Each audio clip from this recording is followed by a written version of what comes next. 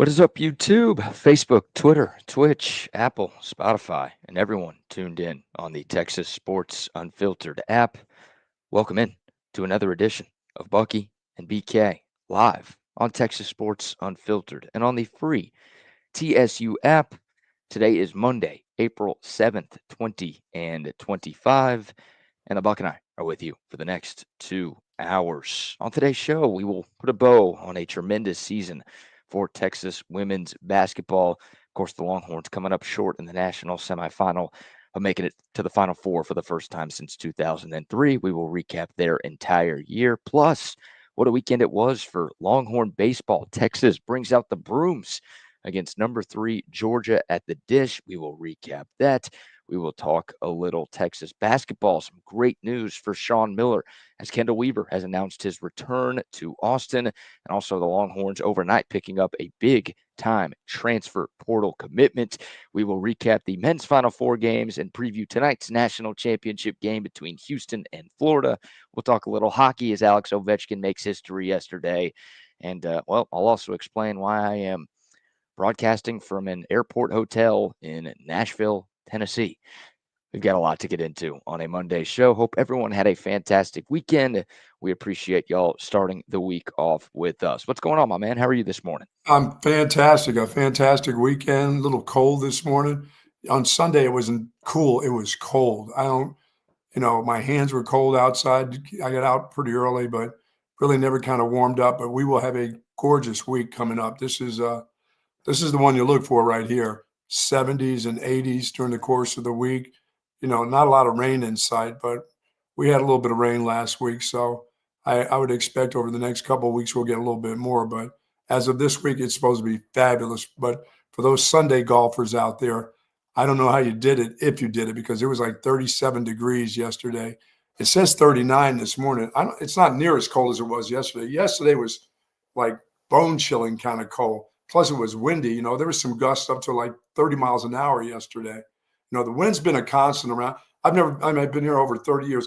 I've never seen it so windy around here, not over the last week. It seems like over the last 2 months, there's been an awful lot of wind around where we are, and now we got a little bit of rain last week, which all these oak trees are popping and blooming. So for those that are suffering with allergies, I feel for you. I've got a little sniffly stuff, but for those that have the real deal allergies, I feel for them because I don't even think we've got to, the cedar's really popping, but the oak trees are popping pretty good.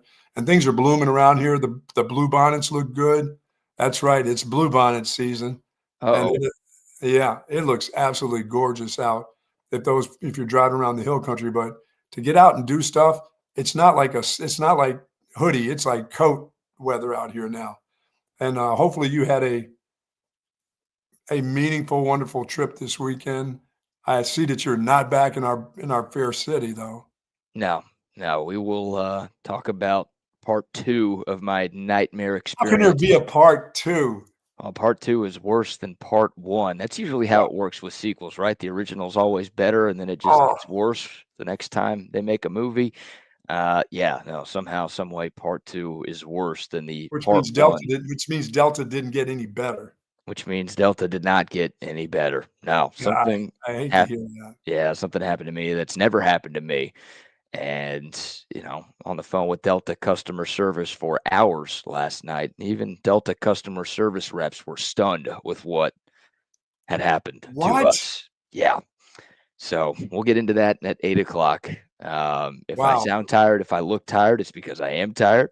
But the show must go on. And thankfully, we at least got a hotel, so I didn't have to sleep on an airport floor like you did in Atlanta last year. Oh, you still didn't hit the floor. You didn't hit the floor, though. You got in a room. Got in a room, yes. Got in a room. We'll explain how that happened a little bit later in the show. But Bluebonnet season is here. Does that mean we got some nude gardening photos coming our way soon? No, they're just popping around here.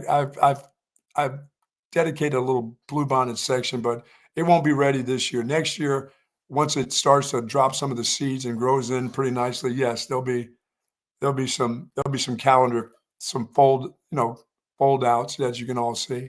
Cover mag guy. The assless chaps will be making a comeback. Yeah, man. with the gun. Hell yeah, I'll be back next year once I get my little spot done. But not quite there yet. But boy, throughout this area, you should see the blue bonds, BK.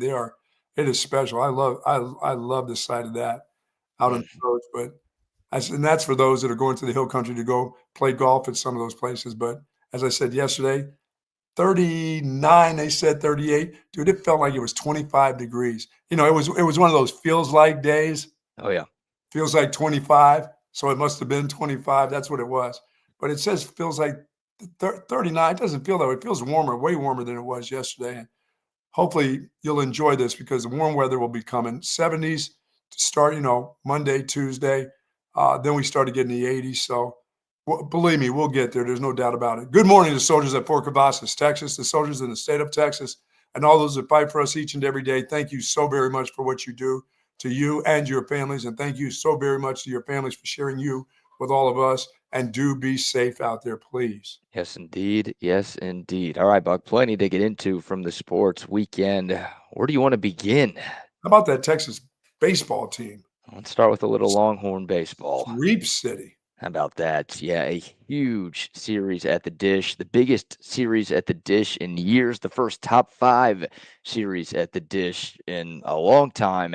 And Texas baseball brings out the brooms against the Georgia Bulldogs, sweeping UGA, and Texas remains in a tie for first place in the SEC. It was a 4-way tie going into the weekend. It was Texas, it was Tennessee, it was Georgia, and it was Arkansas. Texas obviously swept Georgia, knocking them out of first place. Tennessee lost 2 of 3 to A&M There you somehow, go. some way. Aggies getting a little bit of revenge for that national championship series in Omaha last summer. But unfortunately, Arkansas swept Missouri. So it's still a tie for first place, but instead of 4 teams, it's now a 2-way tie between Texas and Arkansas atop the SEC. But man, what a weekend. And the Longhorns, Buck, continue to send messages that they are ready to roll in the Southeastern Conference. And this is a team that looks like it has every intention of winning the Southeastern Conference in year Boy, do they one. look confident. That doesn't look like a team of a mixture of some olds, not many of them, but a lot of young guys, and a brand new coach and staff. Boy, do they look like an experienced baseball team that's just ready to keep rolling. Yeah, they do. They do. And Jim Schlossnagle did a tremendous job putting this roster together in a limited offseason, right? He didn't have a full recruiting cycle here this past season. A lot of these guys, plenty of these guys were here last year. Part of taking a new job is re-recruiting the guys who are already on campus to keep them around your program. Schloss did a great job with that. He was obviously able to go out and hit the portal to bring in some big-time pieces, including Ethan Mendoza, who's your leadoff hitter, including Jared Spencer, who's your Friday night starter, who was magnificent in the series opener against the Dogs a few days ago. And then, of course, bringing in some freshmen, getting them to change their commitments to Texas A&M to ultimately come to Texas. I mean, it was just a masterful job putting together a really good roster, but also, the fact that, some of these guys were here last year and they weren't playing like this last year. No, no, they So weren't. whatever Schloss and Max Weiner and Nolan Kane and obviously Tulowitzki, whatever those guys are doing, it is working because this looks like not only a legit SEC contender right now, Buck, this looks like a team that's got a shot to compete for a national title this year. Yeah, I mean they haven't hit that slump, and every team goes through it. So it's just a great way to start SEC play. It really is, and it's not like it's the beginning of the SEC now. It's starting to get into these big series that mean a lot every weekend. But they they'll come that time. It's just the way baseball goes. That's the one I want to see how they handle when they get into a series loss, how they come back the following week, even on that Tuesday, how they'll play. But hell, it doesn't have to happen. Big G in football, that doesn't happen for them. And now I love to see that Big G get slammed in baseball, but Yeah. I'll just say it doesn't have to happen. That's just me thinking baseball is baseball, and it seems to always happen somewhere down the line. But who says it has to happen? Maybe it won't happen. Maybe Maybe it it only just happens in those midweek games, right? Like they yeah, lost to yeah, that's true. If that's what it takes, go ahead and lose those. As long as you win those weekend series, who cares? Sure. Yeah. I mean, they lost that midweek game to UTSA and they That's bounced right. back and took 2 of 3 from LSU. And they lost the midweek game last Tuesday to Texas State and they bounced back even better with a sweep of Georgia. So, maybe that's their bit. It's like they're going to lose some random Yeah, games to some random teams on which means Tuesdays, they'll but they'll come back and say, "Well, we don't care about Tuesdays." right. Well, they play You know? Houston Christian at home tomorrow. So Uh-oh, look out for the Christians. They'll be coming in I'm always worried about those Christians, man. You guys are everywhere. I don't get it. everywhere. But it's like, well, if they lose that game tomorrow, it's like I'm going to assume they're going to go to Lexington and sweep Kentucky this I weekend, you would know? too. It's like if they win that game, I might be more worried about that weekend series because I won't know what to expect. But yeah, I mean, look, there are 10 conference series. Texas has played 4 of them, and they've played 2 of the best teams in the conference with Georgia and LSU, and they've won 5 of 6 games against those 2 teams, and obviously they've won 11 of 12 games in the entire conference. So far, they have passed every test with flying colors, and yeah, the toughest league in the sport has not been any problem for this team. It's been No, impressive to watch. And yeah, they just get contributions from everybody, man. Again, going back to Friday night's game, Jared Spencer, he's had some impressive performances in his 1 year Texas career, but that might have been the most. I mean, Georgia came into this game, Buck, leading the country, came into the series, leading the country in home runs. And they were second in the country in slugging percentage and second in the country in on base percentage. And this Texas pitching staff kind of shut them down over the course of 3 games. And it started with Jared Spencer giving up just oh yeah, 1 run in 7 2/3 innings, had 11 strikeouts on Friday night. The fastball was working, the slide piece was nasty. I mean, Georgia just couldn't hit them. It's a team that's hit every other pitcher that they've gone up against, even great pitchers in the SEC, and they look lost against Jared Spencer and his crazy ass curly fro on Friday. And Saturday's game, Texas was down 4-0. It's like, all right, we're going to lose this one, and it'll be a split series going into Sunday. The Longhorns looked a little lifeless for the first 4 innings. They came back, they hit a home run in the 5th to make it 4-2.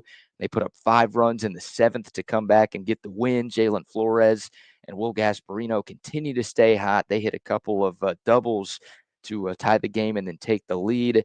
And then yesterday's game, the best of them all, a walk-off by Rylan Galvan, a love walk-off it. bomb in the 10th inning to give Texas the sweep. And, they're just getting contributions from everybody. Yeah, they just play like a very confident, Oh, not young team, but as I said, they're not very old either, but they play very confident. A couple yeah. runs down and they're just ready to roll into the next inning. Yeah, that's the thing, right? That Saturday game was just, it Oh was a yeah, bad start for Texas. Luke Harrison didn't have his best stuff, and the Texas bats were a little sluggish out of the gate. They were down 4-0. And again, I was kind of feeling, all right, like, look, you won the first game and you give yourself a chance to win the series on Sunday, oh yeah. whatever, that's all good.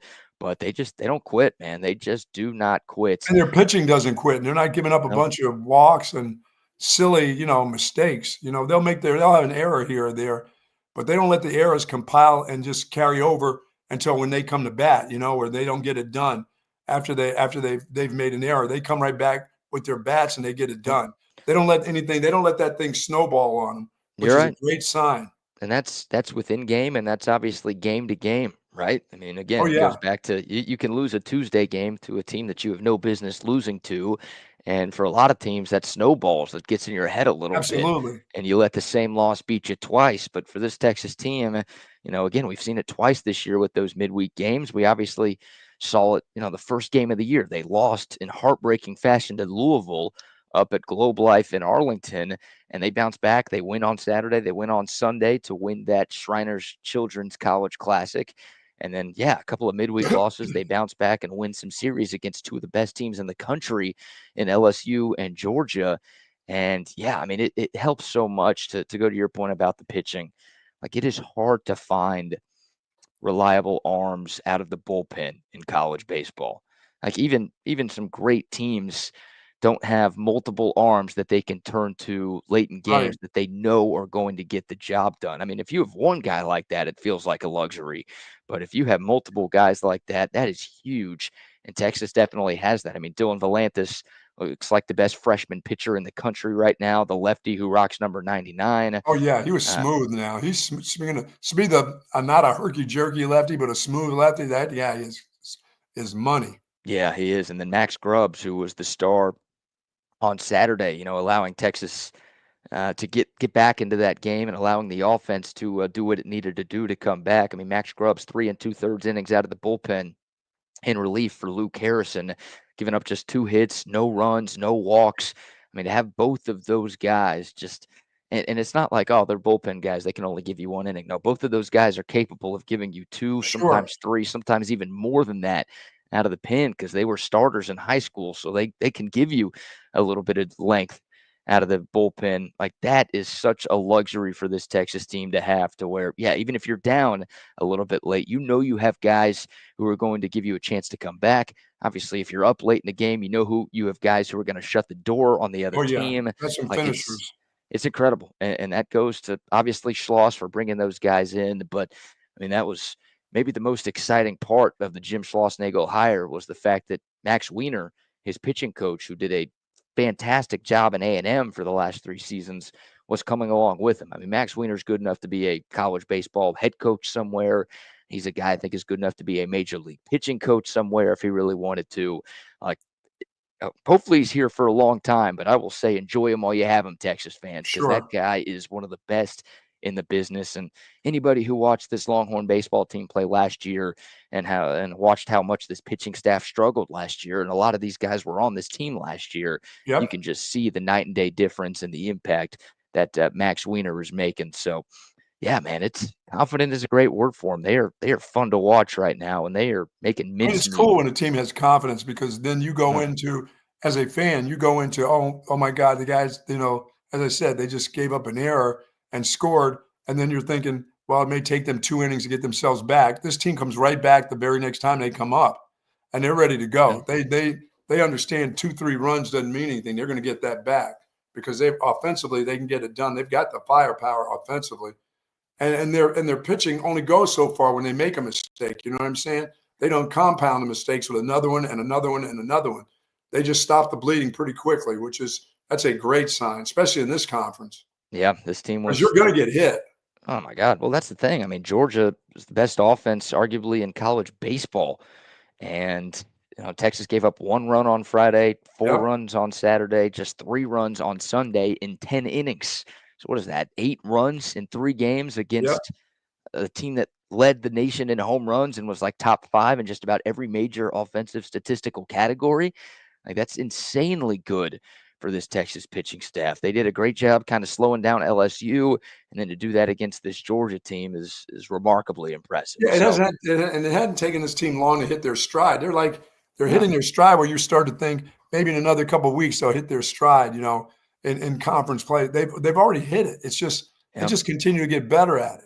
yeah. You just hope the stride continues, right? Yeah. I Oh mean, yeah. it's what is it, Matthew Wilder? Nothing gonna break my stride. That's what it No, feels you're like. absolutely right. This is a team that was 36-24 under David Pierce last year. They are now 26-4 through the first 30 games of the 2025 season, and the beat goes on for Texas Oh baseball. yeah. So, man, what a fun ride it's been to this point. Again, they still have 6 more conference series left, so don't crown them. They haven't Oh won no, because anything just yet. every one of them will be important. Every one of them, you won't be playing every team's not a quality team, but they're quality enough to beat you if you let your guard down. Yeah, yeah, they are, of course. And you've got some tough trips, right? Going to Kentucky, that's a solid team. Sure. You still have to play in Fayetteville against Arkansas. Now, that's not until early May or maybe the last week in April. That could be your matchup for first place in the conference down the road. I Sure. mean, you've got Florida, you've got rivalry matchups against A&M and M and Oklahoma. So, yeah, a lot of work to do. But man, you take care of business. You win 5 of 6 games against LSU and Georgia. You almost feel like you can hang with anybody in the country. And I didn't see this coming in year one. I saw this coming in year 2, 3, 4 under Jim Schlossnagle. But again, the fact that this team has turned things around as quickly as they have in such a short amount of time is a testament to the coaches, but obviously a testament to the players and their buy-in to what the coaches are selling. And well, it's why sometimes coaching changes are good. I don't want to dunk on any David Pierce fans here today. I was a David Pierce fan myself, Oh but yeah. when you have just okay, like don't think that we can't go out and bring somebody else that's better. This is Texas. You've got the resources, you've got the facilities, you've got the ability to go in and hire somebody who can take things to the next level and turn things around pretty quickly. Like there are a lot of people who were wanting David Pierce to stick around and thought what he had done in his first 7 years was good enough to warrant an 8th year. Again, not to dunk on David Pierce. Wish him all the best at Rice, but this team is not 26-4 if David Pierce is still the head coach I here. don't think so. I don't think so. So that's great move by Chris Del Conte at the right time, and things are absolutely rolling for Longhorn baseball. The Dish is a fun place to be right now. What's the weather like tomorrow? Weather for the home game at the Dish? 80s. I mean, Okay.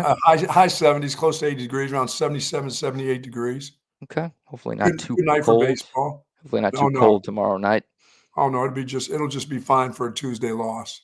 Very good. Oh, Get not it very over good. with. Come on. Oh no, they're not playing the Bobcats. They can beat the Christians. Yeah, they're It's not the playing. Bobcats. Thankfully, Houston Christian is not a school located off of I-35, right? Yeah, It's UTSA and Texas State are on that 35 corridor, and those are the teams that have gotten them. So maybe Houston Christian being 290 or 71 to I-10 gives the Horns a better chance to get it done. We'll see. New polls come out today. The Longhorns were 5th in the D1 baseball poll last week after going 3-1. More importantly, sweeping third-ranked Georgia. I think it's fair to expect the Longhorns will move up at least a couple of spots sure. in this week's polls. All right, we'll take your thoughts. The Dakota text line 512-222-9328. The YouTube, Facebook, Twitter, and Twitch live chats are rocking and rolling as well. Before we shift gears here, we got plenty of basketball to get into. Let's give our first round of sponsor shout-outs, Bug. Folks, our good friends over at Relax the Back, getting the right support for my back has always been difficult for me, but nothing gave me the comfort that my back needed like the folks over at Relax the Back. And my back is feeling great. Sat in the chair this weekend, tried to stay away from the big taco over there, and sat in this chair watching golf, watching baseball, watching basketball, men's and women's basketball, as a matter of fact. And this chair has got the support my thoracic back needed. I had thoracic back surgery and definitely needed to have some help. And I mean, it's help for the rest of my life. Really, it's not just a couple of years and then all of a sudden my back heals up. My back will be the same, but this chair is the thing that changes everything with my back. And you can have a change in your life too if you head on over to Relax the Back. If you've got shoulder, neck, thoracic, lumbar area, hip problems, please go to our friends over at Relax the Back. They've got 2 wonderful locations. In Bee Caves at the Hill Country Galleria, right across the street from Whole Foods, and in North Austin at the Gateway Shopping Center across from the Container Store. Live pain-free like the Buck at Relax the Back. Plus, they've got all the great accessories that you need, too. Mm-hmm. If there's a time where you can't afford that chair, look at some of the great accessories they have that'll go along with the chair that you may have. Or if you're just sitting around and you want to put something on your back, strap something to you, they've got that, too. They got everything that you need at Relax the Back. They can make you feel absolutely wonderful. What do you mean strap something to you? What Yeah, do you mean by that? No, I didn't. I wasn't going to say anything like strap on anything. Just they've got the little gadgets. I got the ball over there. I had the little vibrating ball I used yesterday a little bit too. As I was laying on the floor getting my stretching in. I used a little vibrating ball on my back. Boy, that felt good. Love That Relax the great. Back. I just can't imagine myself walking onto the first tee with that big round ball. They've got the little guns that have it too, but the big ball I want to bring out there because I may be able to hit that thing as a golf ball. That would not go well for anybody. No, it won't. That would hurt. That would put you in some pain that I'm not sure Relax the Back can fix. It'd be shoulder pain and arm pain if I tried that, but yeah. I love it. I love all the accessories they have. I'm going over there today to see Jason and the gang over at Relax the Back. There we go. Love that. Hey, if you want to watch this Texas baseball team tomorrow or anytime the rest of the season, get your tickets at centextickets.com. Plus, the national championship game tonight in San Antone. If you want to be there, they've got tickets for you online right now at centextickets.com. Super easy to use from your phone, from your computer. Just log on to centextickets.com and make sure you type in the promo code CENTEX10 at checkout. Sir. You're going to get 10% off of your ticket purchase, any ticket purchase, sports, concerts, comedy shows, Broadway shows, festivals, you name it. Whatever they've got, you get 10% off simply by typing in the promo code CENTEX10, thanks to our friends at centextickets.com. Friends at Woods Comfort Systems. It's going to change. This weather's going to be changing back and forth, so you got to be ready towards the middle of the week when we're in the high 80s. be ready for it, please. Call our friends at Woods Comfort Systems. Make sure that your air conditioning is working properly. I don't think the heat, and as a matter of fact, the heater may click on here or there these mornings when it's 37, 38 degrees. And that's only going to happen for a couple mornings, folks, but then the heat will be on. So make sure your air conditioning is working properly. Make sure that the filters that you have are clean and ready to go. And if they're not, call our friends at Woods Comfort System. They'll get out there and get that all cleaned up for you, or they'll tell you exactly what are the filters that you need, and maybe you can pick them up yourselves. But there's some things that you can't do yourself and shouldn't be doing to your air conditioning. Let them come and clean it up. They will do that. They've been around in Central Texas for almost 70 years, and nobody does it better. No, they don't. WoodsComfortSystems.com, 512-842-5066 is the number to call to get a hold of our friends at Woods Comfort Systems. Shout out to them, and a quick shout out to our friends at OLIPOP as well. Oh, yeah. Man, I can't wait to get home to get me some OLIPOP. I've been away from my OLIPOP fridge for way too long. This stuff is fantastic. The game changer of all game changers. Great tasting soda that's actually good for you. They've got 19 different flavors too. And man, the Buck is hooked. I'm hooked. Rodney's hooked. Chip is hooked. A bunch of our TSU team is all in on OLIPOP. If you haven't tried this stuff yet, you are missing out. Stop drinking the soda you've been drinking in the past. You know that it's not good for you. So don't drink it anymore. Drink soda that tastes like soda, but is actually good for you. That's what OLIPOP is. Pick it up the next time you're at the grocery store, any grocery store, HEB, Whole Foods, Walmart, Target, Costco, wherever you go, you can shop OLIPOP. Very nice. Very nice. I had my Friday fish sandwich, McDonald's. I did it. Yes. No, it was awful. No way. Awful. What happened? That Culver's kind of got me going to a good fish sandwich. And then how about this? Not only did I have that fish sandwich Friday, I had a fresh cod. That's right. I had fresh cod. Went to Whole Foods and got me on a slab of cod and made it on the grill. Went outside and said, hey, forget the smoke. We had some rain. I'm not going to set the place on fire. Did some great, my wife and I made fish for her last night. It was fantastic. But the McDonald's cod sandwich, I don't know if it was cod BK. It was kind of brown on the inside. I was expecting that light, white, flaky. I opened up my fillet of fish, and it was kind of brown. What does that mean? This is breaking news here. Are you now out on the fillet of fish from McDonald's? Yeah, different. I went to Highway 71. There's McDonald's on 71 out here near me. Up, near Bee Caves. The 71 there near the Galleria there. Sure. I was not happy. How were the fries? Did they at least get those right? Oh no, the fries are good. There's only one place that can screw up fries, and that's where you live down there. Mm-hmm. Thank you very much. Maybe you don't live there anymore. I think you maybe you live in Memphis now. I don't know. Maybe that's your new home. I am in Nashville, I think. Or Nashville. Maybe you live in Memphis, Nashville, somewhere there. The way things are going, yeah, I might start looking for a place out here. With Delta Airlines trying to fly me back to Austin. Who knows if I'll ever get home? But man, that is shocking. Yeah, it was very shocking. I was expecting to have you don't have to wow me on a lentil Friday. Just make it look good when it opens up. When it opened up, I was like, that's not supposed to be brown. You have been the biggest proponent of the fillet-of-fish sandwich that I've ever met in my entire life. And now it sounds like you're done. I'm not. Oh, no. I'm not done. Okay. Somebody else is going to get a second chance. A different McDonald's will get a chance, but I'm going to have to go to the one down here in Dripping. Going to have to make that move. All right. Wow, that is well, I'm glad you went, and I know the people are glad that you went. But I hate hearing that, man. Sorry I that did too. I was expecting a big surprise, and I didn't get surprised. Man. It was more like Lake Travis catfish than the cod, the fresh cod from Maine. The Alaskan pollock, I believe, is what they advertise, and it sounds like it was on a bicycle from Alaska to Dripping Springs, and that's the type of fish that you got yesterday on Friday.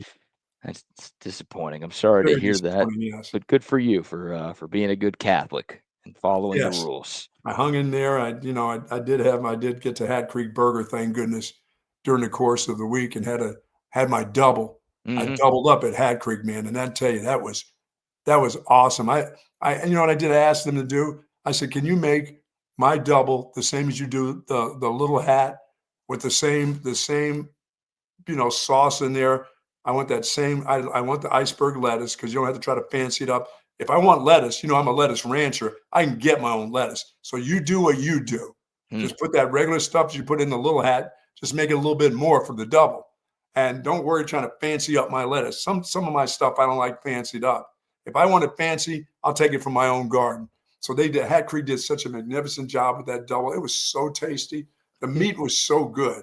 have you ever done that? Have you ever gotten a burger or any item from a restaurant and come home and put your own lettuce in it? No, I've done it with my own. I've done it with my own like mix of mayo and mustard kind of deal. I've done that. My Yeah. own condiments. I've done that before. I just said no, just leave it the way it is. I'll put it on when I get to the house. Okay. I don't do it that often. Now, It's no. I don't try to fancy up my Taco Bell. No, whatever they give me is fancy enough. That's good. what about the sauce? You got to put some hot sauce on there, right? I don't put hot sauce. Remember, I'm a mild guy. Oh, that's mild sauce. That's better than nothing. Yeah, And it's. I always I would get a little mild and throw it in there. But oh I'll my tell you what God. else happened to me. I'll tell you what happened to me yesterday. I'm Yeah. doing my gardening because I'm getting my garden prepared to do my tomatoes. And thank goodness, I'm sorry if I led some of you people astray of saying, get it done, the week after spring break.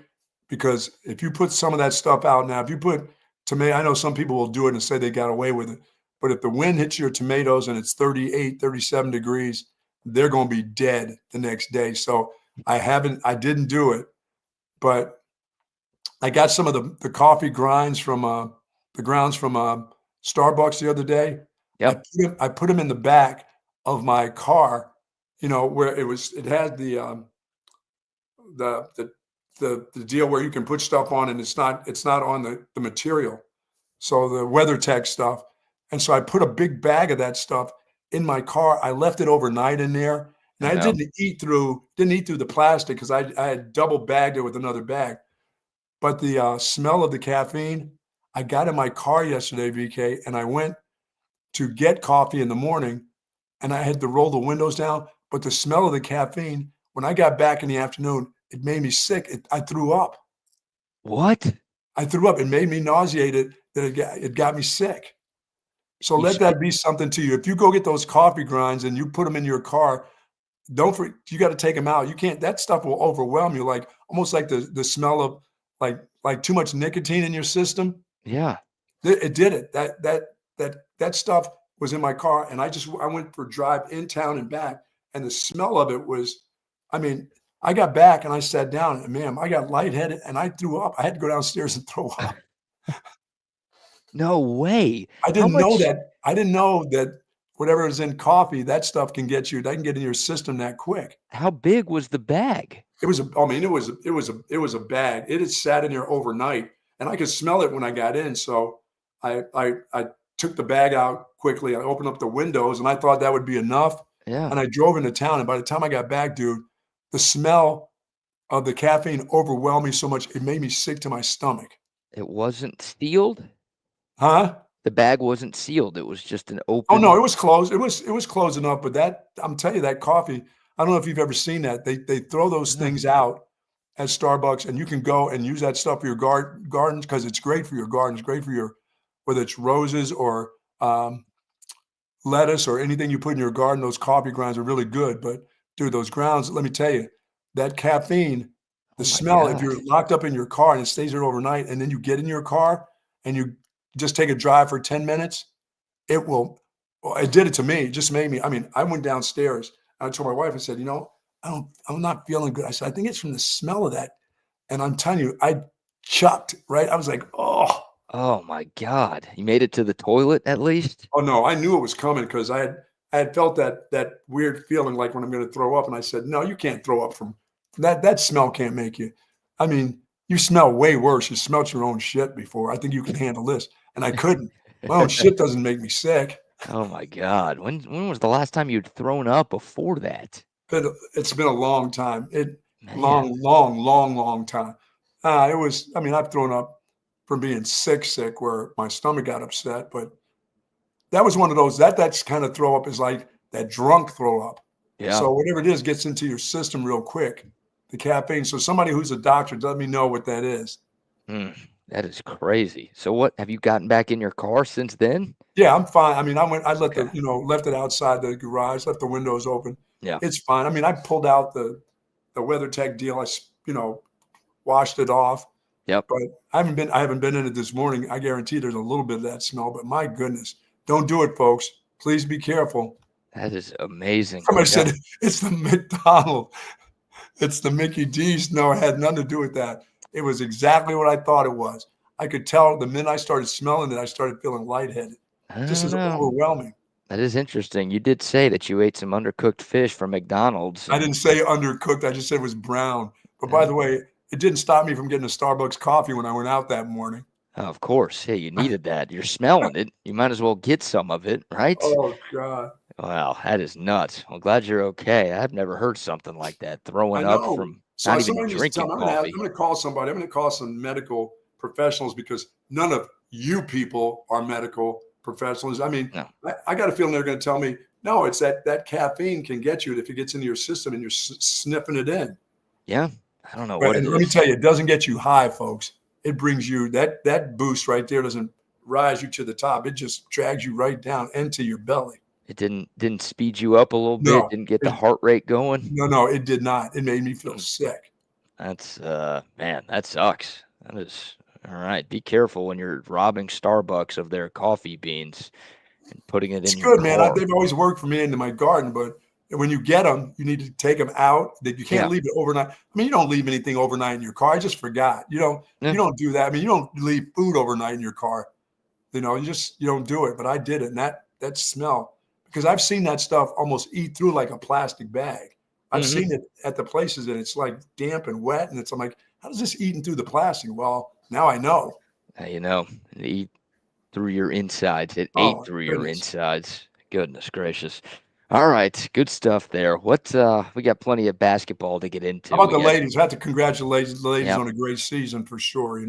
Yeah, tough way to end a tremendous season. The Longhorns losing in the Final Four on Friday night. Of course, the national championship game was yesterday. Congrats to UConn for winning their 12th national championship in school history. Yeah, nobody was beating that group last night. Nobody was beating them. They were on the money yesterday. Dominant. I mean, three straight blowout victories over one seeds, right? They beat USC in the Elite Eight. They crushed UCLA in the Final Four, and then they crushed South Carolina in the national championship game by 23 yesterday.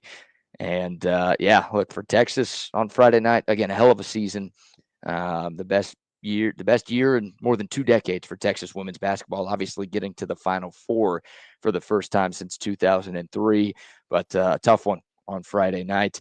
They lose to South Carolina, 74-57. The final. Texas only lost 4 games this year, and they only lost to 2 teams. But unfortunately, they lost to one of those teams 3 different times, and it cost them the SEC tournament championship. And of course, it cost them an opportunity at a national championship. Texas did get South Carolina once in the regular season, but of course, the 3 losses to South Carolina ultimately did the Longhorns in. And all 3 of the losses were kind of blowouts, like including this one. I mean, Texas jumped out to a 10-2 lead. It looked like things were going well for them, but things quickly unraveled. Maddie Booker got into foul trouble. She picked up her second foul pretty Yeah, once early she in the was first gone, that was the quarter. problem. Yeah, and we talked about it on Friday, right? Yeah. Previewing the game that she needed to have an All-American level performance, right? She needed to put her superhuman cape on her back and kind of lead Texas to a No, she victory. did not. And because of the foul trouble, I mean, she only played 23, 24 minutes and just wasn't able to impact the game the way that Texas really needed her to.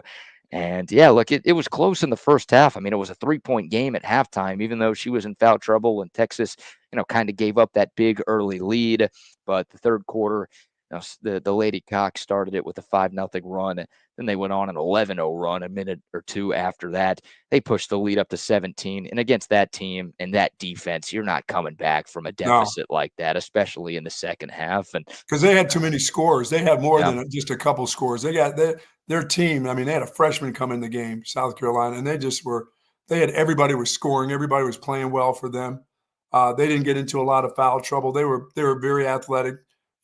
Something that they didn't look like yesterday because the athletic team was UConn yesterday, and they had yeah, freshmen come in the game. They were physical, and Texas wasn't as physical defensively against South Carolina as UConn was against them. And that yeah. was just tough. I think it's matchups really matter, right? Like Yes. it's easy to sit here and say, well, Texas would have gotten blown out against UConn because Yeah, they got blown. yeah, okay, it's easy to say, yes. It's for real to say. They Well, I would don't have know. beat We don't know that. We don't know that because Texas beat some really, really good teams this year, and Texas beat some teams that beat UConn this year. But like South Carolina is a defensive first physical big team that clearly gave Texas some problems this year. I think you would Uh, have picked probably UConn if they would have played I, Texas. I think I would too. I think I would Yeah, have too. I would have loved to have seen it, obviously. But look, matchups matter. Like I would have loved Texas to have gotten UCLA in the Final Four instead of getting South Carolina in the for Final Four. sure. Like I think that would have been the best matchup of these four teams for the Longhorns, and that would have been their best path to getting to the national title game. Now, if that happens, they would have had to play UConn or South Carolina in the final. I don't know if they beat either of those two teams, Like I but said, you get to the final, that's just get me to the final, and, yeah. like, anything can happen in a final, For sure, for sure. But it doesn't take away from just a spectacular season for Vic Schaefer and company. We'll let you hear from him. This is after the game. He gave a long opening statement to his press conference, and obviously he and a few of the Longhorn players answered a number of questions, but cut up a part of Vic Schaefer's opening statement, just giving some love to his team and just talking about what went wrong for the Horns on Friday night. Thing I'll say about this group, several things, but number one is, man, what a blessing. God blessed me with an incredible group of young ladies that have won 35 games. They're SEC champions. They've went to the Final Four. They're just an incredible group of young ladies. And it's hard for them, for Taylor and Shay. Rory has an option, but these two don't. It's the end of the road for them, and it's a hard day. You don't want it to end. You want to play on Sunday, but we ran into a good team today, and we didn't play that well. You're right about that. They didn't play that well. No, Yeah. we had talked about them having to hit some of these three-point shots. They just had more scores. I just thought South Carolina had more ways to score than Texas did in that game. I don't think they played badly or poorly. They didn't defend as well as they have been, but there were just more scores on South Carolina's team. Yeah, and South Carolina was more physical. They got more rebounds. They got Yeah, more points in the paint. Like you look at the four matchups they between these got two lots of loose teams. balls too. Yeah, the game that Texas won, they were winning those 50-50 battles. They were getting those loose balls. They were getting those rebounds. And on the three games that Texas lost, they weren't plain and simple. And South Carolina's a great team. They're the defending champs. They've won 3 national titles in the last now 9 years. That's a great team and a great program. And obviously, Texas will have to deal with them moving forward in the SEC. And that's a nice budding rivalry between those two schools. Yes, You play anybody. Hell, you play someone twice in a year, it's a big deal. You play somebody 4 times in the same year, then there's definitely some bad blood brewing there. But yeah, look, hell of a year, 35 wins. You win the SEC in your first season. It goes without saying that the future is incredibly bright for Texas women's basketball. Maddie Booker will be back. Rory Harmon, as you heard Vic Schaefer mention, has an option to come back for another season. We've kind of seen a trend in women's college basketball where WNBA players make no money, and you can make more money in NIL if you stay in sure. college. Like we saw a girl, I think at Notre Dame, who was projected to be the number 2 pick in the WNBA draft. She said, "No, I'm going to come back to college for another year." Because she knows she's going to make more money in Sure. NIL than she will in the pros. So that could be good news for Texas, and maybe that convinces Rory Harmon to stick around for one more season. So you've got some foundational pieces, some building blocks to run this thing back and hopefully get back to at least this spot next year. And who knows? At some point, you broke Yeah, down the they've door. got a big in the middle. She's, I think another year, that young lady that plays, one of the big girls can really get a little bit more athletic, Yeah. You lose Taylor Jones, one of the bigs. You get Yeah. Kyla Oldacre back for one more Yeah, season. Oldacre is a young lady that can get a little bit more athletic, Yeah. She's got size. I mean, she got height and size. She's got pretty good timing, but she can get a little bit more athletic. And when Yeah. I say timing, I mean more athletic. That's the same thing when I say that, Whoa. Yeah, I mean, just a little bit more athletic. Maybe I should say timing. Maybe it's more athletic than I think. She's already got size. She's got great size. Saying she needs to maybe shed a few LBs. I don't know. She gets it around pretty well. You know what I'm saying? She moves around pretty well. But maybe the word athletic, that's my short for saying probably lose a few. Maybe Oh, maybe man. am I now skirting it by now saying more athletic? Yeah. Yeah. Is that what you caught when I said that? Body shaming a little bit this morning, Buck. No. I think she's for a young lady with size like she has. I just think she can get more athletic. So whether she stays where she is or she does lose weight, she can still get more athletic. How's that? I'll leave it at that. You people take it for what you think I'm trying to say. That's fair. No, it's fair. What you're saying is fair. And she's going to have to be able to play more next year. Because, again, I mean, you had the 1-2 punch with her and Taylor Jones. Well, Taylor Jones is out of eligibility, so she can't come back. Maybe you go get somebody from the transfer portal. Maybe you just run it back with his current team. But it seems like Kyla Oldacre is going to get more minutes. Yeah, I mean, I saw her block shots, BK. That's what I mean by her timing. I think is good. She blocks shots. She doesn't hack for. Sometimes when you're that kind of size, you're going to lean into people. They're going to call fouls, and I think she's nimble enough, but she can even get even better. I thought the young freshman at UConn, she was nimble. Now she was big, but she was nimble. Yeah. She had size, but she had her timing was really on. And what a player that young lady is going to be. Yow. Yeah, UConn is, it's UConn. It's amazing. It had been 12 almost 10 national years. championships. Yeah, that was the first since 2016, right? It felt like they won them every year under Gino for like 2 decades, and it had been a while since they had climbed back to the top of the mountaintop, but they got hot at the right time. And or did they ever? Obviously dominated South Carolina yesterday. That one was over pretty early in Tampa. But again, congrats to the Texas women's team. What a season. What a ride. Unfortunately, it comes up 2 wins short of a national championship, but you do something this program hasn't done in more than 2 decades. You deserve to be talked about. You deserve a tip of the cap. And well done to Vic Schaefer. Yeah, whether you play South Carolina 1 time or 5 times, you're going to have to beat them. In order to get to where you need to get, you're going to have to beat them more than they beat you. That's just the way that goes. Because they're going to be there. They're going to be there. Yeah, and Vic Schaefer's got to get over the South Carolina hump, especially in the postseason, right? Like he's won some regular season games against Dawn Staley, which is great. You're happy about that. Obviously, the win in Austin a few months ago was spectacular, but you might have to see them in SEC tournaments.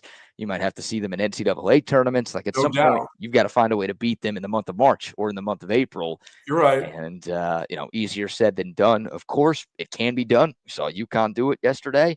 But yeah, that's that program. I guess one step at a time. I mean, they finally got past the Elite Eight. So now it's now you just got to move on. What do you do next? Now you get to the Final Four. Now you got to get to the Final Two. You got to get into the championship game. Yeah, talk about it with Texas football, right? They've gotten to the Final Four 2 years in a row. You're right. Great. Absolutely. They're obviously moving in the right direction, but now you got to get over that hump and get to the championship game and hopefully win one.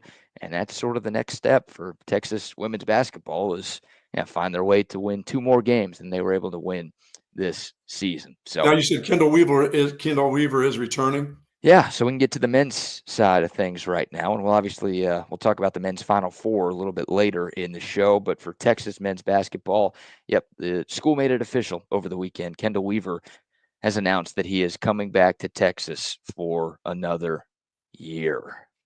Yes, they need to get him healthy through this offseason and get him ready to play a lot of minutes when the time comes. I mean, he'll have to get better at some of the skills, but what he is that hustle guy. You need him, so you need him on the court.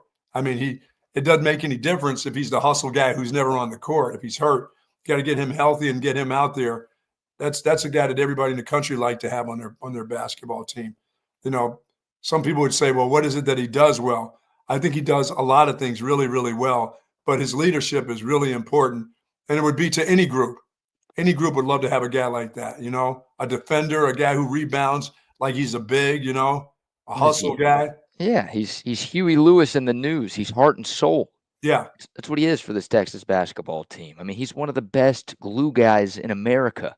He's just a winning player who makes winning plays and is willing to do all of the dirty work to help your team. I mean, we talked about it all season long. Like, this season goes differently if Kendall Weaver doesn't have to miss 15 straight games in SEC play. I truly believe that. I believe there's at least 3 more wins in there, 3 to 4 more wins. I do too. Like, look, I'm not sitting here telling you Texas would be playing tonight for a national championship. Oh, no. But they're probably not playing in Dayton in the first 4 if they've got Kendall Weaver throughout conference play. They win 1, 2, 3, 4 more games to, do enough to make the tournament. And maybe Rodney Terry is still the coach next year. Who knows? Alternate universe we don't live in. But the point we're making is, yeah, he's a great player. And he's an elite defender. He's a fantastic athlete. He's, kind of undersized, but he rebounds really well. Oh, yeah, he does. He's got great timing. Bigs. Yeah, he obviously can jump out of the gym, which helps. He's got great timing, great instincts, just kind of knows where the ball is going to be and just knows where he's supposed to be. And you saw how good he was late in the year, despite missing 15 games, despite not being 100%. You saw how much he did, and you saw how much of an impact he had on the guys around him. Like you said, you get him healthy, and if he's able to be a part of things for, all 30-plus games next season, then that's going to help Sean Miller's squad out a ton. Yeah, they need him, and they need him to be healthy. So whatever that deal was that seemed like it lasted forever, they got to get that has to get fixed. The hip flexor, there was no surgery or anything, and I don't think there are any plans for off-season surgery. I think it just had to heal up, and it took longer. That's a long hip flexor, even though it's just a hip flexor. And I'm not saying just it, because a hip flexor, when you're as athletic as he is, and when you're doing all that jumping and changing direction, can be a problem for a month maybe. But damn, it just seemed like months that went on with this guy.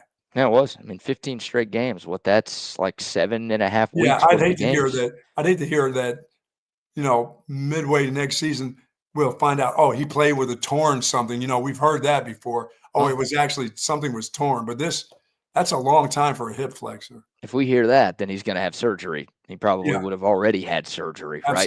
Now that the season is done. So part of me is like, almost hope something was torn, because that means we know it's going to get fixed. Yes, you're right. Now with this, it's like, hopefully it doesn't come back. I don't think it should come back, and you got plenty of time to rest it up to ensure that it doesn't. But, yeah, who knows? Great news.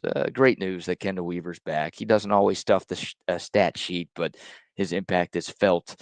Yeah, those guys don't get a lot of awards. There's no national awards for glue guys. Yeah. They're just important to have on your team, and he's the one. Yeah, he is. And that's, the trend continues. We're still waiting on a decision on Jamie Vincent, who's a very deep bench player for Texas. If he ends up hitting the portal, it's not that big of a deal, but he's the only guy that we have yet to hear from. We know Kendall Weaver's coming back. We talked about Tremont Mark and Jordan Pope announcing their intentions to return last week. Nick Cody is back for another season. So the Longhorns continue to get some good news as they fill out the roster. And the good news, more good news, came late last night. Make sure I have the timing of this right. Texas got a commitment from a big man, Buck. We were talking about the need for not only big man, but big men for Texas basketball. You only had one capable big this past season. That was Caden Shedrick, and some people will laugh at me calling him capable, but he's done. He's out of college eligibility, so you've got to get somebody to replace him. Hopefully you can get somebody else to give you some more front court depth as well. Texas got a commitment last night from a 7-foot Lithuanian by the name of Matas Vokataitis. Get ready for that one. Matas Vokataitis. Wow. That's going to be a mouthful. You want to give that a go? It'll be a mouthful for Craig Way. Craig's going to have no problem with that. Yeah, one, right? Yeah. Just you and I. You and I will struggle with it, and everybody else will have some problems. I'll be calling him No Mas here shortly. No Mas. Hopefully, we're not saying No Mas. Hopefully, we want Mas for Matas. Come on, Matas. Matas. He's a 7-footer. He was the freshman of the year in the American Athletic Conference last year. Played at Florida Atlantic this past season, averaged 10.2 points, 5.5 Decent program. rebounds. Yeah, Florida Atlantic made the Final Four like 3 years ago. Yep. Obviously, their coach, Dusty May, went to Michigan. Michigan had a great season this year, made it to the Sweet 16. But, FAU's been a solid program for the last couple of seasons. And, 7-footer who averaged 10 and 5.5 in only 18 minutes per game. So this guy, you give him more minutes, you extrapolate or stretch those numbers out a little bit more, than this was a very efficient player in his true freshman season coming over. Sean Miller's coached Biggs before. Well, this is the beauty of having Sean Miller, right? I mean, technically this is a transfer from an NCAA program, but Sean Miller was elite at recruiting international talent during his time in Arizona. He got in dudes from, he brought in Laurie Markkinen from Eastern Europe. He got DeAndre Ayton, who's a Bahamas kid. He got, kids from Canada. He got Josh Green from Australia, like people from all over the world wanted to play for Sean Miller. I don't know what it is. I don't know if it's him. I don't know if it's someone on his staff, but that was like a strength of his the last time he was coaching a high major college basketball program. So that was an exciting part about this hire, is that he's got the formula to go out and recruit overseas. And again, finding a 7-foot Lithuanian, not even a full recruiting cycle, just going out and get somebody from the portal at a position of need who can hopefully help. Well, he will help this team next season. That's a great ad for Double D says, I work with some Lithuanians, good people, hard workers, and awesome names. There you go. Hey, it's like me. I work with some good Javier. I work with good people. They're my friends. They've been in my house before. Is Javier Lithuanian? No, but good people. Javier's people are good people. What are Javier's people exactly? They're good people. Javier's a good man. Where's he from? Is he Mexican? Yes, he's from Mexico. So you're saying the Mexicans are good people? Yes. All right. Don't sound like so defensive about them. I'm trying to make sure you're, saying something nice about some people. I want you to get credit for the compliment you're trying to give here. Thank you very much. And no, I don't know if there's any cooking classes at UT for women's basketball players. No, I didn't. I don't know where people get this idea that I can be like that. Well, they check the tape, Buck. It's out there. You can go back and listen to past shows on Apple Podcasts, on Spotify, on from YouTube. years gone by, I guess. From years. Yeah, that's pretty easy to find out why people would think you would say something like that.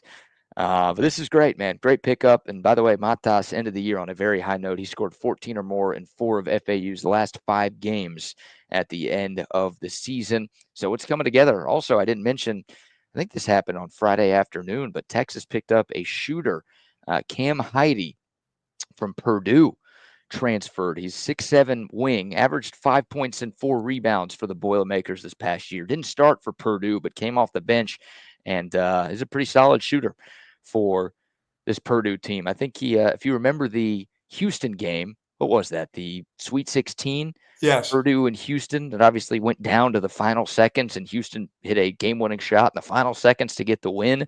That was the guy who hit that corner 3 to tie the game with like 30 seconds to go for Purdue.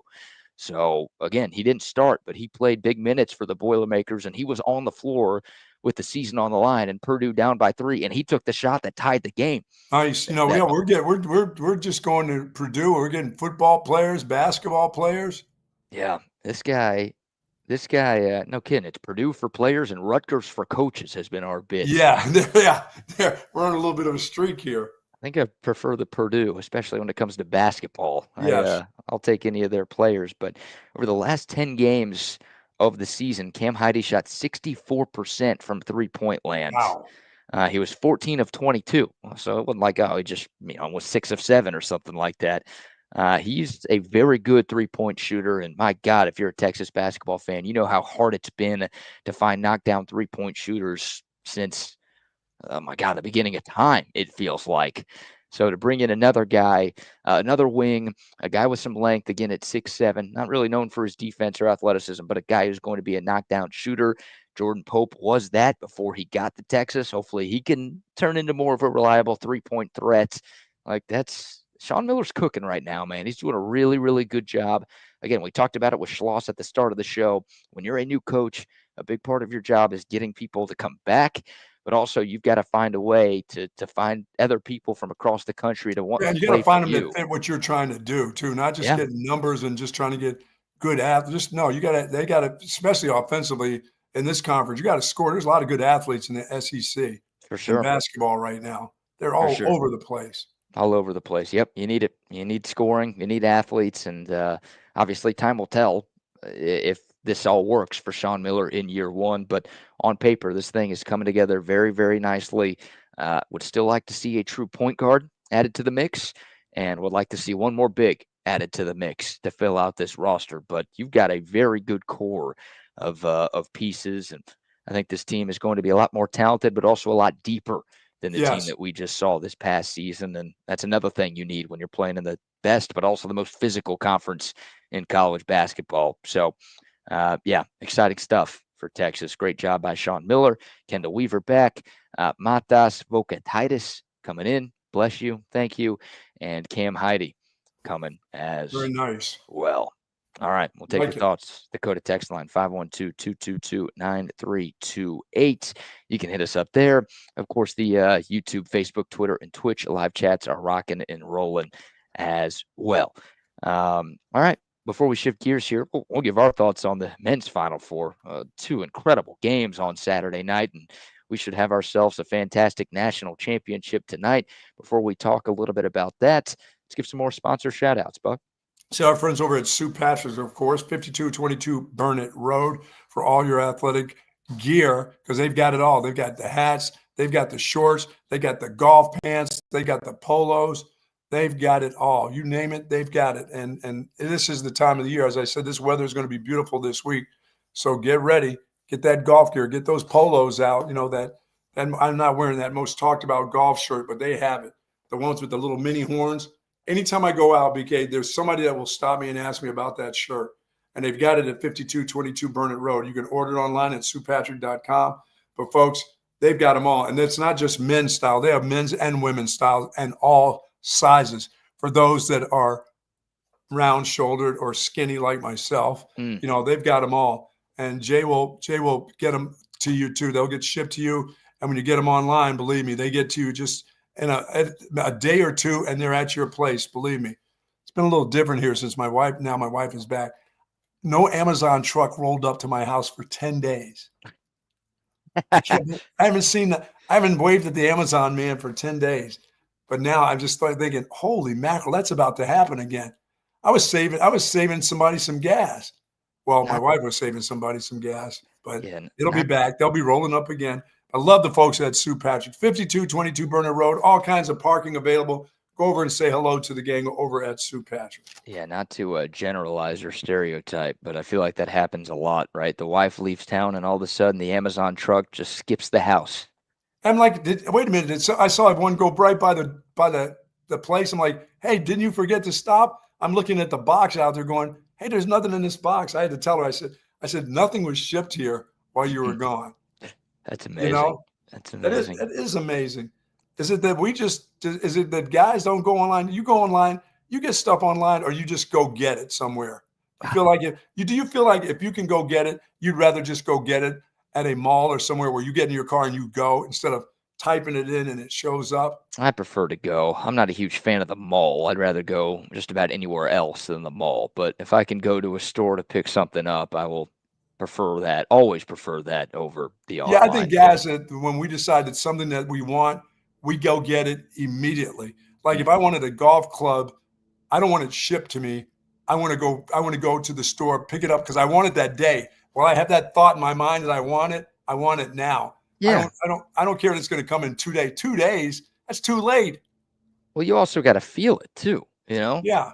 Like you got to make sure that you like the golf club. You got to hold it in your hands. You got to take a couple ladies, of practice cuts. If it's not right, they just send it right back. They'll ship it. No, they'll make the call. Hey, come and get this crap. You don't want that. No, and if you're getting clothes, like you want to try it on, make sure it fits. That's the beauty of Sue Patrick, right? They got the fitting rooms. You go try it on. You know it fits right. You know it looks right. Just get that. Do that instead. That's the move. There you go. That's the move right there. Shout out to Sue Patrick. Also, Bartholomew Bear was sold. Jellycat Bear gone. That was $1,000. Someone paid $1,000 for that thing. Yes, It's gonna make a good traveling companion on their next Delta flight. What a world we live in. Yeah, we'll get into that here in a second. Shout out to AV Consultations. I know our man Tom McKay's listening because he's mad that we're not talking enough Stars hockey. Tough loss for the Stars yesterday in overtime, but they're still great. And the NHL playoffs begin here in a couple of weeks. The Dallas Stars are Ovechkin awesome. got it done yesterday, huh? We'll talk about Ovechkin a little bit later in the show as well. Him making some history, breaking the great one's all-time goals record.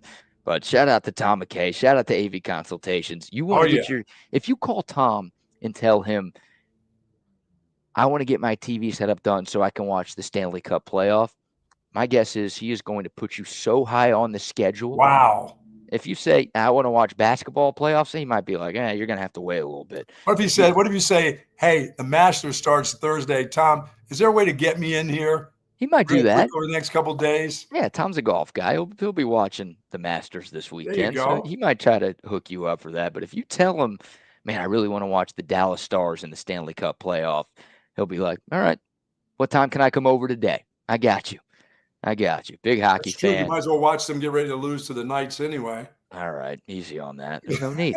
There's just no need. They beat the Knights last year. What is this about? They beat the Knights in the playoffs a season ago. But we'll see. It'll be a lot of fun. The point is, you got to call AV Consultations, whatever it is, hockey, basketball, golf, baseball, whatever you want to watch. You're watching, your sports watching, your TV show watching, your movie watching. It's all made more fun and more entertaining with audio-visual consultations. Absolutely. Hooking up Central Texas since 1988. They can do the same for you. If you want a bunch of TVs on one wall like I have, if you want the giant 85-incher like the Buck has, if you want the 150-inch projection screen with the surround sound, that cool home theater room, so you're the envy of all friends and family, AV Consultations will hook you up. Just give them a call, 512-255-8678, or find them online at avconsultations.com. Nice. All right. Well, I did promise 8 o'clock for the Delta Airlines story. So let's give it to me. I mean, first of all, it couldn't have been as bad as changing over to Southwest. And you said it's worse. It has. Well, obviously it has to be worse because you're still there. I'm still there. Yep. So if you missed, we won't completely rehash the full story from Friday's show, but we talked about my flight from Austin to Nashville and my horrendous experience with Delta Airlines, where I was sitting on a tarmac, on a plane, on a tarmac for more than 2.5 hours, only to then go back to Austin Bergstrom Airport, have that flight canceled, and then have to pay $600 to go take a Southwest flight so I could attend my friend's wedding here in Nashville this weekend. But they still got you there. Southwest. Southwest got me there. Delta did not get me there. The only Delta flight I could have taken was like late Friday night, which would have had me missing the rehearsal dinner. And there would have been no point in going to the wedding if I did that. So that happens, and we take the Southwest flight. We pay a lot of money, but we get there, and we're thinking, all right, it's all good. We've got our round trip ticket. We're flying home on Delta Airlines yesterday. We'll give them another shot. We already have this flight. We got a great deal because we booked a few months ago. So everything's going to be good. Weather's not bad in Nashville anymore. Weather's not bad in Austin. It's cold, but nothing that should prevent us. And our prayers go out to all those folks in Tennessee and those areas that got flooding and tornadoes. Yeah, it was a mess. It was some crazy scenes out here. We missed most of it happening, but some of the aftermath. I mean, there were trees down, there were power lines down. You could tell there was some craziness that ripped through here, and it was a rough couple of days for a lot of folks in the state of Tennessee and a lot of folks on the East Coast of this country as well. But anyways, so our flight was scheduled to leave Nashville at 6:45 last night. Ooh, the old PM flight. Ooh, that scares me. The old PM flight, but not too late, right? No red eye or anything like that. So I figured things would have been okay. And, we check into the flight on the Delta app, and we're checking the flight throughout the day. Everything's on time. Everything's good to go. So we leave the Airbnb that we're staying at. We head to the Nashville airport, get through security very, very quickly, scan our boarding pass, get through there. We go get some Hattie B's, Nashville hot chicken. Now you're talking. With a few friends at the airport. Yeah, all good. Nice little quick meal before we hop on the plane. And we start boarding. Everything's good. We are, one of the last boarding groups. We're not paying for first class. We're not paying for the early check-in. Are you Group D? Were you Group D? We're Group 8. It's 1 through 9 Oh my on God. United. So Group 8. we're pretty low. Yeah, it was. They were like, any homeless want to get on this flight for free? Get in Group 8. Yeah, Any of you people get ready to go to incarcerated people? Group 8. yeah. Anybody want to come on this flight? We got you Oh my covered. goodness. That was okay. So everyone's boarding, and we're Group 8. They call Group 8, and my girlfriend's with me. And you scan your boarding pass on your phone to get on the flight, right? Oh boy. Yeah, you know me, I'm paper only.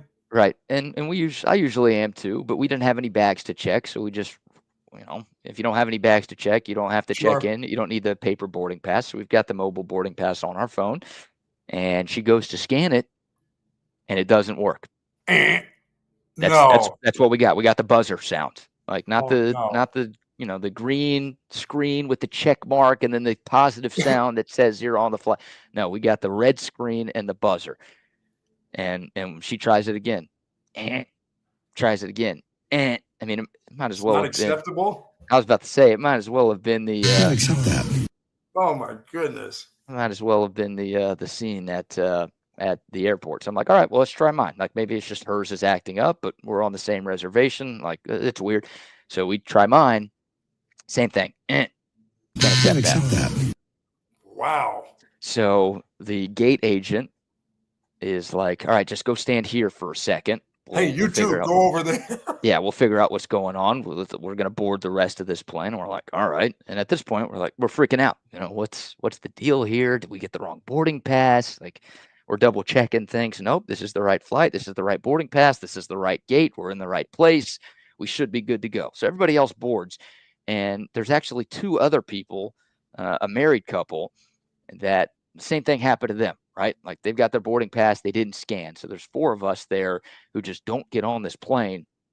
And all of a sudden, like the gate agent is like, okay, like what's going on with you guys? And we're like, we don't know. Like we checked into our flight.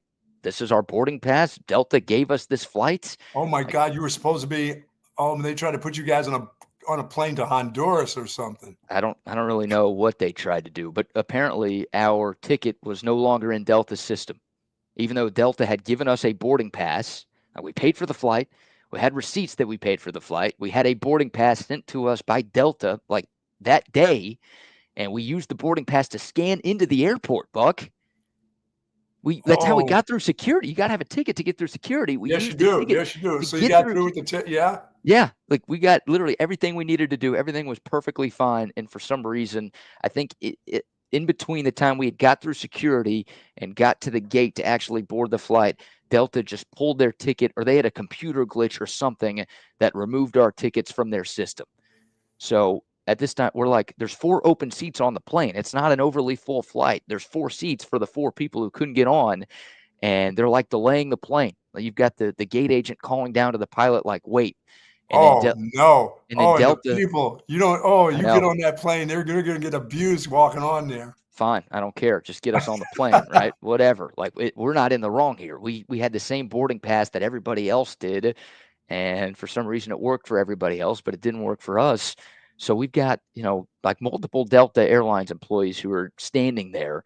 And one of them's on the phone with like Delta corporate trying to be like, hey, can we figure out what's going on here? They've got their boarding pass. They paid for the ticket. What's the deal?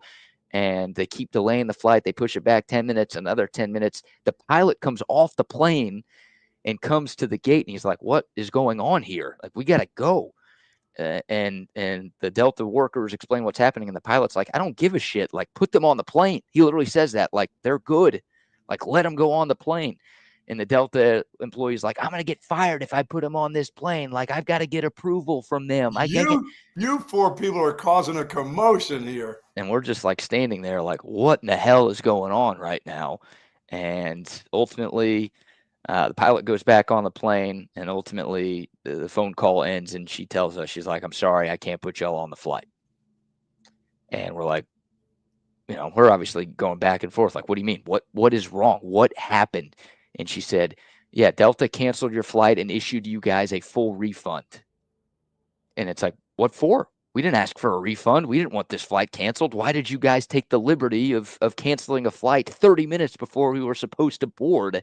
Oh my God. And so of course the Delta gate agents are not helpful at all. We're like, well, what do we do? Can you book us on another flight? Can we Oh, get she out of told here you where tonight? they tell you where the Delta place is you have to walk to? That's it. It's That's 8 it. miles away from where you were? At first she's like, there's a guy and a girl, and they're both incredibly disrespectful and dismissive, and like they would have rather have been anywhere else in the world. I mean, the woman was like repeatedly, audibly complaining about, why do I have to do this? Why is no one else here to help these guys out? And I wanted to punch her square in the dome. I wanted to punch the dude square in the dome. They were pain in the ass, the other two? Yeah, and they're like, we can't help you. Like, you got to go that way. You got to just go left and then go left, and you'll see where you need to go. It's the Delta Oh. ticketing office. Oh, So yeah, it's not just where they say it is. It's never just right there. no, it wasn't. No, the guy told us to go left and go left. We go left. We literally walked the entire length of the airport, and there's no Of Delta course it ticketing is. office. Like, he sent us Oh to the my wrong God. place. So then we realized, oh, the Delta ticketing office. You mean we got to go back out of the airport, basically? Yes. So we're going to have to go through airport security again if we want to get back in. But we got to go all the way to the front of the airport where you check your bags and check in for your flights to try to get this figured out, to try to get rebooked. So we do that. And again, we go up to the front of the line. The woman is just not helpful at all. She would have rather been anywhere else in the world. She's like, what can I help you with? And we're like, well, here's what just happened. We thought we had a flight. We didn't get on the flight. Is there any way we can get on another flight tonight? She's like, well, there are no flights to Austin tonight. You're going to have to wait until tomorrow. It's like, okay, great. When can we get back to Austin? And she's like, well, there's a flight that leaves at like 11 o'clock a.m. It's got a layover in Atlanta, but we can get you. Yeah, just what you need to hear. We can get you on that flight right now. It'll be $350 each. And we're like, excuse me? Like, no, I'm not sure you just heard what happened. Like, we had paid for a ticket and our tickets got canceled due to an error by Delta. Like, no, this should be comp. Like, we need to get rebooked here. And she's like, yeah, no, I can't do that. I can't just give you guys a free flight. You're going to have to call Delta. Oh boy. So we call, my girlfriend calls, we get a recorded message. Current estimated hold time, 1 hour and 30 minutes. And then I call, current estimated hold time, 3 hours and 45 minutes. And we're just like, oh my God. So we're sitting at the Delta airport here. And about an hour goes by. Both of us are on the line. And finally, we get a hold of somebody. And we're on the phone with them for 2 hours, just trying to figure out, okay, like what do we do here? We're explaining the situation. We're like, we need to get back to Austin. We've got like no clothes. We've got work tomorrow. We've got shit we got to do. Yeah, like what's the deal here? And she's like, yeah, no, like we can get you on a flight. Now the first flight is 6:45 p.m. tomorrow. So apparently that 11 o'clock flight was already booked and done. We couldn't get on that one anymore. So she's like, the earliest flight we can get you on is 6:45 p.m. It's a nonstop from Nashville to Austin. We're like, great. Yeah, put us on that one, please. And then she's like, okay, that'll be $275 each. Again? And we're like, no. I get like, do you not? And she's like, yeah, no, I can't give you a free flight. Like, you've got to deal. You've got to send in a complaint on delta.com. And reach out to them to try to get reimbursed, but I cannot put you on a free flight. Like the woman is like, costly wedding. Terrible. Oh my God. Yeah. Again, we already paid $600 extra to get there via Southwest because of Delta screw up, and now we're paying more for this. So we ask about, okay, like we can't get back last night. Can like put us up in a hotel, please? Oh, we don't do that. We don't do that anymore. Oh, we don't compensate for hotels. And at that point, I was pretty cool, calm, and collected. I was like not raising my voice because the woman I'm talking to, like, it's not her fault this is all happening. So I always try to be like respectful to the person on the other end of the line. Because if they hang up, you got another hour and a half to be on there to get somebody else. Exactly. But at this point, I'm like, we'd already gotten transferred twice too to get to this person. So at this point, I'm like no, like we are literally stranded. We have nowhere to go. It's pouring here. It's cold. Like, you're not going to make us sleep at an airport and make us pay for a 6 p.m. flight the next day. We're not doing that. And then finally, after a bunch of back and forth, she's like, okay, I just sent you an email. Click that and it'll get you a hotel room. And I should have said, oh, you couldn't do this 30 minutes ago, you B. But You had it's to like, go through you had to battle with her for that. And when she just clicked on a little deal. instead, thank you. Yeah, thank you so much for doing that. And then I'm like, what about meal vouchers? Like, can you pay for our food? And she's like, okay, yeah. We'll send you a meal voucher here. So they send us $48. For some D's nuts. Might as well. I don't even think I can afford that at the airport. And we're like, okay, $48. Is that each? Is that for both of us? She's like, no, it's for both of you. That should take care of breakfast, lunch, and dinner tomorrow at the Really? airport. And I'm like, what world are you living in where $48 can get 6 meals, Oh especially my at the God. airport? It's not like, oh yeah, we can go to McDonald's and get you a bunch of, value meal stuff. It's like airport food, which is already overpriced. They sent us $48 for 2 people for 6 total meals. And I'm like, can we get any more than that? She's like, no, that's all I can do here. And then ultimately, I don't know. It's just, we're on the phone with her for 2 hours and we're able to get a hotel out of it. We're able to get $48 in meal credits out of it. But obviously we had to shuttle to the hotel. We got here at like 11:30, didn't get to bed until 1 o'clock. So if I sound tired, I am tired. If my voice isn't fully there, it's because it's not fully there. You got some Uh, bass going on today. and yeah, so that's why we're doing the show at I, Nashville Airport Hotel today. I mean, if you just got a little help from people that could give you help, that have the ability to hit a button to get you at a place to stay, or vouchers that you don't have to beg for them. You're Yeah. already paying hundreds of dollars. And they've got these vouchers that are sitting here for a hotel room, but it's like they would rather someone who has money to say, okay, here's a 200, here's my credit card, here's another $250. As Delta, we'll take it. Instead of trying the customer, them saying, no, we're not going to make you pay for it. We'll take care of that. They have to go through all this where they have to get the money first, where they're trying to get the money first instead of giving you good service, Yeah, I'm sure a lot of people would give up, right? Like the first time Sure. she's like, oh, we can't put you in a hotel, they'd be like, all right, well, there's nothing else we can do. It's like we weren't letting that happen. They weren't going to make us stay at an airport for more than 24 hours because of their F up. And the woman on the phone is like, she admitted fault. She's like, yeah, this is our bad. Like Delta messed this up. And then she still was like, nah, yeah, we can't compensate you. We can't give you a hotel. We can't give you a free flight. We can't give you food. Finally, we were able to get some of that stuff taken care of, but that's going to be the rest of my day after the show, is dealing with Delta customer service to try to get some money back, because we're now down like over $1,000 extra because of their screw ups.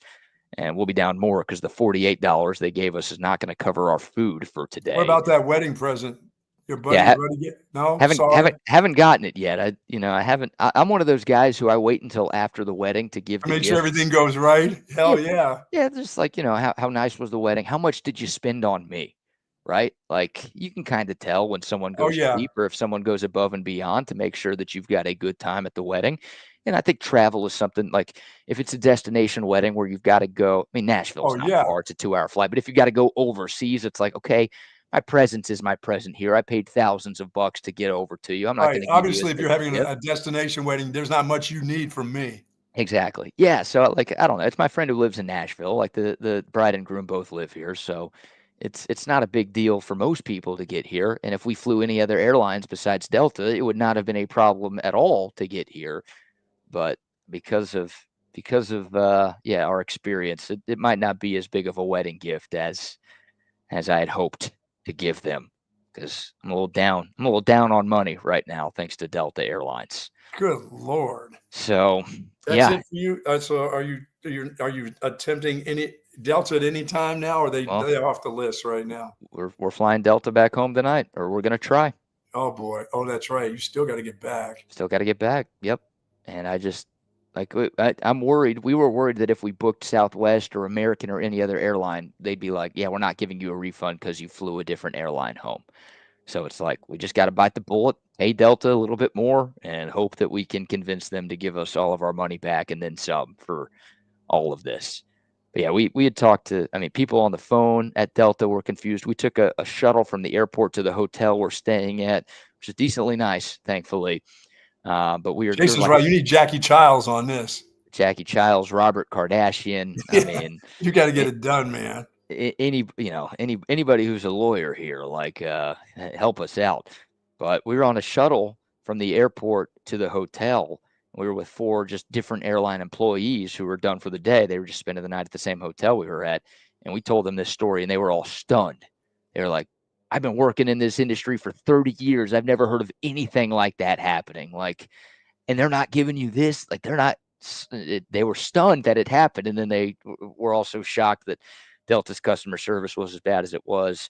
And that's the annoying part, right? For Delta, putting us up in a hotel room and reimbursing our flights, that is such a drop in a giant ocean for them. They make so much money. It would be nothing, no skin off their back to take care of us. And they could have given you great customer service and made you think of flying them again. And now they're like last on the list. Yeah, now it's like I was willing to fly Delta after the first experience we had. It's the whole fool me once, shame on you, fool me twice, shame on me. Like there won't be another time. There won't be any more Delta flights because of this. But then That's again, too bad, man. That screws up what you wanted to have a great weekend, and then plus it screws up your wallet. I mean, that shit hurts. I mean, they're gonna give you $48. That's a meal. Thank you, Double D, for the $20 super chat. I'm gonna there need you go. to, there we go. GoFundMe's coming up right now to pay the people of Delta Airlines all of my easy earned money here on this show. Plus the damn thing is the fact that there's things you want to do on a Monday. Now you got to be on that phone because you're going to go through the same thing. You're not going to get a direct beat right into somebody, I wouldn't think. Oh, I'm out of clothes. I'm going to have the nut cheese that you had.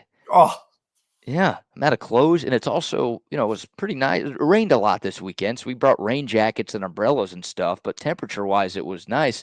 Like the high today is like 51. It's like 42 degrees here right now. Wow. I've got no jacket on. We have to check out of this hotel at 11. Our flight's not till 6:45. I don't know what the hell we're going to do. Hey, you're going to go to the airport and hang out at the airport. There's nothing better, my man. Oh, God.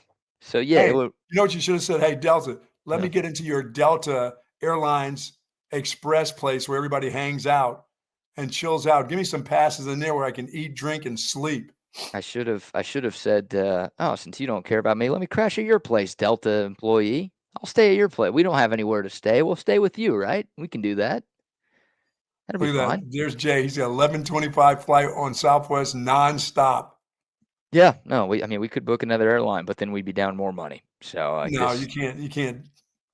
We thought about it. Believe me, it was almost like we just bite the bullet and just lose all this extra money. It just never travel for the next 7 or 8 months ever. That's it. And just never deal with Delta. Hey, you'll take a car to Nashville next time. I'll tell you what, I was doing a little Amtrak research last night. Did you Amtrak? I'm telling you, everything works on Amtrak. Hey, if you would have taken Greyhound, you wouldn't have had this problem. You'd have been back. You'd been a little sore from sitting and trying to sleep on the bus, but you'd have got back. I would have been a little sore from being sexually assaulted on the Greyhound, I think. Yeah, and plus there's a lot of flooding going on in that area. You got to watch out. Still would have made it. Still would have got back. Yeah. As Jason says, yeah, I will be on a plane during the national championship game tonight too, because I was hoping to go tonight in San Antonio. I was gonna just drive down. There's no way you'll be exhausted. Oh well, my flight doesn't land till 10 o'clock. Like I won't be in the state, but I was gonna we were back in Austin, I was gonna drive down there and just go watch the game. And yeah, now I won't be able to watch the game anywhere. I'll be and my wife came back from Israel on Delta.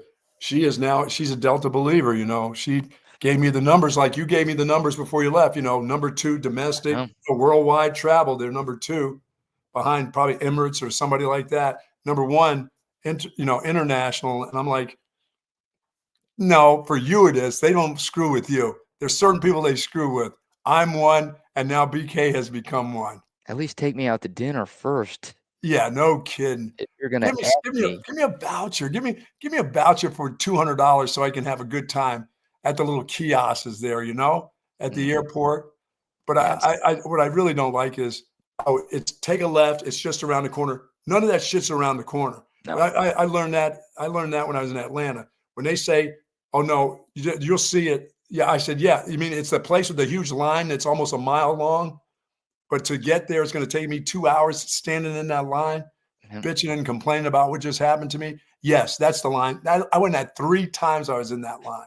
Just waited an hour each time. Yeah, easily an hour Yeah. each time. Yeah, no, it's those people are pathetic. I'll go ahead and say it. Like they're failures, they're disappointments to their family. There Like you go. Now we're getting personal. People grow up wanting to be a pilot. That's a great job. People grow up wanting to be a flight attendant. It's a great job. Nobody grows up wanting to Nobody be grows up wants to be a manservant, though. no. Well, some No, people. no, no, Yeah, no, no. yeah, maybe something went wrong in your life to have to be a manservant. But if you're a gate agent for an airline, that's not a dream job. That's you took some bad turns in your life. You made some bad decisions, Oh, or God. you're just a loser who can't get a better gig. And that's everybody is so miserable at that job. And you get it. I'd be miserable if I had that job. It's a horrible job. It's not fun. But like the people they're just so unhelpful. They were so dismissive. They were so disrespectful. Like we're getting screwed here. It doesn't cost. I know it's not your fault, but like at least be helpful. At least like try to care or This is pretend the to company care. that you work for. Right. Like you do work for this company. Yeah. Like at least give the impression that you care about what you do. But no, they're all just miserable. They're like, we don't want anything. We can't help you anymore. Go find somebody else who can. They just try to pass you around the whole. They just pass us around in person, on the phone. Like here, somebody else will deal with it. Somebody else will deal with it. Somebody else will deal with it. And that's, finally we got to somebody who helped us at least with this, put us up in a hotel. But like it was hours of just pulling teeth to try to get to this point. And Jason, take a left, right down the alley, all the fur coats you want. yeah, that's what it felt like right there. Oh my God! So No. sorry to Oh, soapbox there. I am. I'm exploring. I have to go. I'd like to go back to Pennsylvania. I'm Mm. going to explore it. Somebody will figure it out because there's always one of you that will do it. What will it take for me to get from Austin to Allentown, Pennsylvania by Amtrak? What do I have to do? Do I have to go through Chicago, Philly? Somebody talk to me. I'm not going to do Delta. I'm not doing it. No, there are other I'm not doing airlines it. too. Like I've been a Southwest loyalist for a long time, and I swore them off because of the rule changes. But maybe I got to stay. Maybe I got to Bite continue the to roll bullet with on them. that.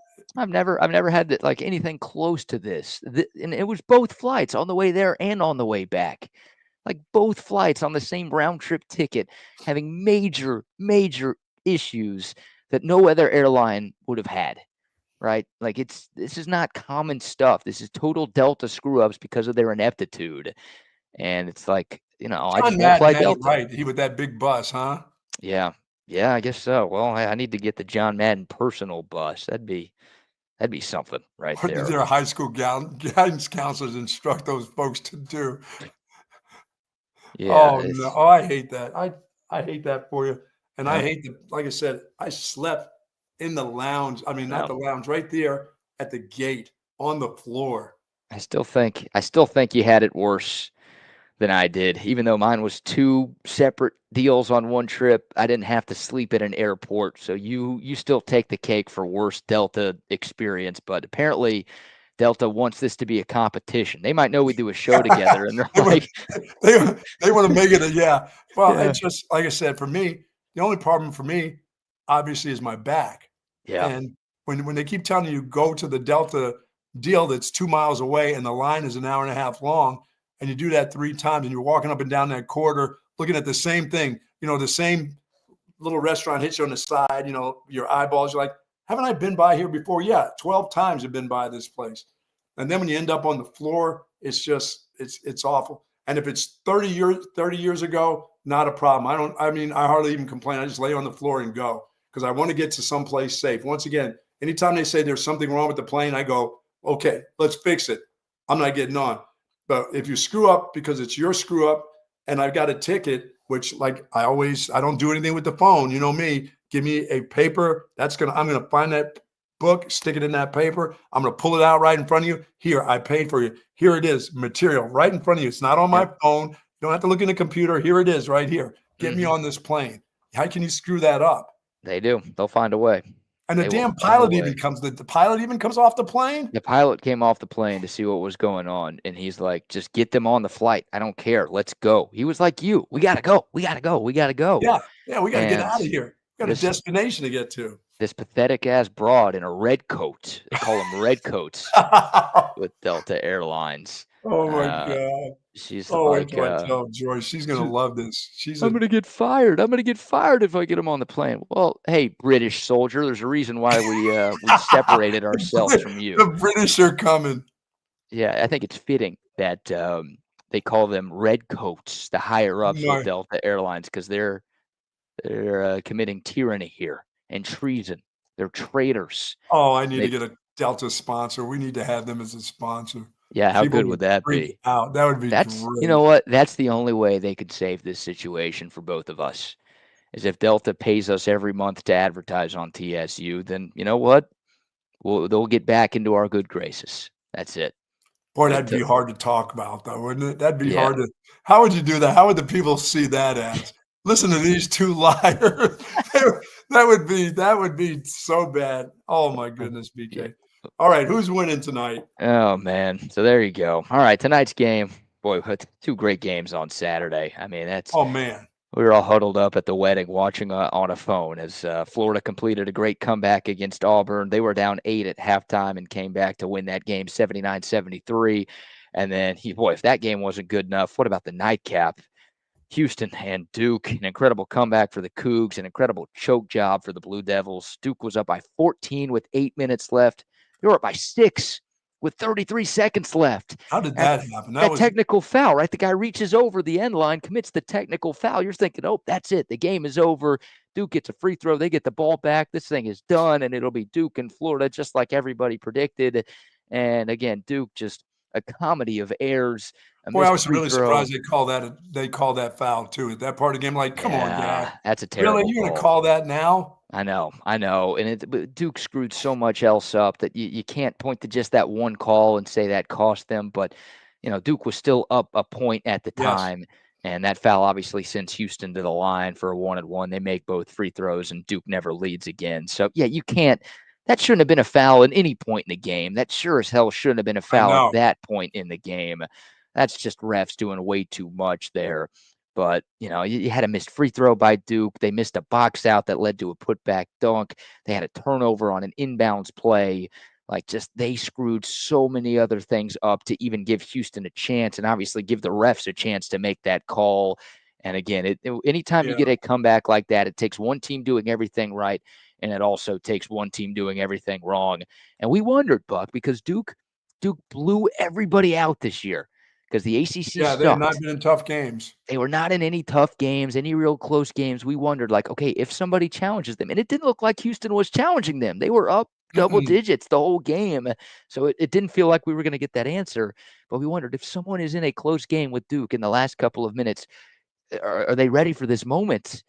And they weren't. And Houston obviously was. I mean, they've won 18 games in a row now, but they played some close games. They've won some battles, and they knew what to do. They were better coached. They were obviously hungrier down the stretch. They made the winning plays, and an improbable victory for Houston, and they are advancing to the championship game tonight. Buck, what a game that was on Yeah, I Saturday. know, and I of course I've got Florida winning it all, but Yeah. I may have a change of mind as the day goes on. I mean, Houston just looks like a team of destiny right now. And their big guys are tapping the ball out. They're not getting every rebound, but they knock it back to a guy who then shoots a 3. Mm-hmm. It's just such good timing the way they're playing right now. And boy, can they play some D. That's it. Yeah, they're relentless on the defensive end, and you give Houston credit. The reason, look, there was obviously that final minute collapse that we talked about, but Duke made just one field goal in the last 10 and a half minutes. Yeah, and it didn't, and it was a quiet defensive, because Duke looked like they had everything going. They did have everything going. They're getting their shots. They were getting down the lane. Mm-hmm. All their players, everybody was playing well. Their big man was playing well. Flag was just out of his mind. But all of a sudden, they put the clamps on him, and then they just went. Was it all D, or did they just go cold? A mix. A mix of both. I mean, Houston wasn't giving up any easy shots, but Duke's offense just kind of stagnated, and Yeah. part of it is like, well, they were trying to slow the game down a little bit because they Trying to let had a the big clock, too lead. much clock run stuff. Yep, and it didn't work. And to hold this Duke team, I mean, this is a Duke team that scored 100 in a tournament game. This is a Duke team that was the most efficient offense in the country, according to Ken Palm. Like, to hold that offense to just 67 points, and again, one field goal in the last 10 and a half minutes of the game. That's just remarkable stuff by Kelvin Sampson. And it's crazy, right? Houston has 0 McDonald's All-Americans. And Duke's got, the number 1 overall pick in Cooper Flagg, and they've got Con Knipple, and they've got just a Proctor, and they've got Malawach. They've got a bunch of guys who are about to be first-round picks, and a bunch of guys who are 5-star recruits coming into college. And just Houston, their toughness and their mentality, and it's amazing what they do. They're never the most talented Yeah, team I out kind of there. think they're going to win tonight too. If they find a way, yeah, and it's hard to pick against them right now. I mean, Yeah, because Florida's they favored. seem like they'll find a way to get it done, and they're 3-point shooters. When that ball gets tapped out to them, they are firing it up. Yeah, they are, and that's the difference between this Houston team and some of the recent, really good Houston teams that bowed out a little bit earlier in the tournament than some people expected. This team can actually shoot. They're actually very good offensively, Yes. right? And it was always just defense, defense, defense, and the defense was so elite, like they'd get number 1 or number 2 seeds and win some games in the tournament. But if they went up against a team that was red hot from the floor, they didn't have the offense to carry them in a shootout. Well, this year's Houston team has the offense to do that. They're one of the best free throw shooting teams in the country. They're a very good 3-point shooting team. They're top 10 in Ken Palm in terms of offensive efficiency. So it's the most complete team that Kelvin Sampson has ever had. And it's Yeah, why I here. still like Florida. If Florida's other guard besides Clayton gets going like he did in that game, where I thought he was the deciding factor. I mean, with the steals, and boy, that 2 of those dunks that he had when guys came there and they were going to contest the dunk, he was going the steal. I knew he was going to jam that one, but when he took 2 guys on coming down the almost like the baseline on a steal, and the 2 guys were there, I'm like, he's going to just try to get fouled here. And he went and he took it over both of those dudes. He didn't even care. If that kid is on tonight, he would have to be, because they're not going to let Clayton do it. As much as he wants to win and wants to score another 30 points tonight, Houston's going to be in his back pocket all night with 2 guys if they have to. Yeah, Walter Clayton, what he's done Yes. lately is remarkable. 30 back-to-back 30-plus point games. He's the first player since Larry Bird. Heard of that guy? Yeah, he go, reminds me of Kemba Walker when Kemba was with UConn when he got off Yeah. in those championship games. That's a good comp, right? Yeah, You couldn't Kemba got stop him. red hot in the conference tournament. They won the conference tournament Yep. title and obviously carried that to a national championship. That's kind of what Walter Clayton Jr. is doing with Florida right now. And yeah, the first player since Larry Bird to have back-to-back 30-point games this deep into the tournament, right? Other guys have had back-to-back 30-point games, but to do it in the Elite Eight and the Final Oh, Four, yeah, the teams that nobody you're has done playing it. against, yep. Yeah, since Larry Bird in 1979, of course, with that Indiana State team that lost to Magic in the national championship that year. Yeah, I'm picking Houston. I'm picking Houston as well. Yeah, I think I'm going to change. I picked Florida to win the whole thing, but I think I'm going to give you a 5,000 unit play on Houston tonight. Uh-oh. Yeah, I think so. All I mean, right. and I'm changing. I'm changing from the team that I thought was going to win was Florida, but Yep. I just can't imagine them letting Clayton go off for another 30-point night. And the other guy, I don't know if he can do it back to back, you know? I don't think you had any Gold Star locks on Friday. That's my fault for getting to press you on that. You are up 35,000 units. So I can For the end this tournament. season just like I did football on a winning note. You're going to go But no, 5. let's go 10,000 unit play. You'll still on. have a little something in your pocket.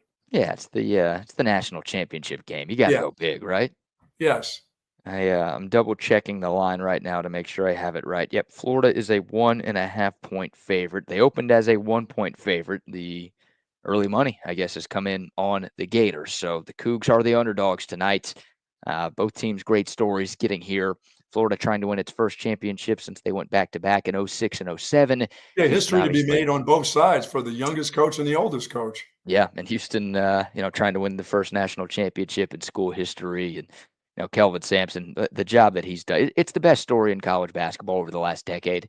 Like Houston's renaissance and resurgence to get even close to this point. Yeah. But obviously you this is the end of that 30 for 30.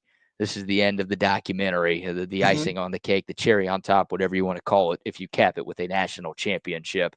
What a great way to end this run for Houston it would be. And obviously for Florida, a dormant program that just has been trying to find its way since Billy Donovan left. Here they are, year 2 of the Todd Golden era, young coach. Got the job from San Francisco, like a no-name. I guess they got history with Kareem being there, but really a no-name basketball program Yeah, for and a they got long a damn time. coach who could. There's a possibility of him not even have been in there after the things that he's gone through this year. And you've got that story too. Yeah, and we'll Yeah, see for if Kelvin Sampson, I think this may be his last one too. I mean, if he can win this, he may just turn this over to his son because that's what's in the works. His son would take over as the head coach. Yep. I think if he wins tonight, I think that may happen. It's interesting. Yeah, haven't thought about that, but maybe Kelvin Sampson pulls the John Elway or Peyton Manning and rides off into the sunset, right? I don't know, man. When you're a coach, you know this obviously way better than I do. Don't you really like winning? Yeah, but I've been out of coaching for a while. This dude is 70 years old. Yeah. And It's he's like, coached. He's been in a lot of these, and he's been in a lot of these. I mean, and he loves his team, and he loves the kids and stuff. But he's got a son who's there in waiting. Who's I got to believe his son is 40 something. Kelvin is 69. So yeah, I don't know how old Kellen, his son, is. Well, they talked about it like this was the guy in waiting, that they Yeah. probably had this all planned out, ready to Yeah. go. Kellen's 39, so he's still young, and it Yeah. doesn't matter. Like whether Kelvin leaves after tonight or 2 years from now, like Kellen's still going to get the job. That's going to Yeah. happen. But yeah, is it you ride off into the sunset, or is it, man? Well, now I know I can do it, so I want to do it again. Like I know now, I know the recipe. Now I know the blueprint, what it takes to get to this spot and cut down some nets. I don't want to give up an opportunity to do that again, do Yeah, I? no kidding. How about Longhorn Bear says Jim Nance canceled his flight on Delta to get to the Masters so he can watch the Natty tonight. How about You know, that? he's on Delta. He said, "I think I'm going to change flights, huh?" Yeah, my guess is Jim Nance is flying private. That guy is not flying Yeah, Delta yeah. Airlines anywhere he He's goes. not giving out any tickets to give on to anybody. He's just going over to that special boarding for the private plane. Yeah. Yeah, they showed Nance at the end of the game Saturday. He was in tears when Houston pulled off that comeback. Obviously an alumnus of the Oh, he's U a of big H. Houston guy. He loves Houston. Big fan. Yep. And I kind of feel for him too, because he's not calling this one. This is the first year he's not calling Final Fours. And it's like, I mean, I'm sure he enjoys it. It doesn't take away from the experience, but Oh how no, cool he's would going to it stick be? around. He can get to the Masters. He can get to Augusta tomorrow. Yeah. The Masters will go off. They'll be perfectly fine, and Nance will get over there. And hell, he might be there tonight. He might just take a red eye after the game tonight and Dude, get. he's not taking any red eye. He's doing exactly what you said. Some guy who's a member of Augusta is sending his plane to pick up Jim Nance just as a favor, just for the hell of it. Do you need a ride after the game? It'll be there at 12:30. You just go to this spot. The plane will be there. As a matter of fact, my driver will take you from the Alamo Dome to the plane, and we'll pick you up and send you wherever you need to go. CBS has to take care of that, right? He doesn't need a They friend. can, That's or Jim Nance will make a phone call. He's got enough people that he knows from Augusta that have planes, that's true. jets. That's true. It makes sense. Yeah, he'll be there. But man, what a story! What a game tonight should be. Both of us are taking the Cougs. Bucky's got 10,000 units on Houston plus 1.5. What a tournament!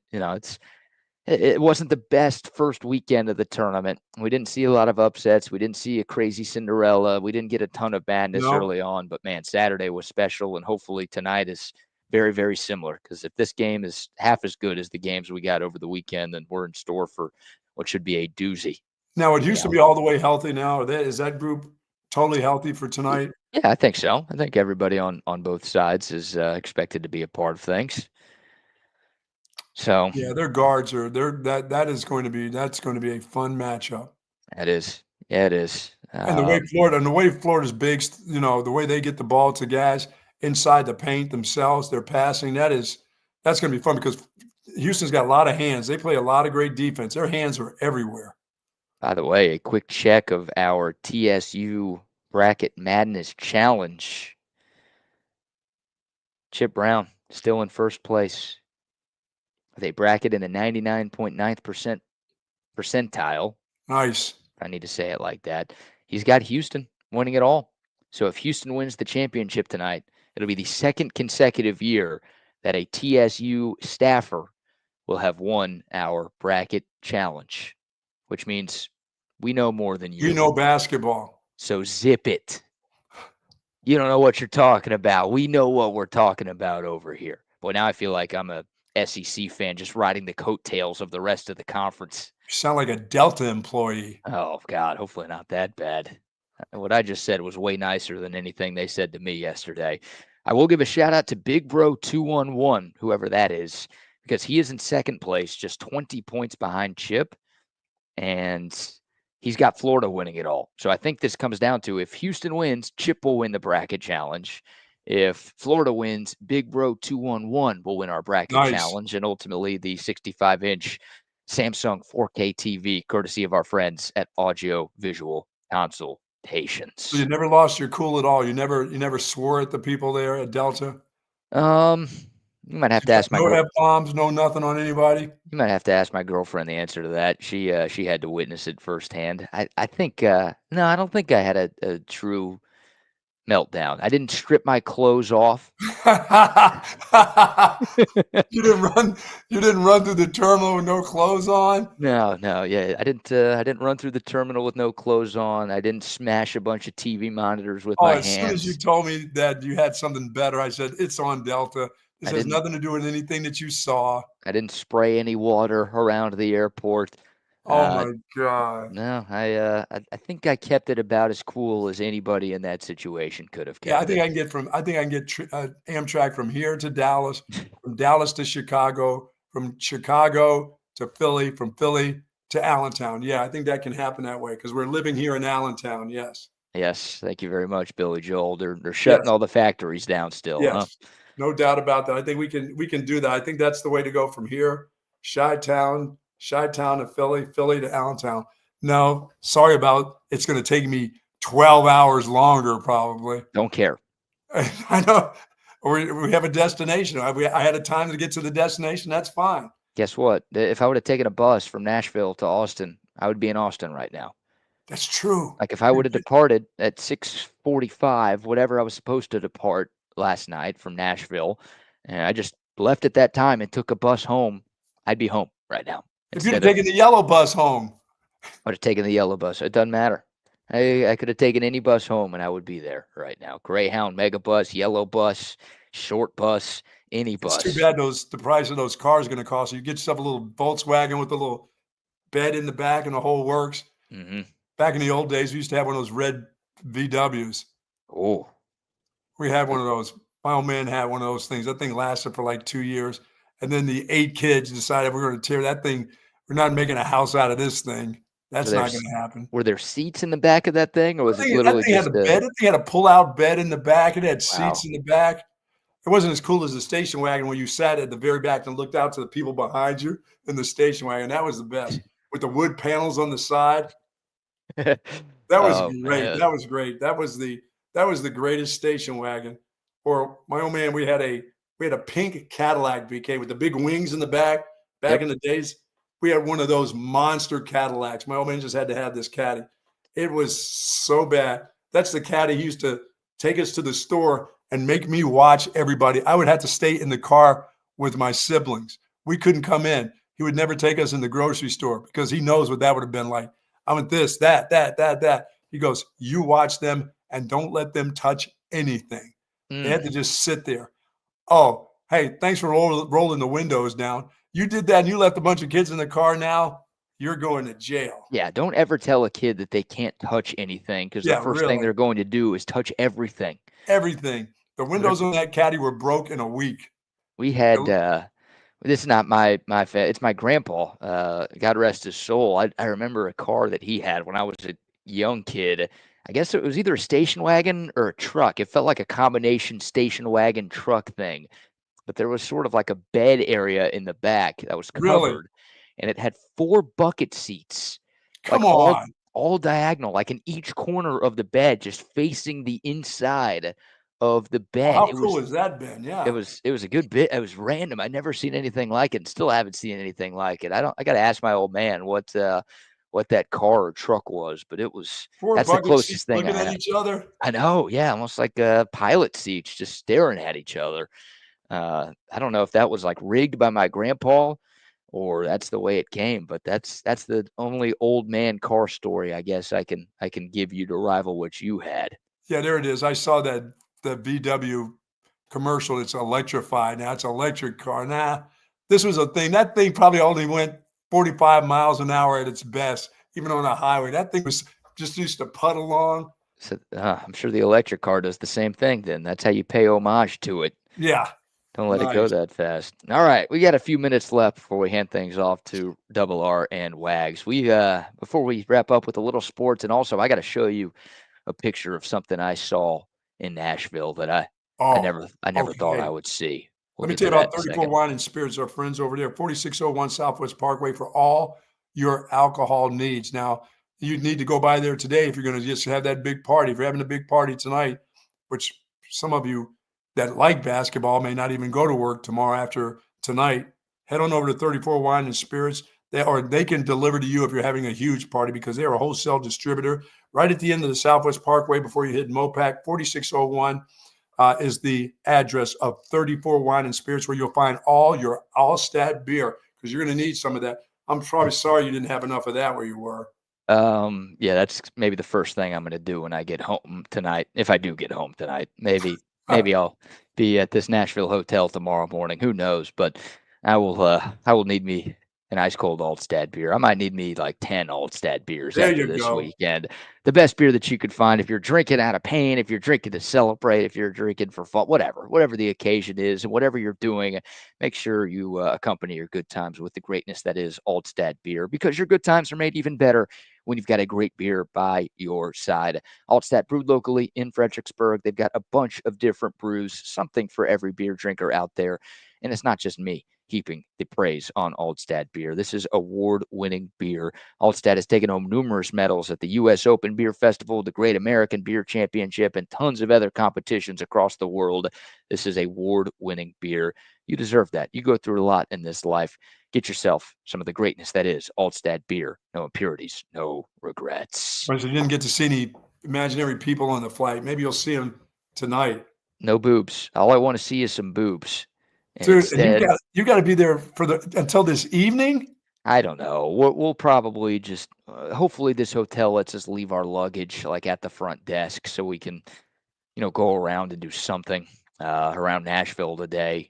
I don't know. We haven't figured it out. Like Aimlessly drunk, just walking around. yeah, spend another day on Broadway, lose a couple $100 more on this trip. That feels like the right thing to do. Oh my goodness. So I don't know. I don't know what we're going to You've do. had enough of Nashville for a while, huh? That's the thing. Like this city's great, but like it's my first time here, and now all I'm going to think about with Nashville is this horrific Delta experience that I've had, and I don't know. But I will show you this. Speaking of Nashville, this is pretty cool, man. I'm gonna screen share here. Hopefully this works. A little different screen share method than normal. All right, can you describe what you were seeing in front of you here, I Buck? see something that says Taco Bell and the guy playing a guitar. Is he playing a guitar and he's praising the sign Taco Bell, or says he's singing about Taco Bell? Are they making a commercial? This is the inside of a Taco Bell right off of Broadway, which is the big street here in Nashville with all the bars and Wow. sports arenas and everything else. This is a Taco Bell cantina that also serves alcoholic beverages. I don't know why I said that so weird. In addition to the food, they had live music. They have live music at this Taco Bell. There's a stage. This guy is like, he was paid by Taco Bell to be there. He is performing to folks eating their Taco Bell in downtown Nashville. How great is this? Nice. A meal with some entertainment. A meal with some entertainment, a 5-star meal with Five-star 5-star meal. entertainment right there. Like, Come on, this place man. was packed too. Line out the door, and you get some music while you're there. I mean, Concert venue, golf courses. Yep. I mean, Nashville's known for its live music, right? You've got bars on Broadway that are like 4 or 5 stories high, and they have different bands performing live music on each story. So if there's any place in the world that was going to have a Taco Bell with a live musician, it's Nashville. And this is where when I die, I'd like to be buried here. Wow. This is what I want. So this was Yeah, something that I never thought I would see in my entire life. Live music at a Taco Bell. You're combining two of the greatest things in the world. And Wow. that might be the redeeming quality. It ain't the wedding. It ain't anything else on this trip. Sure as hell ain't the Delta experience. The best part of this trip was getting to see greatness personified at That Taco Bell. that guy's going to go on to do great things right there, huh? That guy's going to win American Idol next year, and then he'll be the next Chris Stapleton. Who knows? Wow. Who knows? So there you go. There's my story. All right, here breaking news for Texas baseball. Our man CB says, according to the D1 baseball poll, the Texas Longhorns are now up to number 2 in the country. They were number 5 last week. They sweep number 3 Georgia over the weekend, and the Longhorns move up 3 spots to number 2 in all of college baseball. What a weekend for them. Awesome. What do we miss, Buck? Oh, congrats to Alex Ovechkin. Oh, You yeah. you and I were talking about that before the show. I think you were probably tuned in yesterday, or at least saw some highlights I yesterday. did. Ovi making history, breaking Wayne Gretzky's all-time goals record. What a weekend for him. He scored 2 goals on Friday to tie the record, and then he scores number 895 yesterday to break the record.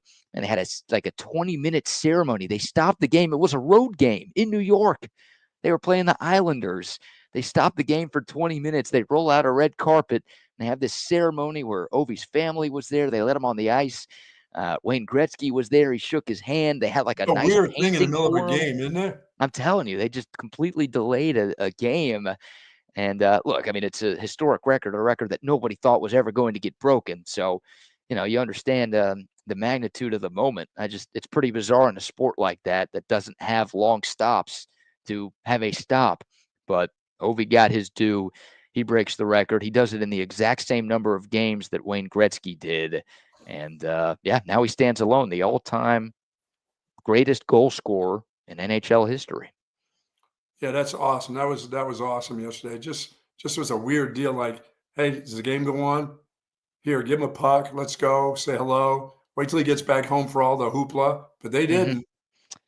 Yeah, it's like maybe do this after the game or maybe intermission in between periods. Yeah, I thought in between periods they would do it, but they just right off the bat. It was okay. That was kind of cool. Yeah. Oh, yeah. I would know. I respect it. I respect hockey doing it because that was a moment that sort of brought sports fans together, right? You don't Yeah, have to be a big absolutely. NHL fan. You knew what Ovechkin was chasing, and I think everybody was kind of locked in yesterday, either to the game itself or at least to social media to just see if he was going to do it. And great moment in sports. And Ovi, he's 39 years old, but he's having a He's not great even talking. year. He's not even talking about retirement. Exactly, and I don't know why he would. Like, he's been doing it a long time, obviously. He's getting close to 40, but he still seemingly has a lot of gas left in the tank, Buck. It's gonna be like Gordie Howe. He'll play till like 50 years old. Now, if he does that, look, I don't know if anyone's breaking the record already, but if he does Yeah, that, yeah, no kidding. no one's going to come close. Well, I'm Good sorry you didn't stuff. see any boobies or anything. I'm sorry that nothing, no naked women at the airport, nothing, Yeah. just a bummer. Maybe third time will be a charm, right? I'm not, well, not on that airline. You know I'm gonna do it third time. Maybe I'll just hang out in the terminal that has Southwest or American or Spirit to try to see a little something. I'll just do that. I'm still in my mind thinking of I need to do it or I need to get into cahoots with somebody that will have not a hotel in an airport, but not just those airline places where everybody goes in. American has their own deal, and Delta, you have to be a certain amount of awards and all that stuff. Mhm. Where you can have a place where you can sleep overnight in there, and they just have beds where you have a little tinny little room, but you get to stay there whether it's 4 hours or 8 hours, or you're going to be there overnight. Yeah. I need to do it, but the space would cost. I mean, they build them just like they do a restaurant, just go in, you check into that place and say, listen, I'm going to be here for the next 8 hours. Can I have something that'll have a rolling bed or something like that? I got to invest in one of those. We got to find a way, BK, to get one of those in an airport.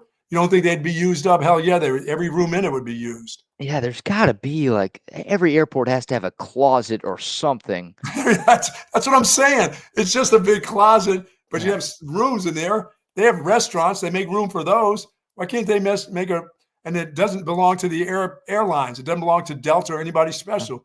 You as a normal, hey, group 8 guy, You can bring all your friends that are about to go to jail with you or whatever, and you can go in there and hang out.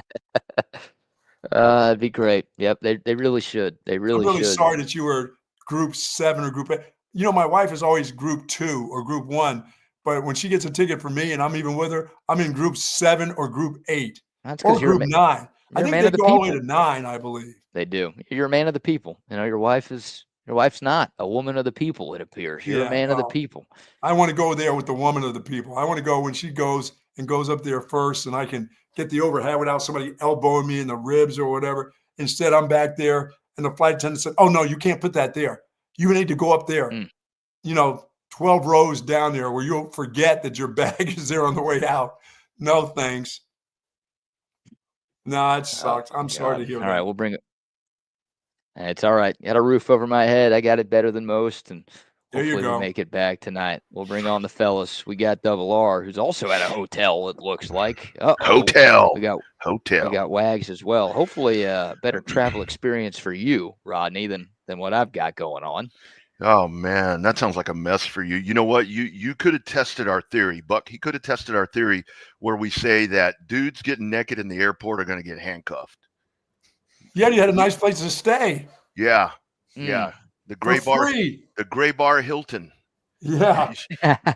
Should have given it a shot, man. Delta got him going and coming back, Rodney. Man, that sounds like a mess. That's why I've gotten so much now, guys. I just drive like Wags. When Wags goes back home, he's driving hours and hours. It's what a mess, dude. That sounds like just pure hell. Yeah, it's been a rough 12 hours, 14 hours, 15, whatever it's been to this point. Like I'm exhausted, and now you're still in Nashville. Yeah. Yes. Oh man, like I won't rehash the whole story. Wags, check out the podcast. Everyone else, check out the podcast when it gets posted. Like the video too. Yes, absolutely. Like, subscribe, share, tell your friends and enemies, and come on, spread the word about TSU. We got big things going on. They had a couple individuals thinking that they owned Delta Airlines and they couldn't give BK any help whatsoever. When they say, "Oh, this is I'm the owner of Delta Airlines and not just an employee that wants to help anybody, but I have ownership and I'm not going to help you." Yeah. So you don't love the way we fly? Is that what you're saying? Longest story short, I'll keep this to like 30 seconds here. Wags, we got into Nashville Airport, no problem. Like, scanned our boarding pass, got to the gate, started boarding, and our tickets didn't work when we were boarding. They scan to get you on the flight. My girlfriend and I, our tickets didn't work. And for some reason, Delta decided to cancel our flights. No notification. No notification. And refund us the money. We'll see. They said they refunded us the money. We'll see if we actually get that money. They did that like 30 minutes before takeoff. They just decided, probably a glitch in their computer system. Ronnie, they used the cell phone. They didn't use the paper. Oh, that's right. You need to print your boarding pass. I'm here to tell you.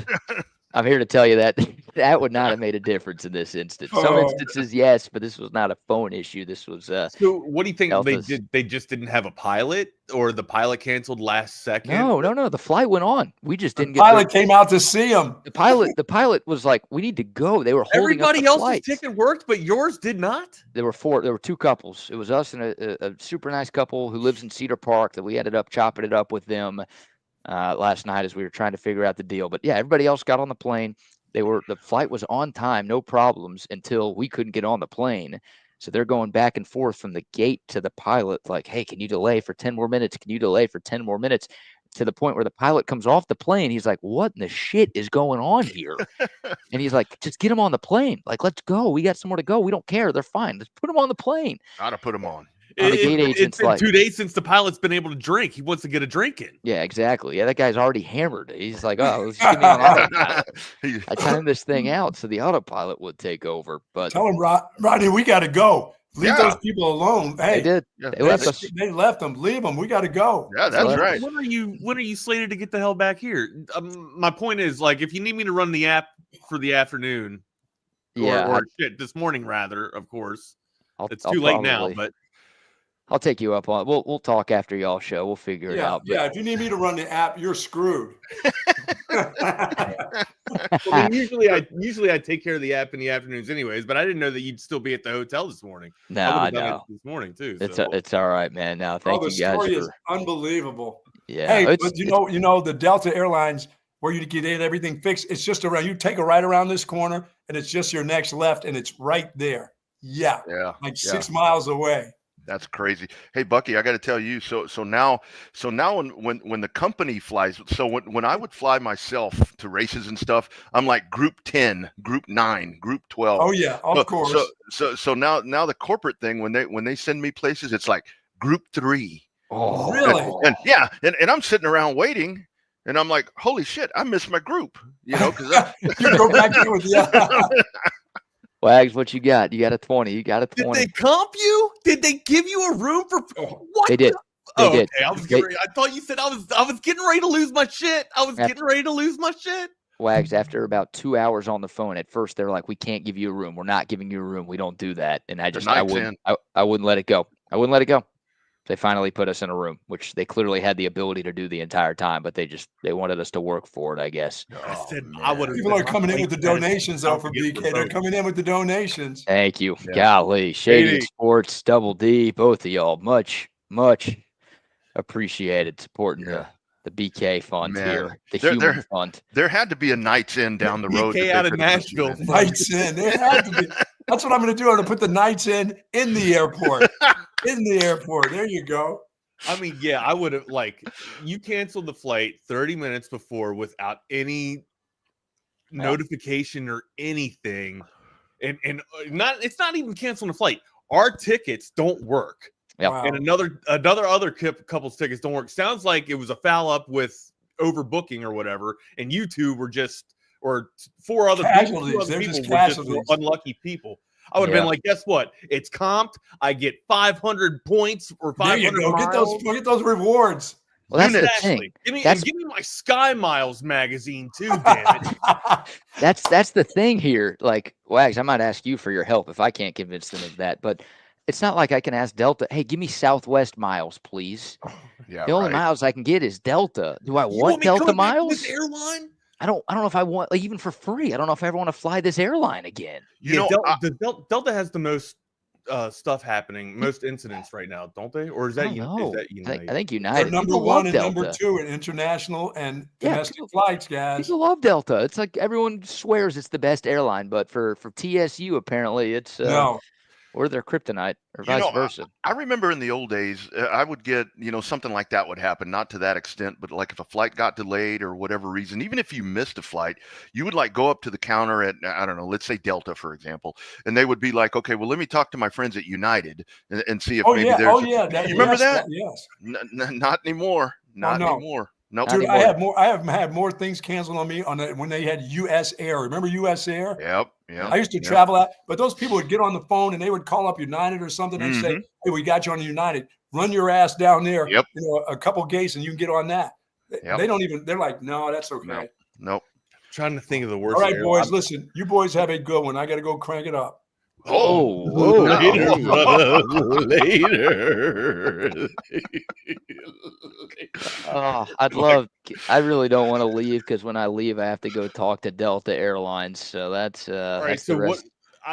First things first, you need some symbolic atoma. You've been inconvenienced. You're in a hotel. This is not your living quarters. This is not your living space. You were supposed to be at work today. I know. Like a lot of things, you lost money today. There it is. I actually did because I had to pay for the new flight that they put me on. I know what you're saying, today, but my guy, this is an inconvenience to you. I'm suing. The emotional distress that this caused. You know what? And also, if they don't supply you or provide you with a support animal, with a service animal, they're fucked up. Oh God! They're going to give you a jelly cat. Come on, Jay. Come on, Jay. We need to support Jellycat. All right, boys. Well, I will hopefully see y'all back in Austin tomorrow, but maybe you'll be seeing me at the Sonesta Airport Hotel. Hit me up if you need anything with with that. All right. Thank you, guys. Y'all have a good show. We'll be tuned in. See you later, y'all. buddy. Be good. Have a good, safe travels, man. Hopefully you can travel. What a mess. Amigo. What a mess. And I got to tell you, for him, because he actually, I woke up this morning because I know a lot of times, because he knows I'm an early riser.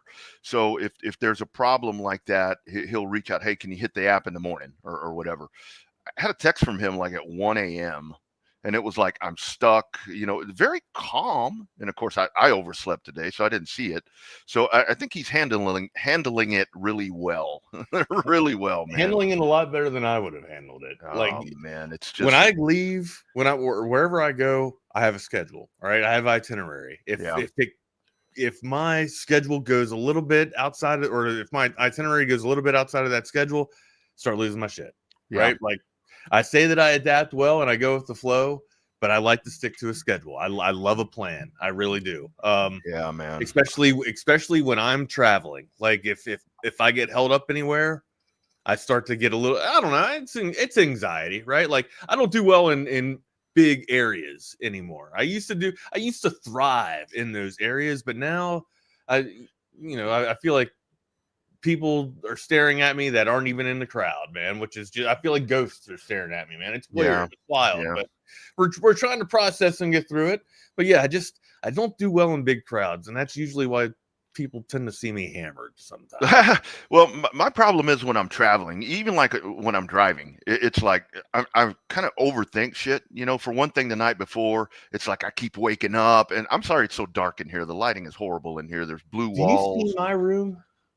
Well, yeah, but your face is light. I'm not really this brown or red or whatever I look. Orange, burnt orange. I'm in burnt orange today. But you look good, partner. You look good. Well, thank you. Well, so do you.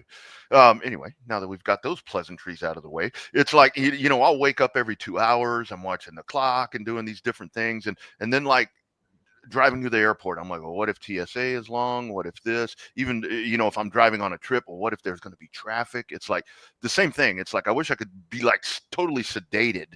Because I'm like you. It's like, it's got to be bam, bam, I bam. usually screw myself over, right? Because I do that sedated, like I try to do the sedated way and then time it to where, I'm sedating myself or I'm medicated right as I'm going out of the door and almost down to the minute of the last minute of when you can put your bags in. If I'm packing. Usually I like to carry on, get it all into one little,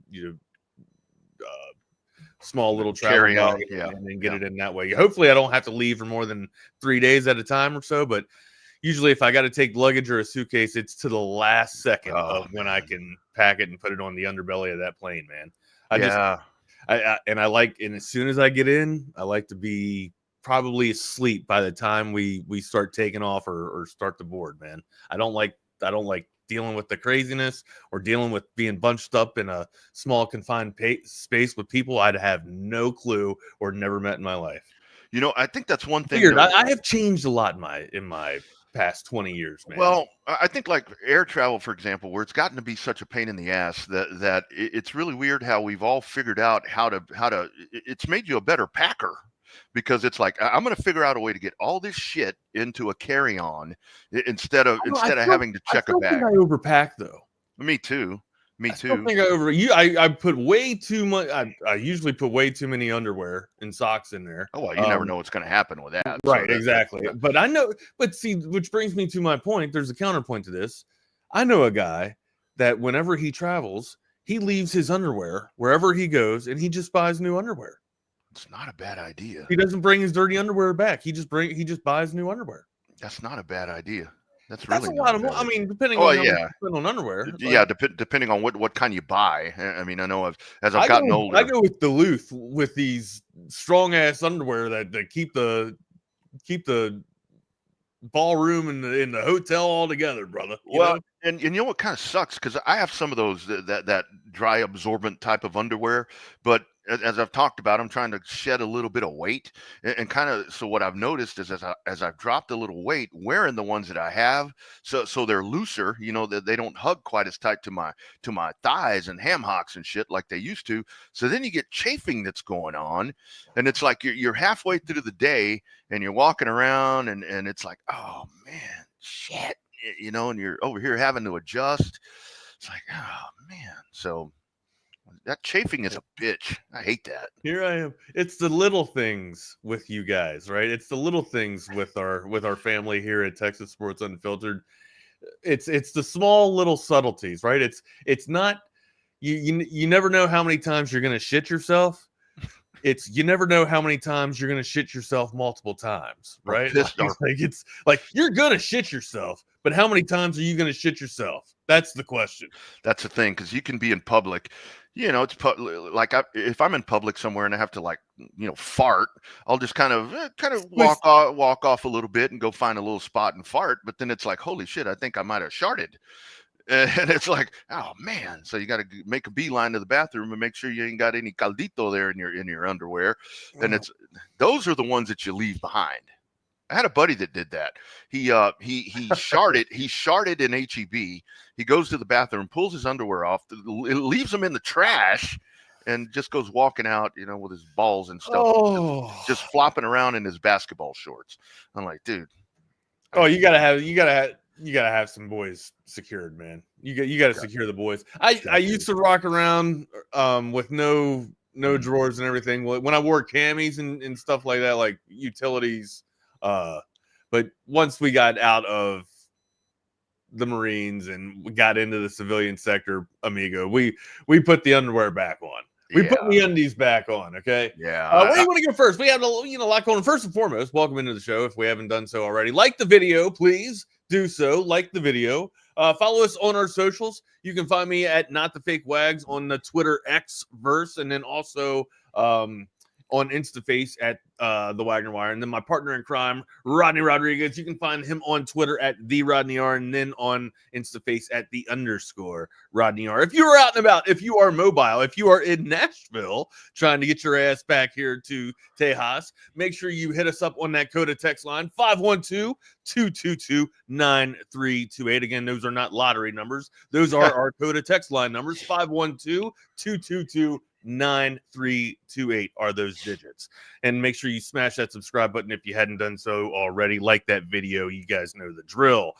All right, amigo, where do you want to go first, man? We got a lot on the plate. Of course, you see you see what we're wearing here. Yeah, a lot of parallels in this. And of course, you guys are, you hockey fans, you're going to get treated to a dish right now. But where do you want to go first? I want to start with that, honestly. Okay, that to me, that was, I mean, of course, we had the Final Four, but also like all weekend long, I'm watching if the record's going to be broke. Like we're on Ovi watch, right? Yeah.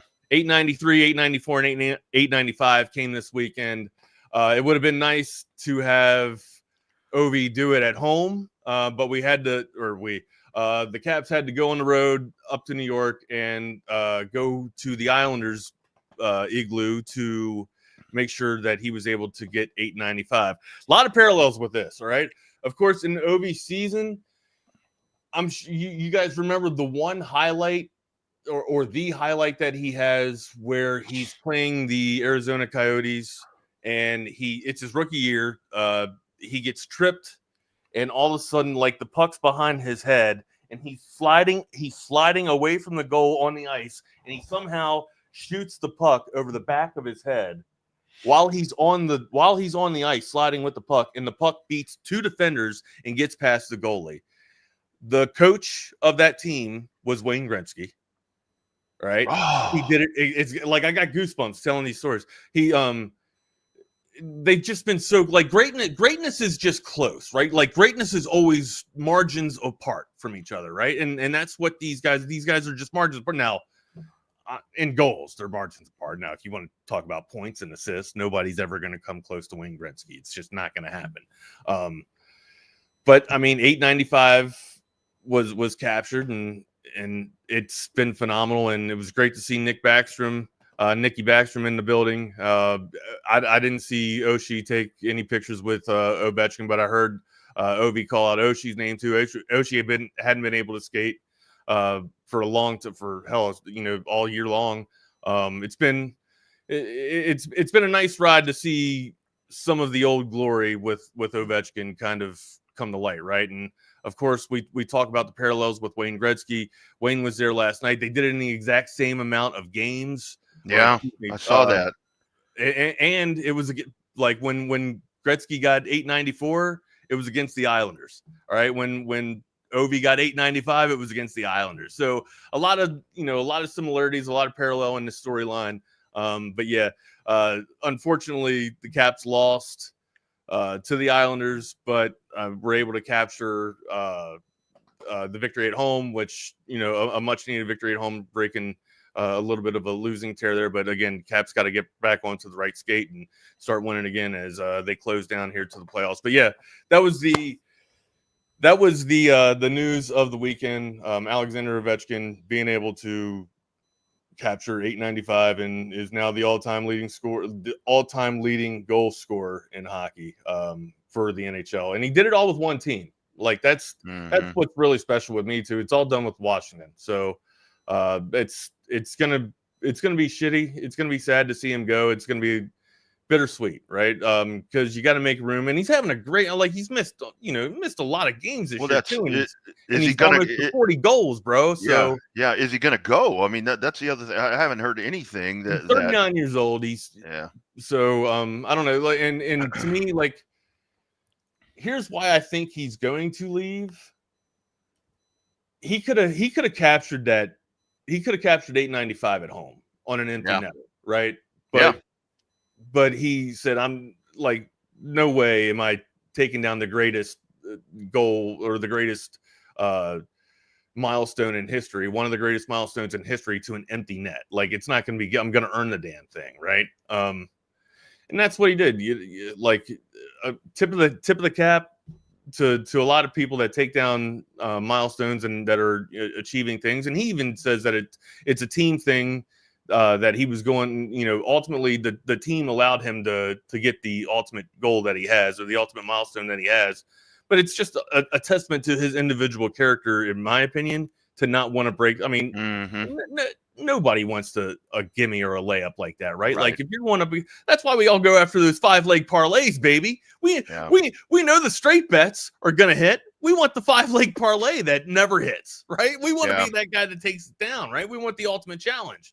And no, that's kind of where I'm going at with this. Like, it was a tip of the cap to Ovi for me, at least on Saturday, to not want to go, Friday night, to not want to go get the goal with the open netter, right? And then, it sucks that you had to do it up in New York, but I think it's just better for the game. And it's like him or hate him or love him, when Ovi leaves, it's going to be worse for hockey. Like, it's been a great career, great 20 plus seasons for hockey with Ovechkin in it. It sucks when people like this leave. Like, and I'm going to be the same way when Crosby leaves too. Like with Sid the Kid, like, he ain't a kid anymore, but all these icons, all these phenoms, it sucks when they're out of the game, man. But I think for a guy like Ovechkin, for guys like Crosby, to go out on top, or to go out when you can still perform, at the height of your game, and not kind of stretch this out like an Aaron Rodgers type of deal, right? Not to use, a football parallel with a hockey world. But usually, like, I think that he would want to be remembered as great, and you don't kind of want that thing to tarnish and flourish, right? Like, he broke the record, and he might even, still some time, still a couple of games, but there's chance that he could be, on a 40 game. I think he's over the 40 game mark, or 40 goal mark on the season. I got to look it up. But look, when you're getting close to 50 goals a year, or 50 goals in your season, maybe you start asking yourself, can I still skate with the best of these guys, right? Or is this just an anomaly of a magical year because I'm chasing a goal? I don't know, there's a lot of questions to be answered, but I think ultimately, like, this was going to be Ovi's last year, especially if they can hoist Lord Stanley, man. Well, and to me, what's been really what's been really cool about seeing this, I mean, every time you get a record that's going to be broken, or you get one of these records that you think is never going to be broken, when there's even a chance or maybe an opportunity that something can go down, it's like that in and of itself causes just a lot of excitement. But to me, what's been cool to watch is this, as I've learned more about this, is the fact that as we've watched this go down, Wayne Gretzky's been hand in hand with him throughout this whole thing. Absolutely. I mean, it's so simple. We see it in the NFL all the time, to where it's like you have a team that's maybe going to maybe on the cusp of having that undefeated season, and they get to 15, 16 games, whatever it is, and they finally lose. And you see those Miami Dolphins from the 72 team going crazy because the records. I thought he was at 39 before the weekend, so he's at 42 now. So because that record's not going to be broken. I mean, you see that, and it's like, okay, the record's still going to stand. Gretzky's been right there with him, and I talked about that with the Emmitt Smith thing, to where it was like the Peyton family was like genuinely happy that Emmitt Smith broke that record and wanted to be a part of all of that, and that's been really cool. And of course, I mean, Gretzky, and this doesn't come down to, because I heard a lot of. Because I heard most of this on the radio, like the empty netter. I was listening to all that as it was going on, and the fact that he wasn't in the game when that was going on, and so forth. But like when you have this and you start questioning, is Ovi the greatest? It's like that's not the question. This record has just been broken, and it's the goals record. We don't need to talk about Wayne Gretzky being questioned in any other form or facet. But I just think that it's cool that he's been there for those. He's like, they're posing for pictures together. They're talking about all of this, and that's what sports is all about. It's not so much the selfish stuff where it's like, oh, people are pissed off because a record gets broken, and it's like, it's genuine appreciation, I think, between two giants right here, with a monumental thing that just went down over this weekend. Well, so I was listening to a little bit of sound bites from Gretzky, over the past week, just of him, like, being, giving remarks to Ovechkin's record. Not just that, but also going back and speaking about, like, when he broke Gordie Howe's record, right? Yeah. He's having a conversation with his dad, and he's just how he almost felt bad for breaking such a great record, and his dad's like, no, celebrate it, but just remember how this feels, and remember how gracious and courteous that Gordie Howe was to you, and just be reciprocated, or reciprocate that, and kind of pay it forward. And that's exactly what you're seeing with Wayne Gretzky, and it's nothing but class. And Jake brings up a great point. Will you see the same type of class and same type of level of respect when Draisaitl or Austin Matthews breaks it in 10 more years? I'm sure I'm absolutely sure you will. I think Ovechkin is more of a spotlight player instead of Wayne Gretzky. Like, Wayne Gretzky to me just seemed, I didn't see much of Wayne play except for in his latter seasons, right? I guess the last tail end of his career, but he was still pretty damn good in that era too. But I would like to think that Gretzky was more of just a team guy. I mean, hell, like the assists alone, the points alone, almost point to that, right? I'm not saying that Ovi is just all me, but a lot of the special teams plays are set up for Ovi on the left wing, right? Or that's the first option. But again, I'm not saying that he's not a team player. It's just ultimately I look at Gretzky as just when it's team first, man. It's 99. It's Wayne. Yeah. But anyways, that's some good hockey talk there. I don't want to bore all the non-hockey. And right quick, Wags. I think the other part of that, before we bookend that, is the fact that this happens and the Caps are in contention. I mean, it would be one thing that, it just kind of makes the story a little more complete. I mean, if kind of in command, right? Kind of not just contention, but kind of in command, right? They're starting to let it catch up to them, right? But again, you got to get healthy a little bit and get ready to prime this thing up for the season here. Yeah, absolutely. I think that's a whole thing right there, to where it would still be a huge deal, because you'd still have Gretzky involved. You'd still have all of that happening, whatever the case was going to be, because it's pretty obvious that Wayne was going to be just so cordial and so respectful to this going down. But the fact that imagine imagine if they hoist the cup. I mean, I am, buddy. I mean, just imagine. That is when you I've already thought about it. Because I think it's going to be Dallas coming out of the West too. Like, I mean, you can't ever count Vegas out, but I think Dallas has got the team. For Edmonton, I mean, Edmonton's usually a lot of offense. We'll see if they can have the defense this year. Yeah. But Dallas seems to me like they got the most complete squad out of the West. Yeah. Of course, we're gonna have. Tom doesn't know this, but I'm sure Tom can figure it out that he's probably going to be coming onto the show here in a little bit. But just think about that. I mean, because when you want to talk about like Peyton Manning and all this, I heard the guys talking this morning about Kelvin Sampson. If they win tonight, does he step away as finally getting that championship? You want to talk about walking away that you were saying. I mean, you break that record. I think he does. You win the Stanley Cup. That's how you fucking walk away, right there. That'd be like the ultimate dream scenario, right? But I think I don't know, just something about this season makes me feel like he's going to go out after this year. I just I don't know. Like, I don't even know the contract status of Ovechkin yet. Yeah, I still got to look that up. But damn, dude, it just, to me, it feels, and he's not like he's been prolonged with injury. He was out for a little bit this year, and then hell, I mean, over 40 goals, like we just mentioned. So yeah, there's a chance that he could leave. I feel like this would be the time. I think it's kind of funny that let's say that you had these two guys standing side by side, Gretzky and Ovi. You had them standing side by side, and you knew nothing about who they were, any of that stuff. You put them side by side and say, okay, which one here is breaking the other's record? Because it's like Gretzky looks, Ovi's gray beard, and I don't know. Whatever. Gretzky looks old, man. Gretzky past couple of years, it looks like Gretzky just looks like he might have some. He looks, you know what I mean? Like it's hard to explain or put in the words, but when people get to a certain point, they start to, even Paul Rudd's starting to look like he's getting old now. Just when you get, maybe it's when you get past 60 or whatever, your bones start to shrink even more, and you start to feel like a little brittle. That's what I'm starting to see with Wayne now. I'm starting to see a change in his face a little bit. Huh.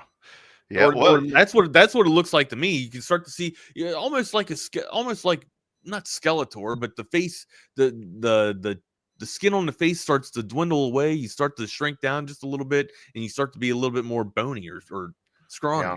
I don't know. That's the way I see it. It almost looks like you're getting ready for death. Oh, shit. Not saying that. I'm not trying to put that on Wayne. I'm not doing that. I'm not trying to hate things. The guy here. Okay, Chad. I'm not trying to do that. I'm just saying that's what it looks like the body's naturally doing. Yeah. Patrick will work on that gift card, that Cabo Bob's. We'll get that figured out for you. Yeah. It. But Ovi, I mean, you look at that dude, and it's like, that's a hockey player right there, man. Look at that guy. Just look at that dude. Well, they all look like hockey players when they take their teeth out. So yeah, exactly.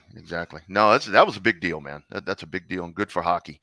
Good for it. And I'll tell you the best. Week? I mean, that was basically, that summed up my weekend. That and watching my Final Four pick bow out. And hey, man, I surged from 40-something spot to 15th in the pick'em contest because I am no longer winning this bad. There's no way in hell. Chip is the man. Chip is going to take this thing down. Chip is going to win. Chip is going to win this. Although the dude right behind him, a prayer. God, how do you not have that as your team name, Chip? The dude behind him. The dude behind him has Florida, and I think it's about a 15-20 point difference. So, I mean, yeah, the second place dude might get him. Right. I mean, that could happen, but yeah, how do you not, like, Chip? If you ever have a horse, if you ever have a team that you're going to be floating out there, the team name should be a chip, a chair, and a prayer, baby. Come on, let's win this thing. Well, but come on, Wags. When you're Chip Brown, it's kind of hard to not just Brownstown. It's kind of hard to not just have Chip Brown. That's why I always say when I do something with Zay, I always say that I'm Brown Chip when I'm on with him because I'm a Brown dude. I got you. Rodriguez. Or you could just have Chips, California Highway International Patrol. Dude, I watched 3 episodes of that the last night that I was home.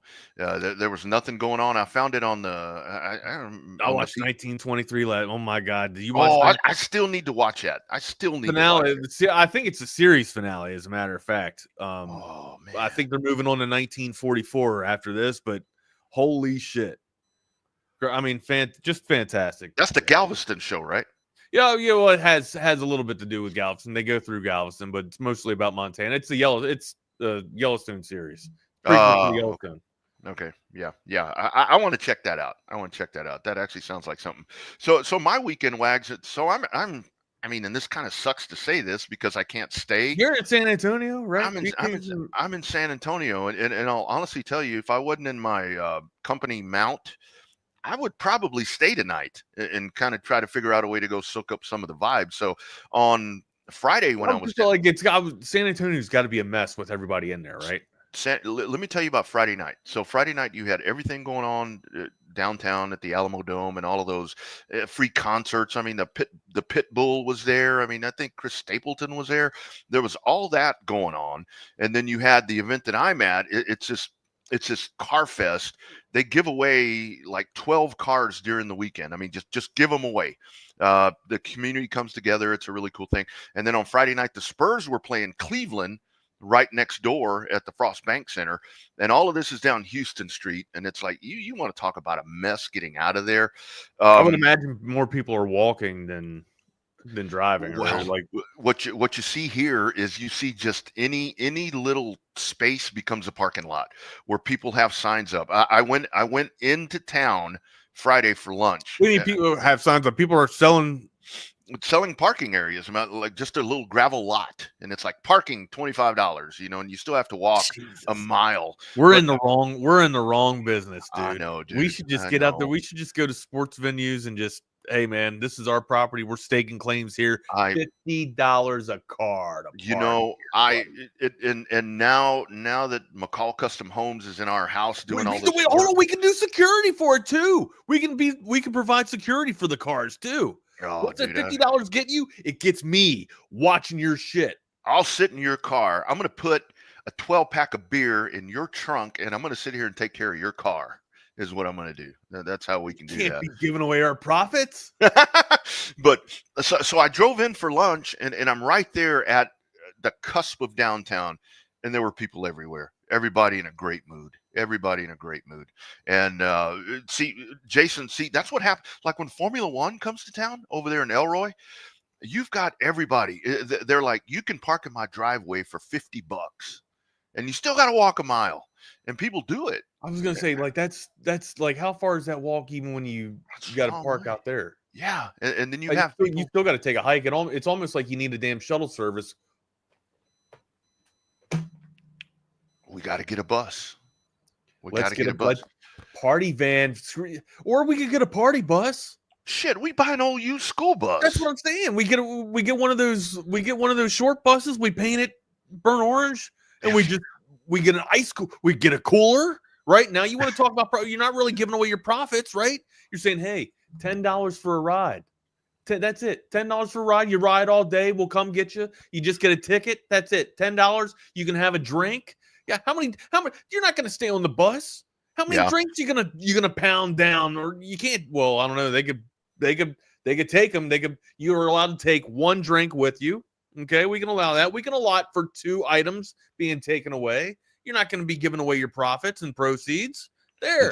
And if Bucky would have given me the damn Foreman grill back at the home base at the pickup spot, we could have had like hot dogs and shit and sold them for like $6, burgers for $8. Max Wiener's on a damn George Foreman grill while you're driving on a short bus. And those things don't even have to be provided by Texas Sports Unfiltered. Right. They don't even have to be medium well. I mean, you get people that are, slobber knocked enough. You give them something that's still bleeding and they'll eat it, So, damn. Hot dogs don't bleed, Rodney. No, I mean the meat, man. I mean the burger. No, hot dogs explode. Your hot dogs are bleeding. We got a problem. The hot dogs explode like when you throw the weenie up in the microwave. We got a new microwave a while back, and we had an old 1989 microwave, and I'd have to throw a hot dog weenie in there for a rocket dog, and that some bitch took about 3 minutes to get hot. threw one in there for 3 minutes. That some bitch exploded, and I was cleaning that microwave for like 3 3 minutes for a hours. hot dog, man. 30 seconds, and the thing starts, That's bowing up. That's how bad that thing was. You're doing yourself a disservice. You're doing a lot of people a disservice if you put a hot dog in a microwave, man. A hot dog goes on a grill. Oh, no doubt. But that's like that's like I know a lot of people that boil their hot dogs too. I can't do the water-based hot dogs. I'll still do that from time to time. But hot dog though, were you out of the dish? No, me? You weren't. You were down. No, I've been up here the whole time. I've been down here the whole time. But I do want to say, I know a lot of people talk, there's some kind of rivalry between Austin and San Antonio with tacos and these different things. San Antonio does this shit up right. This place is hopping, and they're great to the tourists. They're great to everybody that comes in. There's so many damn events that are going on around here, and this place is equipped for it. I mean, the roads are fucked up and everything like everywhere else, but they handle this well. There's a reason that the Final Four keeps coming back here, because this town's got their shit together when it comes to putting on these big events. So in spite of all the the traffic and a lot of other third parties being all in the city at the same time, it seems to have good flow. It really does. San Antonio PD is located out there, and they're doing everything they can to keep people moving around. And again, this was so on Saturday. I didn't actually go into the sector on Saturday. I knew better than that. But I can tell you on Friday, just with the volume of people that I saw around there, it's a really special thing to see, man. So anyway, and on top of that, now you're going to get a good game out of it. So I can only imagine what'll be going on tonight. And there's lots of stuff that's going on, like out on the out portions, not necessarily right there around the Alamo Dome. So if you're in San Antonio going to that tonight, have fun. It's going to be crowded. It's going to be a lot of people, especially with Houston in this now. So the Cougars. Cool. Well, I mean, let's stay on it here. We got the championship tonight. Of course, a little recap of the Final Four. Duke bows out, and also we, just mentioned it. Samson gets to advance there, and is this the year? Does it happen tonight? Is it actually able for Houston to be able to capture this thing and take down Florida? And of course, to me, we've kind of been over this. You got the number one defensive squad, right, going up against probably the number one 3-point, or I guess the best backcourt you could probably think, or maybe even it's the best 3-point shooting team of the tournament, right? I mean, still out of these two remaining, I would like to think that Florida is the better shooters of the bunch, of course, but you'd like to think with the defensive tenacity that Houston can come out. This should be a fantastic championship game tonight.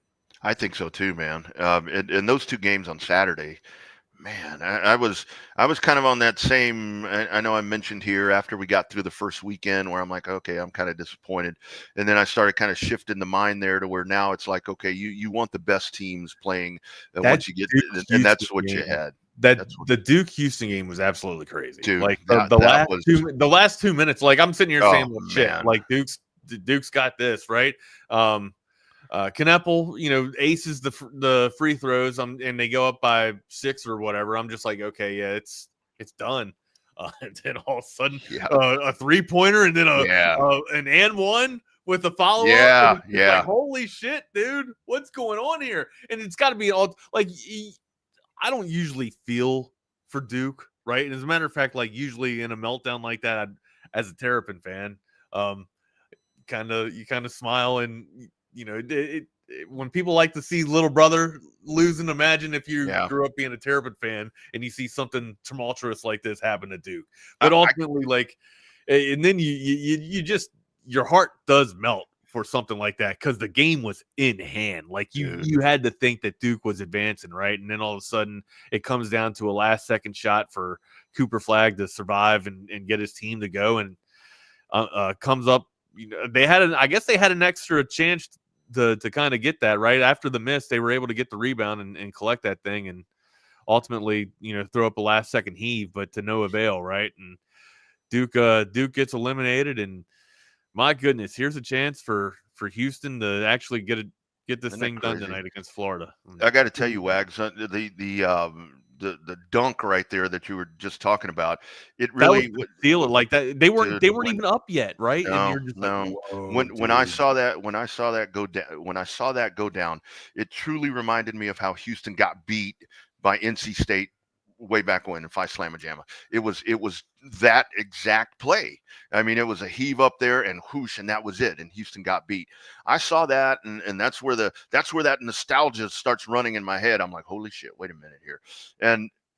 But the thing about Duke is in that last 10 minutes, man, they really went cold. They went cold. I mean, they let Houston back in. They let Houston back in the game. What, Houston went on a 13? What was the run? It was like 13 to 2 or 13 to some run. Yeah, and I think it was like in the last 9 or 10 minutes, Duke only scored 2 points, and it's like, wow, wait a minute here.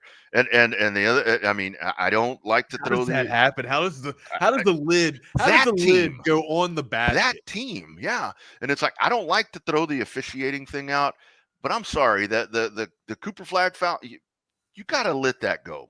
You got to let that go. Yeah, as long as it's consistent. Like that's usually what I say. As long as the calls have been consistent. If you're letting it go all night, you got to continue to let it go. If you've been strict, I say that, but in the last like minute or whatever, or the last couple of sequences, I feel like you got to let them play. I just do, unless it's an absolute, if it's obvious, clear foul that impedes a shot or just alters a shot. You're hitting somebody's elbow when they're shooting. That's obviously gonna throw off the damn shot. But yeah, and did you see? I mean, this team, and I heard our man. Hello, friends. He's a Houston guy. Hello, friends. Jim Nance in San Antonio right now, by the way. This dude's he was talking about this team after the ball game. I saw an interview with him. I think it was KHOU in Houston, to where he's talking about this is like old school college basketball right here with these Cougars. I mean, this is a team that stays together. They utilize the portal, somewhat. But this is like a cagey group of old school college basketball players, and that's where to see them. But Duke let them back in, and it was back and forth a couple of different times. And I'm thinking, but Duke is still in control, right? They're still in control, but that was great. I mean, but even Florida had to come back as well. So that was just 2 really good games on Saturday night. So we'll see what happens tonight. What are you expecting tonight? I'm not sure. I think that I just think that Houston is on. They've got so much momentum behind them right now, and I think right now, that Houston probably has the national love for them, but the way that they were able to come back last night, and your damn emotions. I care what the swarming I don't care about the love of Houston. I care about the money. What do you think? What do you got here? What do you think? What's the line? What are we at? 1.5? Florida 1.5? Is that where we are? We are at a 1.5, 140.5 total. Man. I think basically a pick 'em, Rodney. Yeah, ain't no doubt about it. Still got to go with Florida, man. Still got to go with Florida. But Houston's defense. Imagine if Houston can. I think Florida's got. Some problems tonight with the defense. The defense. Yeah. That's kind of the no-brainer right there. That these guys are just. It's a different breed of defensive basketball than that we're watching right here. Kind of that old thing. The athleticism of Houston's bigs will pose problems for Florida's bigs. Like Florida's not used to defenders being able to step out with them and take away the perimeter shot, and then also be able to move with them inside on the elbow and then inside the paint as well. So, you're gonna see some damn good defense tonight from Houston. And then I'd like to think that I'd take the under here. I don't think it's going to be 140 between these two teams. I think you're probably going to see around like 130, 133 around there. Yeah. I would take the under for the total here, and I would take Houston as wrong team favored. Yeah. I really am leaning towards Houston just winning it outright, because it's going to be the defense, and I think the other part of this is, and Florida I think is in a better position for this than Duke was. I think a lot of what affected Duke hadn't really been in nail biting type of situations to where you had somebody going gouging at him like that and it wouldn't go away like Houston did. So I think that's where Houston holds that advantage, and I'm going wrong team favorite also. I think Houston is going to win this tonight. And I hope they do for Kelvin Sampson. I mean, that's the other part of it, where it'd be really cool to see him finally get that after just doing a tremendous job there. Just tremendous job there at Houston. Francis Tugler, Francis Tugler, and I mean, Cryer's going to get his, right? Francis Krugler and maybe even Sharp could be the X factor tonight. But I think Tugler and Francis pose big problems for the Gators tonight, and watch as the defense of Kelvin Sampson's crew just takes over. And, yeah. I think Clayton and company are a good shooting team, but ultimately, not to be cliche, but defense wins championships, and that's what we got tonight, buddy. And I think it really is going to be with Walter Clayton. I mean, who's going to be from Florida that's going to step up? Because I mean, I think we're pretty obvious here what's going to happen with this defense. I mean, is it going to be Hammond? I mean, who is it going to be? Because you're going to they are going to be all over Clayton like a cheap suit. They will do everything they can to prevent him from doing anything. So let's see what Florida's able to draw up, because the story of this, I think if Florida wins, it's going to be insert name has a tremendous game to overcome Houston defense. I think that's a story tomorrow if Florida wins. I just think Houston's got. We shall see, bud. We shall see. Oh, dude. We got about 5 minutes left. I don't think we have enough time for the top five. Do you want to roll the top five to Friday, or we can stay with that top five for Friday? We can roll it tomorrow and do two. Totally your call, man. You're the commander. Let's just stay on schedule. We'll push it to Friday and just kind of stay on pace there, man. Stay with that one. Okay, yeah, no problem. Hey, I do want to mention, Wags. I know that by the way, Texas baseball to talk about too. I mean.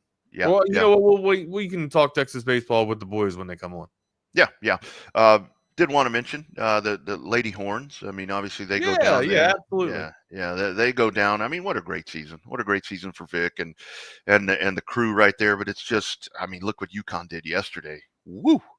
That was a pasting that happened yesterday. And South Carolina, you want to talk about where we can say sometimes, well, South Carolina kind of seems to have the number there on Texas with Dawn Staley. Gino's got Dawn's number, because that was wow, big time.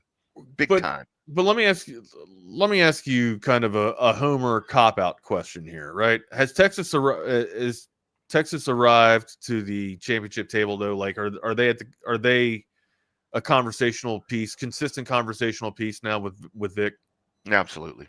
Yeah, absolutely. I think that every year you don't have the hardware yet, but I mean, if we're celebrating Final Fours and we're celebrating Sweet 16s, has Texas gotten there? I'm not trying to go full Aggie on you with asking that question.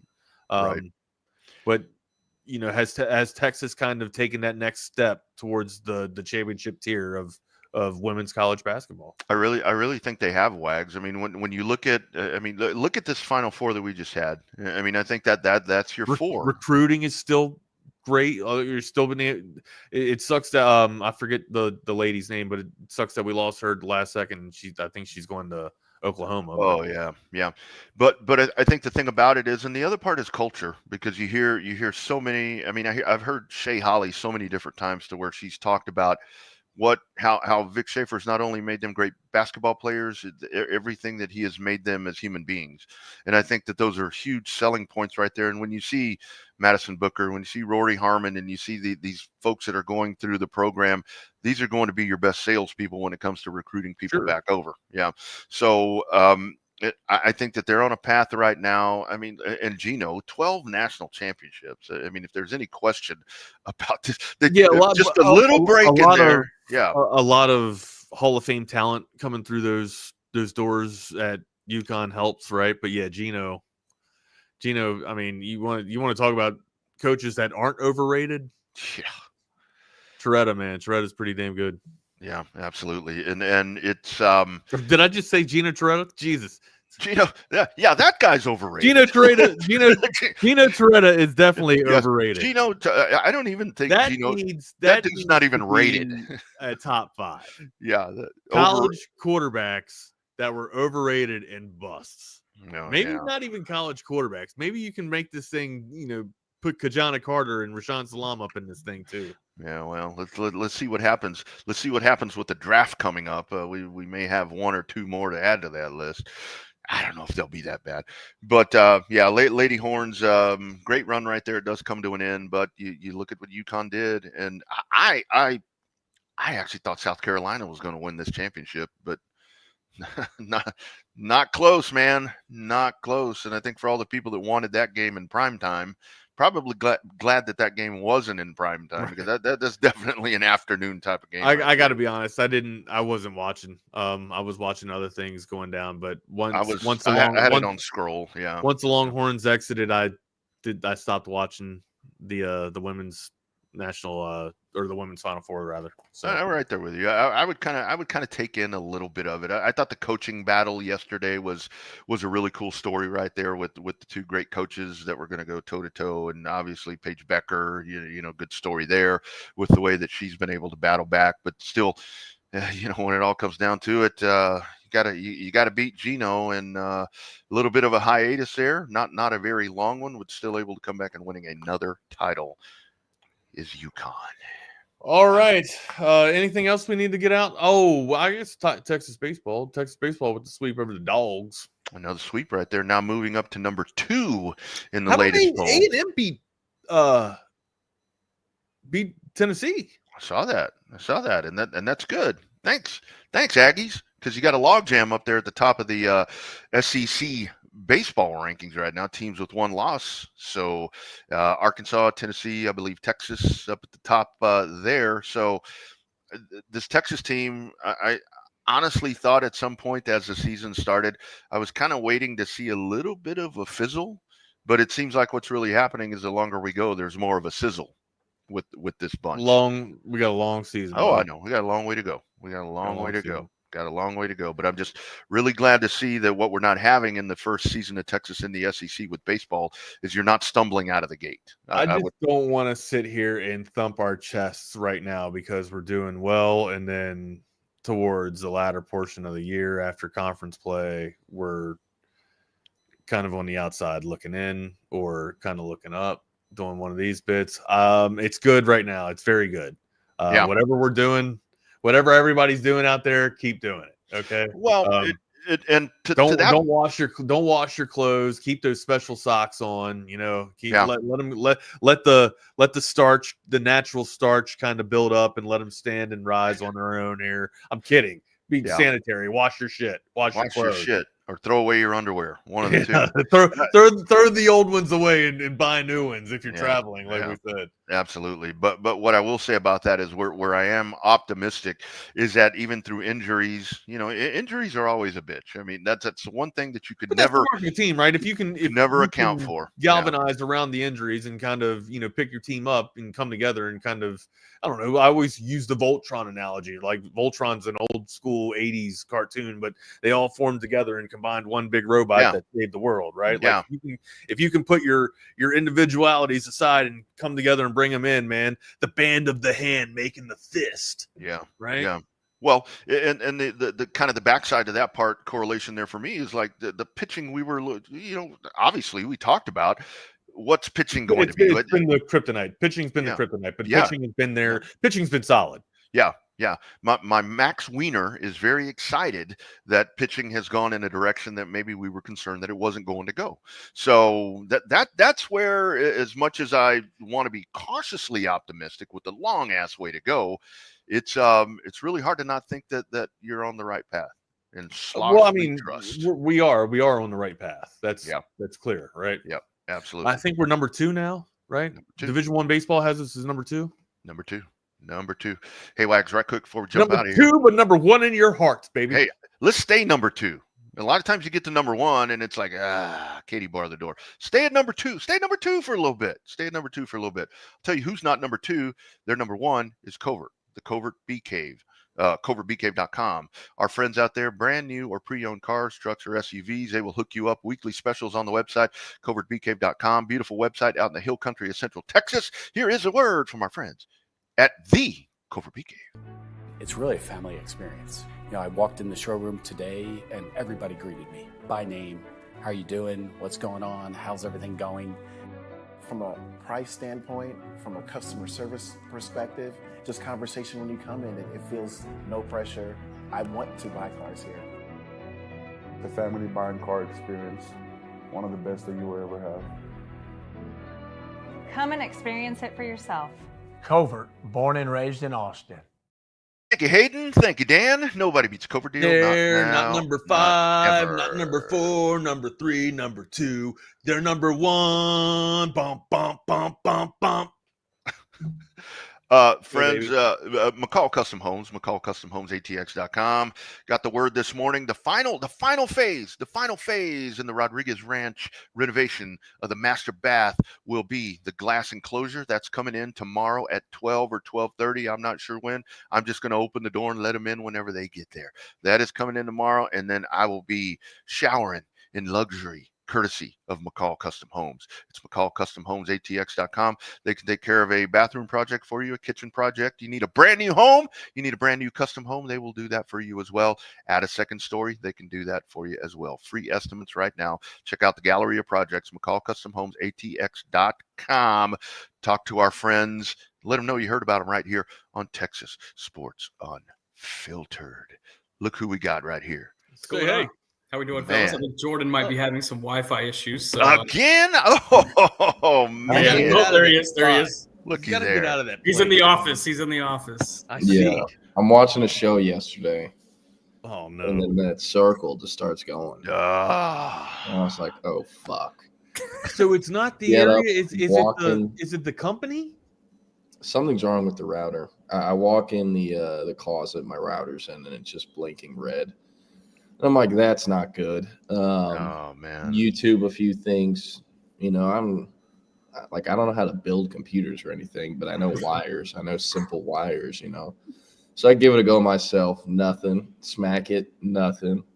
And then, luckily, instead of being put on hold and dealing with AT&T over the phone, I was able to set up a technician appointment with a virtual assistant. So those are the best. Those are the best. So now I'm getting a technician between 12 and 4 today. And if they don't come, AT&T, prepare to hear it. I would like to watch the national championship from my couch, but not at Chili's. So, boy, rough day for AT&T and Delta on this network, man. Not a good day for AT&T. Yeah, man, I've been through it way too much with AT&T. If there was another company that I could have Wi-Fi from out here, I would have bought stock in that company already.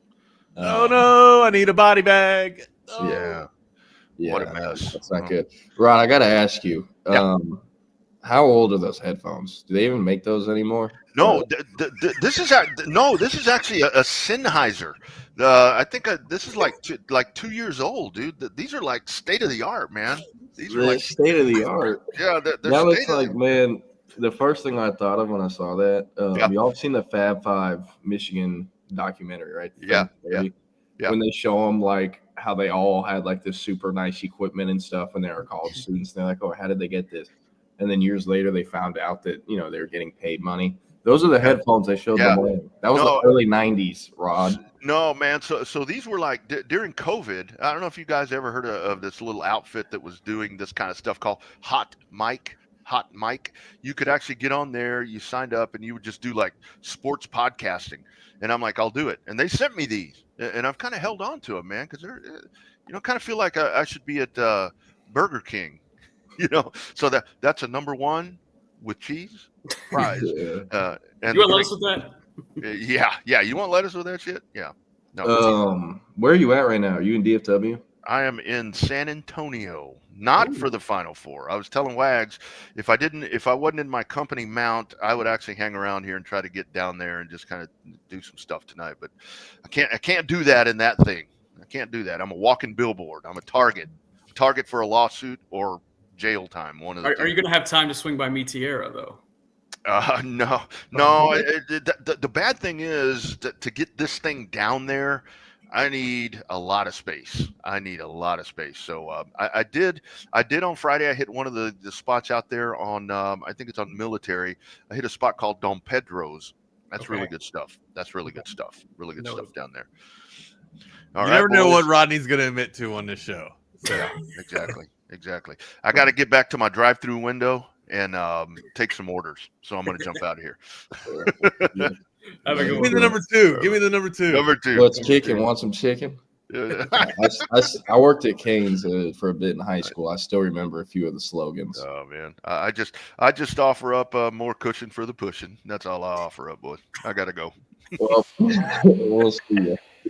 All right, boys. I'm gonna leave you all with that. Y'all have a great show, man. All right. Give me your second favorite Cane's slogan. No, once I said that, I remembered. I can't really remember any of the others. So, what's kicking? Want some chicken? There is Knick-knack. Let's get that Caniac. There it is. There it is. There's by the way, I hate to show y'all how the sausage is made, but at every Raising Cane's in America, there's a laminated sheet right next to the drive-through window with all the sayings. So these people aren't original. They're not going off the top. There's someone in a corporate Raising Cane's doing that. And I doubt it's the owner. One thing I always thought was so weird. Why is the owner of Cane's like why do they show him so much? Why do they talk about him so much? Why is he in everything? Well, is there another major legend? Apparently, what do you say? Apparently he's like a Baton Rouge legend. And Forbes dropped like a new hey, here's the richest fucks on the planet list last week. He's in the top 30. The owner of Cane's is one of the 30th wealthiest people in the world. Damn. Well, he needs to learn how to season his chicken. I know that's part of it. They want you to dip it in the sauce, but the chicken is just so bland. After you work there for so long, because you eat on the clock, of course, for free, but they have 3 different things they serve. You can only get so creative without wanting to put a bullet in your head from fried chicken. So I don't know. But with him, I just thought it was so weird how he put himself more than any other restaurant owner in the spotlight. I guess it's just because he's solo, but I don't know. But anyways, no more fast food talk. Lone Star Playbook. I'm Jordan Scruggs. That's Nick Harris. Got a few different things we can talk about today. But we'll start with March Madness. Pretty good Saturday games. The women's obviously played their championship game on Sunday as well. But Saturday, how about Florida and Houston? What are your, just big picture thoughts, immediate thoughts from those 2 games? Yeah, both of them were wars. First off, Florida Auburn. That was a Walter Clayton Jr. show. Walter Clayton Jr. is a perfect example of you put the right guy in the right system, and things will just kind of fall in line after that. And Walter Clayton was a good player at Iona under Rick Pitino. Sorry, I'm burping. He was a good player under Rick Pitino at Iona, and helped lead them to the tournament. But getting him to Florida and what he's been able to do at Florida since his arrival there, I mean, it's unreal. And it really feeds into this type of player he is, because he can slash, he can get inside, but he can also distribute, he can shoot. I mean, he can do multiple things. Whereas Iona, it was a little bit more stagnant at times, and it was hey, just beat the hell out of your opponent and, try to fight him. But where at Florida, I think there's a little bit more finesse involved. But you talk about and how about Doza with a fire take there? Chicken Express is top 2 and not 2. I agree. That was a hell of a game. And Florida pulling away late. That's what I expected. And now everybody in Auburn's starting lineup can go make an Indeed profile. Past time for that. And then the second game, Houston Duke. I mean, goodness, those last 2-3 minutes. We were sitting here watching. I had just gotten home with about 6 minutes left in the game, and Duke was up by 12, I believe, at that point. And the Houston just slowly started cutting into it. And I'm telling Tommy Yarish, my roommate, I'm like, hey, man, this ain't over yet. They're clawing back into this thing. And then, foul here, press defense here, full court press, forcing a steal here. And what do you know? Houston ends up winning on the backside of it. I mean, it was crazy. I think Duke kind of fell asleep at the wheel towards the end because they had been in control the whole game. And then they get into the final 3 minutes, they look up at the scoreboard and they're up 6, 8, whatever it is. And they're like, okay, hey, we can coast here. And that's when there should have been more intensity put forth. Houston matched that. Duke did not. And now it's Houston, Florida tonight. But I'm a little worried about tonight because the way Houston won was so dramatic and, come from behind, and they beat a team that they maybe probably shouldn't at the end of the day. I mean, you saw the celebration on the court afterward. It was like they won the national championship.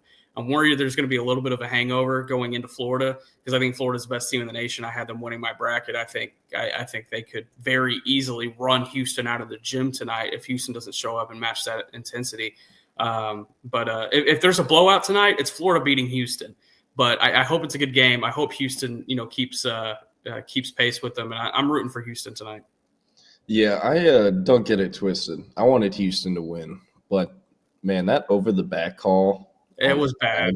It was bad. You can't call that in that situation. I feel like, and unfortunately, I feel like there's a fair more people talking about that than there should be. I mean, I know they have to talk about it. Duke fans will talk about it, but like, what a comeback by Houston. Yeah.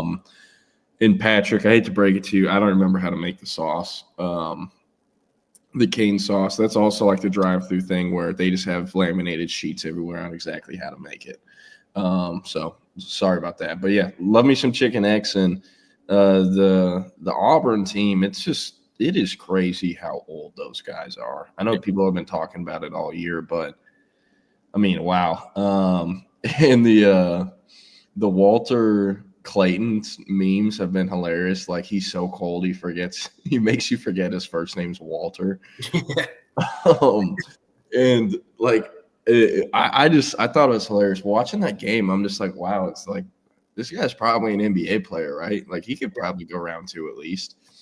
And then I load Twitter up after the game because I just like focusing on it, not being on my phone. And like, my entire Twitter feed is like, yo, this Walter Clayton dude's an NBA player, Yeah. And Stephen A was calling him Wade instead of Walter. But I don't know. We really enjoyed getting to watch that. Enjoyed the Houston game. Kelvin Sampson, think what you want. Most of the things he did that were illegal are now legal. So he's a good dude. Yeah. Good coach, good dude. And it could be his 800th win and first ever national championship tonight. So I'm going through this article right now. It's by Chris Hummer from 24/7 CBS Sports. It's a really well put together piece on the Alamo Dome and how this probably could be the last major event for the Alamo Dome. Oh my God, I did not see this. He talked to me like 2 months ago about this story though, and I never. It kind of just glanced over it. I didn't ask him what he was actually writing about. He just said he had to get someone from the San Antonio city office on the phone. My bad for interrupting. But no, you're good. It's a fascinating article because it's basically explaining like, hey, here's what the Alamo Dome was built for back in the 90s. They were hoping to attract an NFL team. It never came. The Spurs left about 10 years later, but it's still one of the most busy stadiums in the world based on its multi-purpose use. I mean, they can do so many things in there. But now like the stadium's really starting to show its age. It's 30 plus years old. And the NCAA has basically told the city of San Antonio, like, hey, you got to do like major improvements for us to bring these major events back. But over the last 28 years, the San Antonio's hosted the Final Four 5 times. That's more than any other city. So, I mean, the NCAA has an appeal toward San Antonio, like the city for sure. And that's been proven from NCAA comments in the past. Like there's people like in NCAA executive roles that have said if there were ever to be like a permanent Final Four location, it'd be San Antonio. They love it down there. This is a fascinating article, just basically being like, hey, you got to up your shit before we can bring it back. Yeah, I mean, man, I spend probably at least 10 or 12 hours in the Alamo Dome every year. Like, it very much is what it is. It feels like a Costco in there. It's cavernous, but like, need renovations. I don't know about need. Maybe the NCAA wants them. I don't think they need them. Yeah, but like compare it to like U.S. Bank Stadium in Minnesota. All right, well, go get your ass up in the cold in April in Minnesota then. Take it or leave it. Like, that's why they like San Antonio. It's walkable. It's a warm weather city. It's somewhat centrally located in, the grand scheme of the United States. Yes, it's towards the south, but it's in the middle of the country. So, And like that's why there's always Super Bowls in New Orleans and in the South. They want it warm weather, at this time of the year. So, like I know the NCAA is the leverage here, but like San Antonio probably is more than they should. I mean, I'm sure the people who are in charge of that now love having a legitimate reason to back needing, renovations and everything else. But I mean, isn't the city of San Antonio like redoing that entire district down there?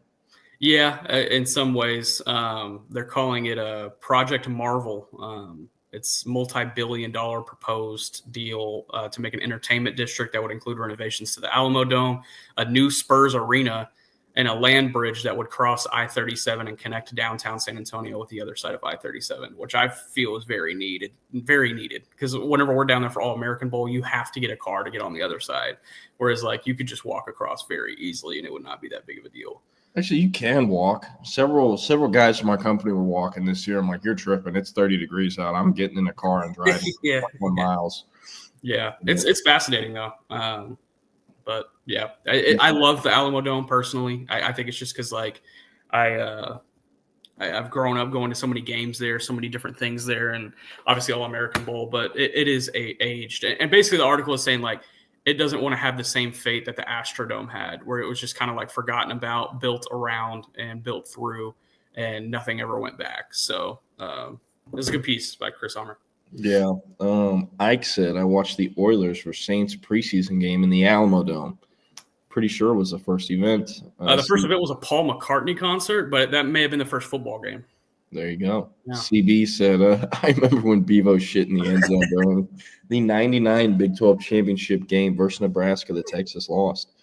Wow, they did baseball on the Alamo Dome. Yeah. I didn't know that was a thing. So they did it up until about 2013, 2014. The Rangers would go play like exhibition games there. Like they'd go to spring training and then they'd come back to San Antonio for like a series against the Red Sox or some shit. And then they would go to start the season. But yeah, it was really weird. It was goofy. They used to do baseball in the Superdome, which looked even goofier. Like there's pictures of that, and it's just very strange. Did it look like who's the team or teams in Minnesota playing in U.S. Bank Stadium? It's the University of Minnesota. Yeah, they're playing at U.S. Bank Stadium this year. Man, do you remember when do they just have their stadium under renovation? Do you remember when the Vikings played at the University of Minnesota Stadium for a year or two? Yep. Once the dome fell in one too many times. Yep. Man, I remember that. Yeah, okay. Was this ever actually close to happening, though, with the Saints moving to Katrina? I don't know. Or moving to San Antonio after Katrina? I assume it would have been thrown around just with how bad things got in New Orleans. Because didn't they play at LSU for a year or two? I have no idea. I'm pretty sure they did. I'm pretty sure they played at LSU for a year or two after Katrina. We're too young. We need someone's help. Someone fact check that. Bevo Lance Jason, really agree with you. Bitch and moan. It's 3 basketball games, 7 hours. It's not your home. Visit and leave. So I agree with that. But the crybabies for the Cotton Bowl, I kind of agree with them. I went to the Cotton Bowl this year. You cannot run out of water in the first half. Yeah, that was just unacceptable. That was bad. Like me, I'm fine. I can drink Michelob's like water. That's no problem. And so can most of the other people there. But like, what about people who have young kids and everything else? Old people.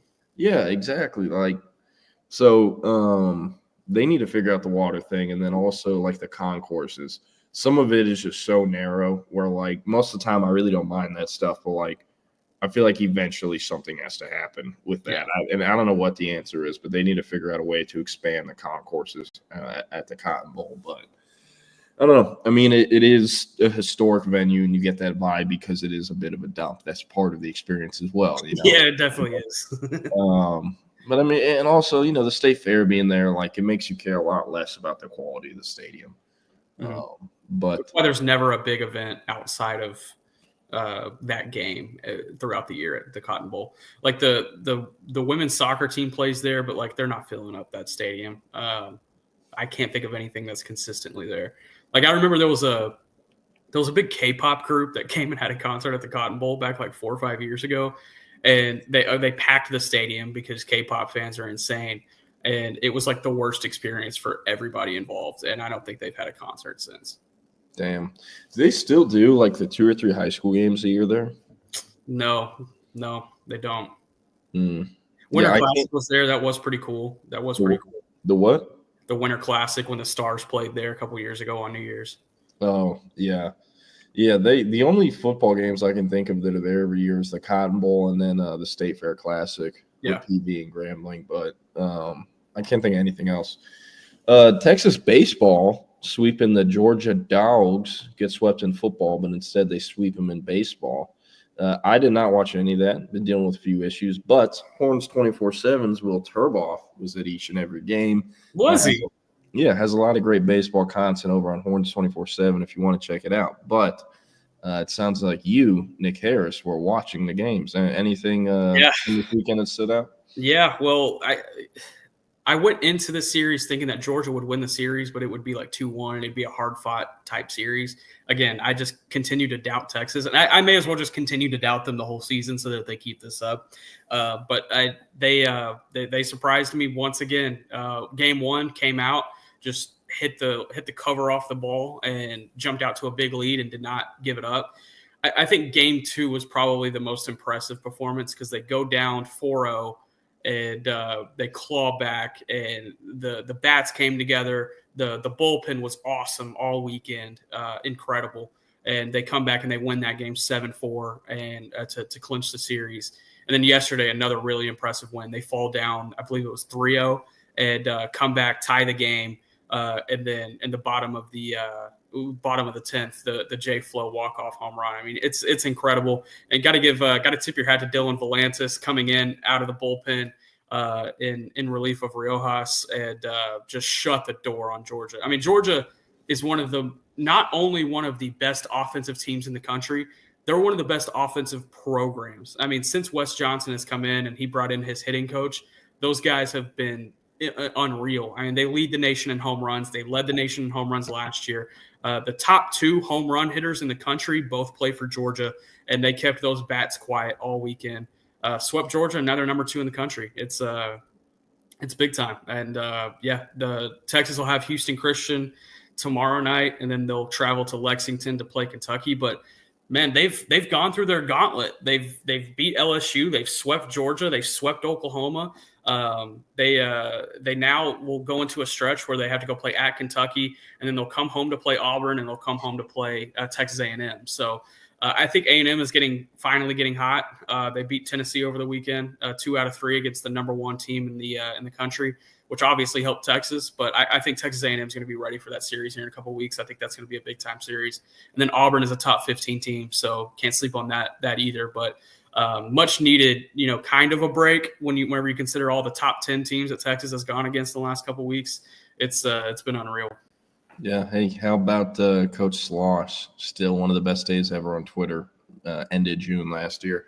And I mean the message board geniuses posts, they do get a little old considering I do this for a living. But the TexAgs ones never get old. Never. Yeah, those are good. They never get old.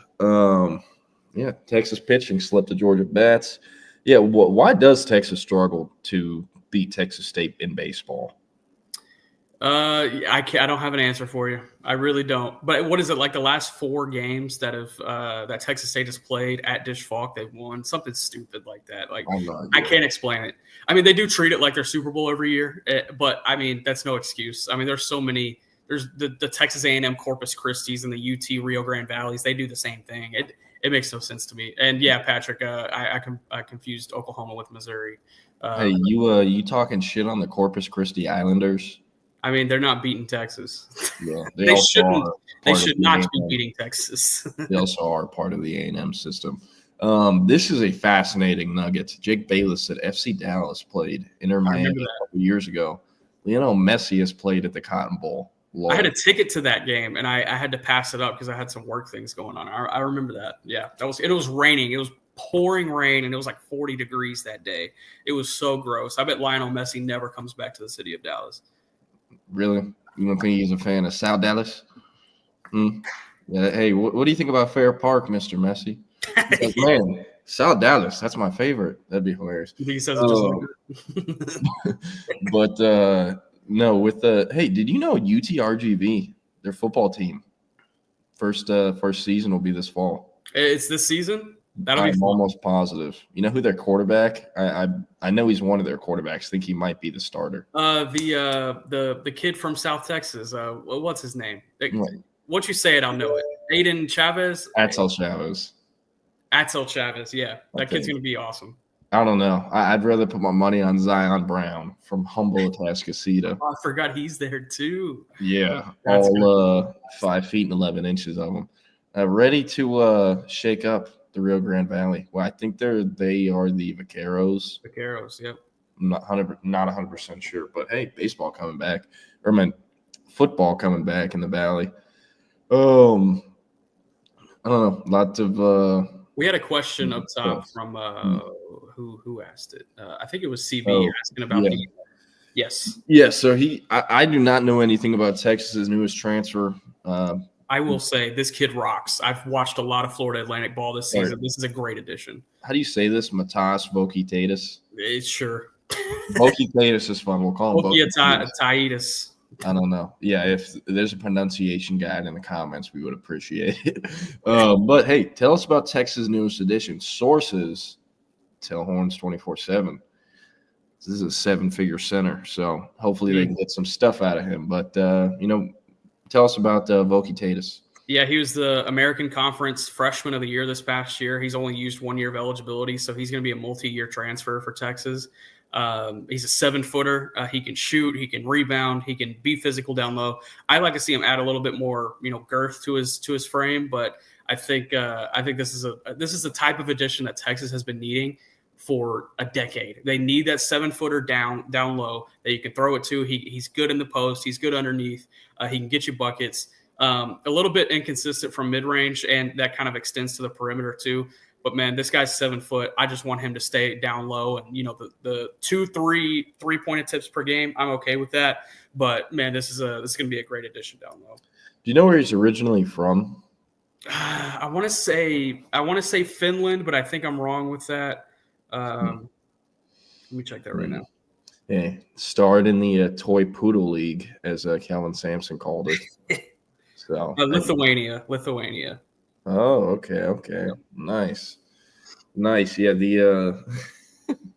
the Toy Poodle League. I was kind of that was funny. I've been surprised no one has given more backlash to Kelvin Sampson on that. Well, he's right. I mean, what was only 3 ACC teams got in the tournament, and North Carolina didn't last long, and Louisville got bounced first round. So I mean, it makes sense. Wasn't he AAC? ACC. I think he was talking about ACC. I think he was talking about Duke. Unless he was talking about, being in the American previously. I don't know. That's what I thought he was talking about, their previous tenure in the American. Oh, okay, because I thought he was talking about Duke. I thought he was like, no disrespect towards Duke, but we didn't play in the Toy Poodle League. And so I don't know. I might have understood that wrong. If he was talking about the American, though, we got some beef, me and Kelvin.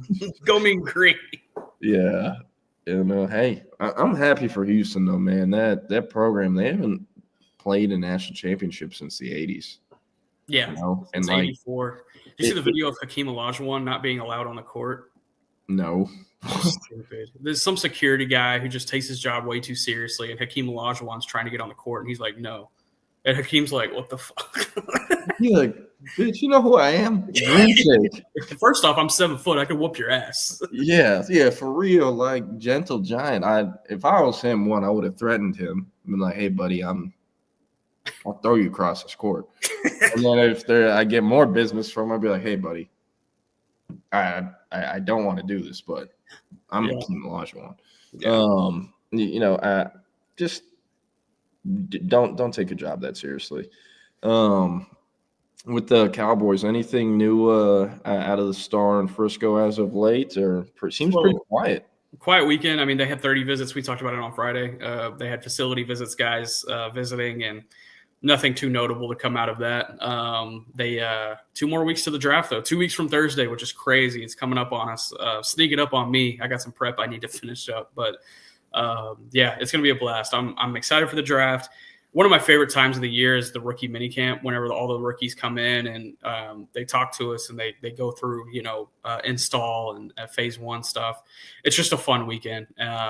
But this week on Friday, There's going to be a gala that Dak Prescott and Troy Aikman are hosting for the Children's Cancer Fund. So I'll be at that, checking in on Dak. I'm sure he'll talk about the offseason, his recovery, blah blah.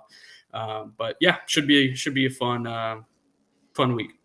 So what exactly do they do on these 30 visits? I think I've asked you this before, but it's called 30 because they can only have 30 total prospects, right? Yeah.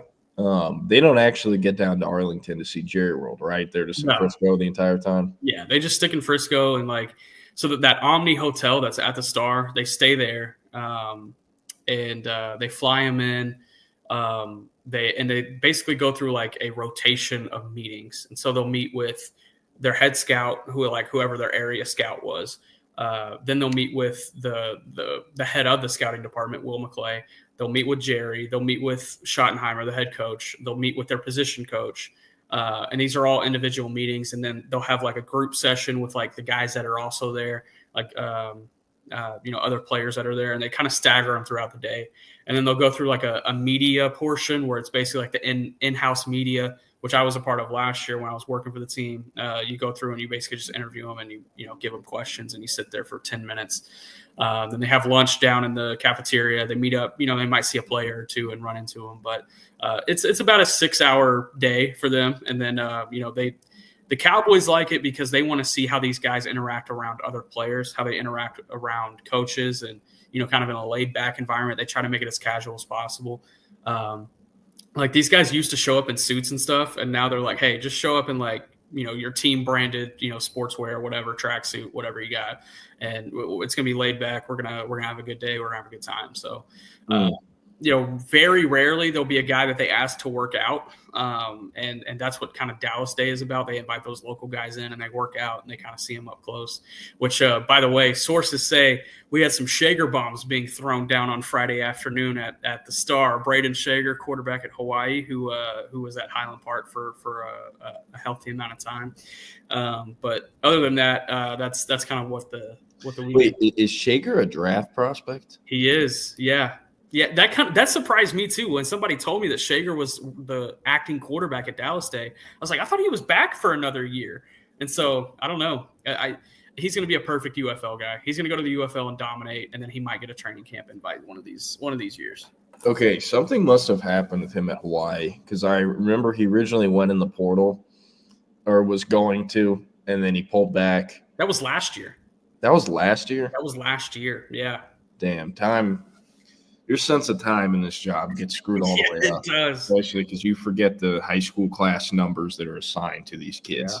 But he's out of eligibility. I was thinking about it. I was like, he was a class of 21 guy. So 21, 22, 23, 24. And he's done. Crazy. Wow. That kind of that does blow my mind. Learn to UFL or the family business. It's not the league, my friend. But wow. What do you think like the preferences usually are for, I guess, incoming? I mean, they obviously don't get to choose where they go. It's the draft. But like, how much do you think once these guys go and see the different, NFL campuses or NFL cities on these 30 visits, how many of them would prefer to go somewhere like and just stay with me here, like a San Francisco, where Levi Stadium is literally right next to their training facility, their locker room, all of their, stuff. It's all on one campus. It's all in one place. Yeah. So you don't have to live in Frisco but drive to Arlington on Sundays. You live in Santa Clara and drive to Santa Clara on Monday, Tuesday, Wednesday, Thursday, Friday, and Sunday. So, like, how different is that in the league? I mean, do you know how many teams are actually, like, attached to their stadium or things like that? Yeah, there's quite a few. Actually, most of the league. I'm just thinking off the top of my head. Cincinnati, Carolina, Houston, Green Bay, Indianapolis, Chicago, Indy. No, Indy's headquarters is kind of north of town a little bit. Oh, I thought you're talking same campus or different? Same campus. I'm talking same campus. Yeah, my bad. I thought you were doing different. Going back through same campus. Green Bay, which I have a funny story about, but we need to get to that. Green Bay, Chicago, Carolina, Cincinnati, San Fran, Houston, New Orleans is separate. Atlanta is separate. There's more separate than there is attached, but the attached theme is starting to become a little bit more popular. Like these new stadiums that have been built around, they're trying to attach the team to the stadium. Miami, they just built a headquarters right next to Hard Rock so that they can bring them back because they were having to travel like this crazy amount to get to their place. Because their headquarters was like damn near Coral Gables, and they were traveling like an hour 20, like a drunk Miami student trying to get to a Saturday night game. It was bad. So, but the players don't really care because it's only 8 Sundays out of the year, and they actually have a bus that can transport players from the Star to the stadium if they want to. So like if they didn't want to drive, they don't have to. But yeah, if you take the bus, you can't get the cool walk-up videos. And they pull up in their car and walk in slow-mo, Exactly. As the waiting all day for Sunday plays in the background. It's like Stephen Lamb slowly getting out of his Rolls Royce or something. Yeah, wearing like a tail. So Green Bay is super open, like with pretty much everybody that they have covering their team. And I'm not going to mention names here because I don't want to get anybody in trouble, but there is a beat reporter that I know that covers the Packers. And whenever he started on the beat, they basically give him an access badge for Lambeau Field so that he can get into like the workroom whenever he wants, come out whenever he wants. Wait, time out. Is this a GreenBayPackers.com writer? No, this is somebody who covers the Packers. Does not work for Green Bay. Yeah, that is an important distinguishment, though. I'm glad you asked. He does not work for the Packers. He covers the Packers. And he said that like whenever he has friends in town, he'll just be like, "Hey, want to go to Lambeau?" And they'll just get wasted and go like walk around Lambeau because he has a badge. And like they can do that. That's crazy. Could you imagine that happening? Like, could you imagine that happening at like a high school stadium? First off, in Texas, they would snipe you from the stands. Yeah, dude. Growing up at Lake Travis, we'd have like these like optional workouts, right? Where you're there in the summer and UIL rules, a coach can't be there, so there isn't a coach there, but there's a former player kind of running it. Yeah. And since there's no coaches there, the gates don't get open, so you have to jump like 3 7-foot fences. Like that's what you have to do to get into a high school stadium in Texas. That's crazy. Yeah, that kind of blows my mind. That also means there's no one watching security camera footage in Green Bay. It's like Green Bay. It's like, you may as well be in San Marcos. Like it's kind of a different operation there. 100%. It's just a different operation. Speaking of Green Bay, I have a pretty good question for you because I can't make a ton of sense out of this. Why did the NFL come out and say, "Hey, the draft's in Green Bay. We're only going to do about 10 to 15 guys that'll get invited for this being the green room. Just going to be more low key, blah blah blah." And then I believe it came out yesterday. Jalen Milroe is going to be one of those 10 or 15 players. Yeah. But he is not really expected to go in the first round as of right now. So does the NFL know something we don't? I think so. That's me making sense out of it because that surprised me. I think I think there's probably some whispers about him potentially going first round because like why would he be there anyway? Because on day 2 they don't even show the green room, and those guys don't show up to the green room on day 2. So like either Will Levis did yesterday or last year, right? A few years ago. And that's why they started being a little bit more like strict on, hey, we're only going to invite 10, 15 guys because we don't want a guy getting embarrassed.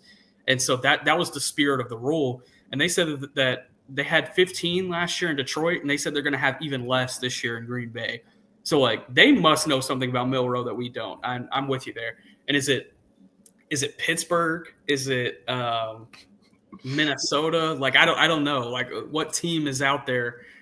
Pittsburgh would be incredible because we'd get Milroe versus Lamar for the next 10 years. That would be incredible. That would be great. Yeah. The problem is Pittsburgh is probably going to have discount double check on their team. Can you imagine the very first meeting for 1 year? Okay, still. But yeah. we both have – you covered him more than I did. We both have talked in person with and covered Jalen Milroe. And everyone knows who he is, very religious-centered guy, just a great leader, great teammate. Might not have been the best that's ever come through Alabama, but he's one of the best leaders, and their fans will agree with you on that.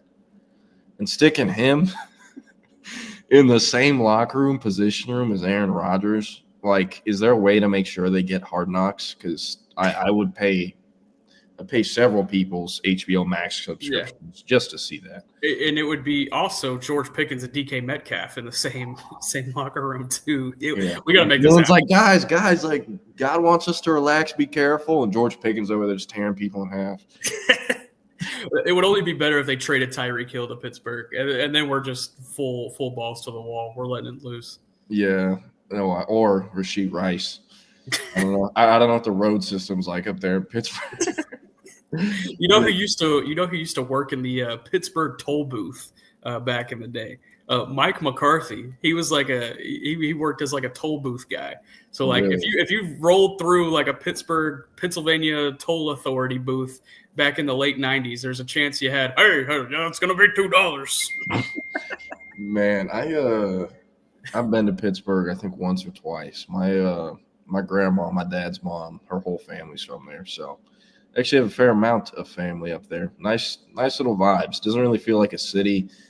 This probably won't make much sense. Feels just like a humongous town, if you get what I mean. Yeah, that makes sense. But I don't know. Yeah, the Milroe thing, like I just couldn't really make any sense of that. Is someone making him a running back? Like, how is this going to work? Maybe he's a glutton for punishment, and he wants to be like the misunderstood, they doubted me guy in the green room whenever he's not picked on day one.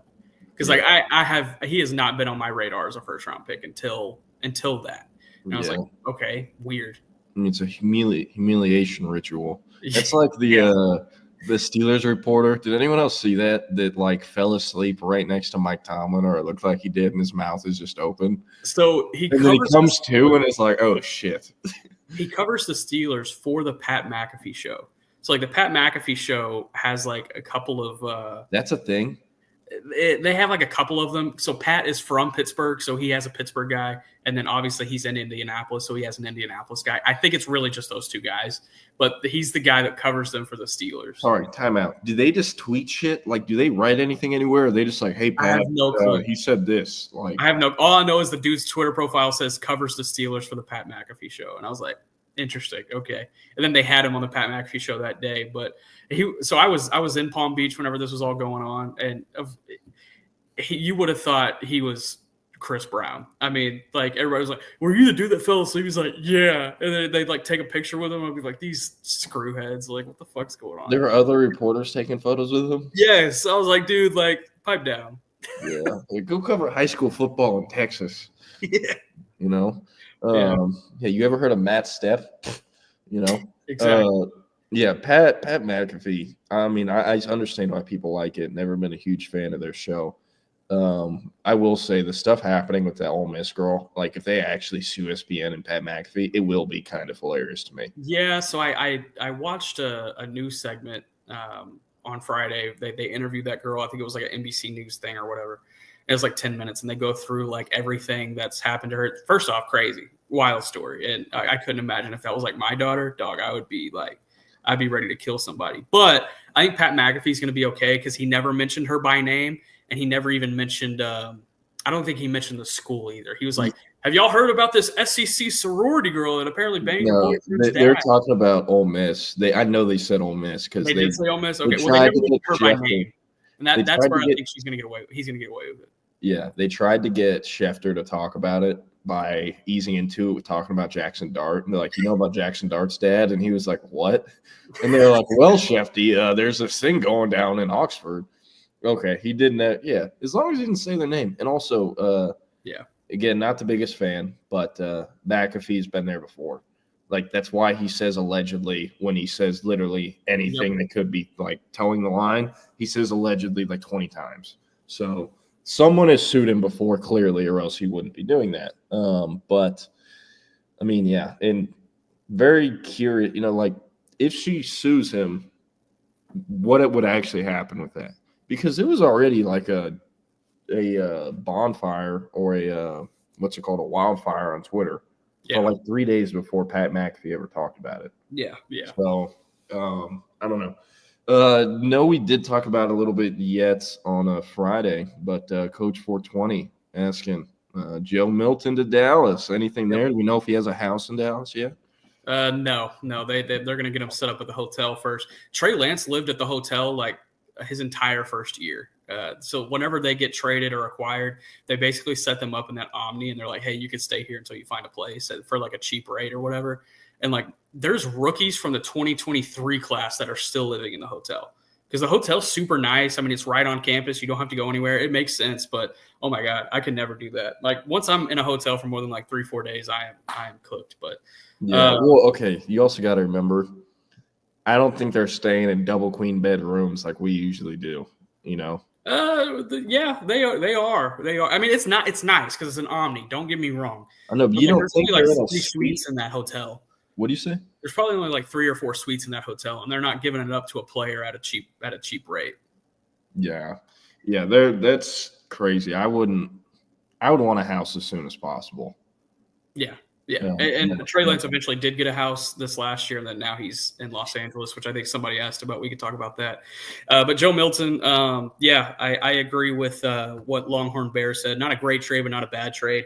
You know, this is a guy you hope you don't have to call on this next season. Like you hope Dak can make it 17 games, and you're not in a situation where the Cowboys are 10-3 and Dak goes down and Milton has to step in and be that guy, because that would be I think that would be a nightmare scenario. But you know, the Cowboys, they wanted a young quarterback to develop, and they didn't want to necessarily spend a draft pick on it. So instead, they go and get Joe Milton, and they only moved 46 spots down in the draft to do that. And I think when you factor in the compensation, you factor in the upside with Joe Milton, I think it's a solid trade. But you know, do you hope he can be your backup for the next 4 years? I don't know. We'll see. I think preseason will tell us a lot. And you know, whenever Dak does eventually have a game or two where he has to go down or half a season, you know, we're going to get a healthy dose of Joe Milton for sure. Yeah. Hey, going to be on the edge of our seats, especially in preseason. It's going to be entertaining regardless. Yeah. Okay. This is random, but I forgot to ask you about this on Friday. So the Cowboys' third stringer, it's Will Grier, right? Yes, it is Will Grier. His brother was the old Viner, right? Nash Grier. Yes. I always forget about that, but yes. What he's up to nowadays? No, I have no idea. Man, I remember when Will Grier first came on the scene, like that's more what he was known for, at least at the college level. It's like, yeah, his brother has like 20 million followers on Vine. I remember him. He was the one all the girls in middle school loved. I and he had like those crazy light blue eyes. I bet he grew up and now he doesn't even have the eyes anymore. We're hating so hard. But no, I don't know. Any other stuff coming up with the draft that's okay. This is what I want to ask about. Have you seen this guy's account on TikTok? I have no idea what this is. Okay, I think you'd recognize the videos because they usually get clipped and put on Twitter. But this G-Fed guy, Jake Bayless's question, ever tried a G-Fed walk-on challenge? G-Fed, I'm pretty sure I'm getting this right. G-Fed is this is a guy on TikTok who records himself basically breaking and entering and trespassing college stadiums. Okay. And seeing if he can get onto a field. And like he doesn't like cut locks or anything. He just walks around and like pushes on doors until he gets an open one. And if not, then like he'll climb a little bit if it comes to it. So the first video I actually ever saw from him was when he went to UNT. Nice. He did it at Apogee, but he's been around. He also does this thing where he'll like go to a game and then see exactly how long he can stay in the stadium before someone finds him and kicks him out. So he went to a TCU game, and as soon as the clock hits 0, he starts just a timer. I've seen those videos. Yeah, and like he was in TCU Stadium for like 2.5-3 hours before they kicked him out. So that's what he brought this up when you were talking about the Green Bay Packers rider. Yeah, it'd be easy there. The rules are to stick to unlocked doors. And the crazy thing is, like, every time I see his videos pop on my feed, I watch the entire thing, even though like half of them I've already been there. I'm just like, yeah, like who thought of that to do that as content? And it works extremely well because of degenerates like us. But yeah, all right, we'll close it out. So I would share my screen so I could show you all his highlights, but I'm in a leasing office, don't have my monitor, so I can't do that. But Texas did pick up a commitment yesterday from Taven Epps. He's a 2027 linebacker from Tustin, California. About 6'4.5", 210, 215, 220, somewhere in there. Currently ranked as a linebacker prospect, but honestly should be looked at as this is a versatile front seven defensive chess piece. Played safety as a freshman on varsity out in Tustin. Had about 4 picks.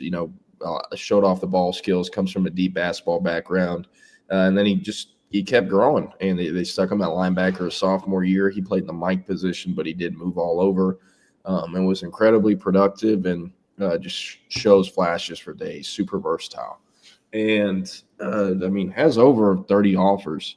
The entire country's been in on him, since his freshman year. He was one of those kids that really benefited from that freshman varsity playing time. I mean, he started, and that's going to catch eyes, especially when you look the way he already did. And over time, the schools that kind of emerged as standouts: Texas, UCLA, USC. But Texas, they had a really interesting in here. So originally from Boyd, Texas, which is about 45 minutes north of Fort Worth. Grew up there. When he was 13, he moved to California, but his entire family is still back in Boyd, in Fort Worth area. Aunts, uncles, grandparents, cousins, all that. They're still in Texas.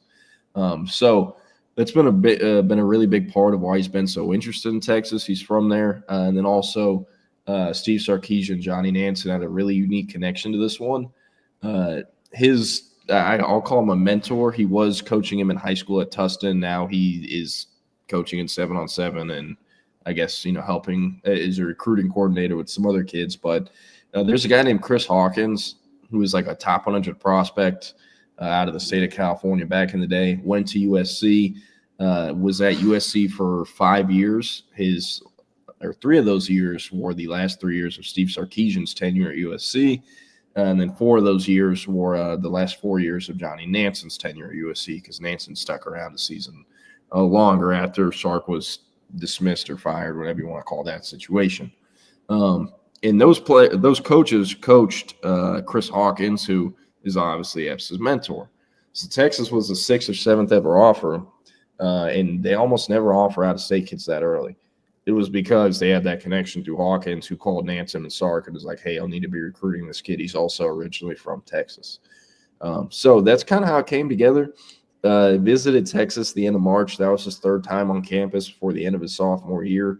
Originally visited first back in April, and then this past fall whenever Texas hosted Mississippi State, and brought his mom, dad, and a few other family members on that trip at the end of March. Did not commit on the visit, but a few days after basically was like, hey, this is where I want to go, and I know I'm going to go here, so I'm just going to go ahead and make the call. And that's pretty much how it went down. As far as what he will play at Texas, they haven't really given him a true pitch besides just linebacker, and will move you around. Again, he is 6'4.5" and about 215, and he's still growing. So there is a very legitimate chance he ends up growing into a full-time edge rusher, because he has 2 years of high school left. I myself have not heard anything about him reclassing. In the state of California, though, you basically just have to show proof of life and they'll reclass you. It's very easy there compared to the state of Texas. So is it possible? Yes, but I myself have not heard anything. One thing I have heard, though, is that the family is potentially looking at moving back to Texas so he could finish his high school career in the Lone Star State before going to UT. So that would be interesting. I would look at North Crowley or a few other random DFW area schools. But that's kind of the latest there on Taven Epps. And I don't know, really good commitment, and the first commitment of the Texas 2027 class. Yeah, that's the one thing I do. I am a little concerned about is just that he still has 2 seasons left. Is there going to be other teams that come into play and make this recruitment something that it's not already? But him having the Texas connections, I'm glad you gave me that context, because that's fascinating. But yeah, I saw that come down over the weekend, and saw Blair and Greg Biggins were all over it. So I assume it was something y'all were on top of. You put in a crystal ball earlier in the week. Yeah, I mean, my prediction followed Biggins and Blair, but I will give myself a pat on the back. I wrote, I think it was 5 stories about Taven Epps before anyone else in the market wrote about him. Very nice. And it's because I reported his visits last April, and then in the fall. Dude, it's kind of everyone's making a huge deal about Sarkisian's baby. This is like his 5th kid. Yeah. You know? Fourth, but yeah. But everyone's like, oh, baby Sark. Like, he literally has a son on the team. Which is crazy. Imagine being 20 years old and you just got a baby brother. Yeah, for real. Hey, he's probably more athletic too. I don't know what Brady Sarkisian's mom looks like, but I know Lori Allen in track in college. So there's that. Jake Bayless has walked on to Toledo and Western Kentucky's fields just because they're wide open. Sounds about right. I know friend of the show, Adam Sandoval, basically did that at the Tampa Bay Buccaneers Stadium. He was down there for a 7-on-7 tournament in Tampa Bay. They're like, hey, let's go check out the stadium.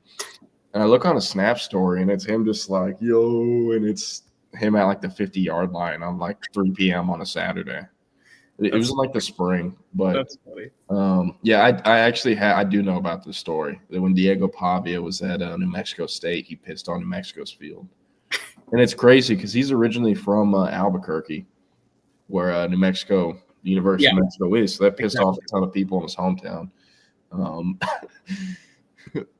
Yep, Jake Bayless. There you go. It's going strong, baby.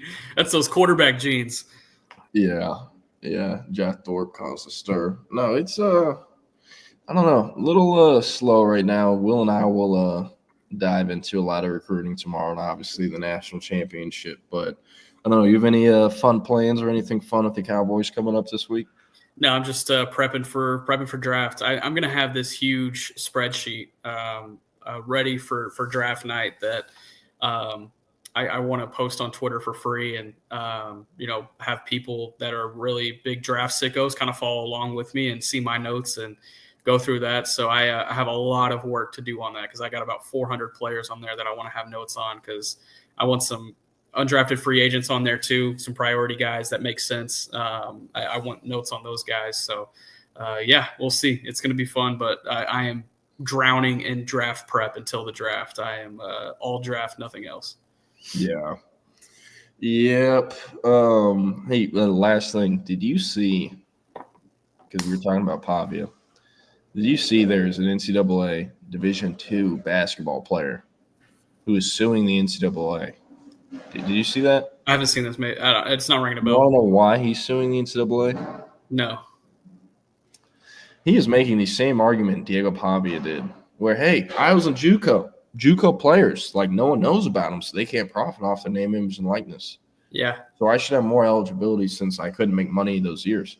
That's what the D2 players are arguing, which is exactly what everyone would say if they approved the Pavia shit. That, some D2 or D3 players now just going to make the argument, hey, we couldn't really make money Division I, Division II, or Division III, so we need to move up. So he's saying that his Division II years should not count towards his eligibility? Yes. Fuck out of here. I'm sorry. Just like Pavia did. It's the dumbest fuck. Like, dude, I'm sorry, you just weren't good enough. Like any other thing in the world, they do not give you longer time to get better so you can make money. Yeah. Like you weren't good enough in JUCO. No one cares about JUCO because it's players who aren't as good as D1. That's why you didn't make any money. It is the same exact thing for D2, D3. Dude, my stepbrother played D3 football in a stadium that was less full than my JV football games would be. Yeah. On Thursday nights. Yeah. And he had a great time. And never was like, oh, we can't make money. Obviously, it's pre-NIL, but like the whole argument like pisses me off so much. And the Pavia thing. I mean, I was on here being like, they can't pass this. This is a very big problem if they pass this. Yeah. Because this is the chain reaction. And this is just basketball. What happens with football? Yeah. You know? Because it kills high school recruiting. It will. And if D3 and D2 players can just move up at will whenever they want, high school players fucked. He is. Yeah. So, I would love Jake Bayless. Deal issue. Done. Be hilarious. But anyways, we're going to get out of here. We appreciate y'all a ton. Up next, the SEC Unfiltered crew is previewing tonight's national championship game between Florida and Houston. Tomorrow I'll be back with Will Turboff at 10 to 11 talking Texas recruiting. And then at 2 p.m., the live stream will be back. Chip and Zay, Facebook, YouTube, Twitch, Twitter, wherever you get your live stream. And, us two will see you on Friday. Peace. Sounds good. Be easy, guys.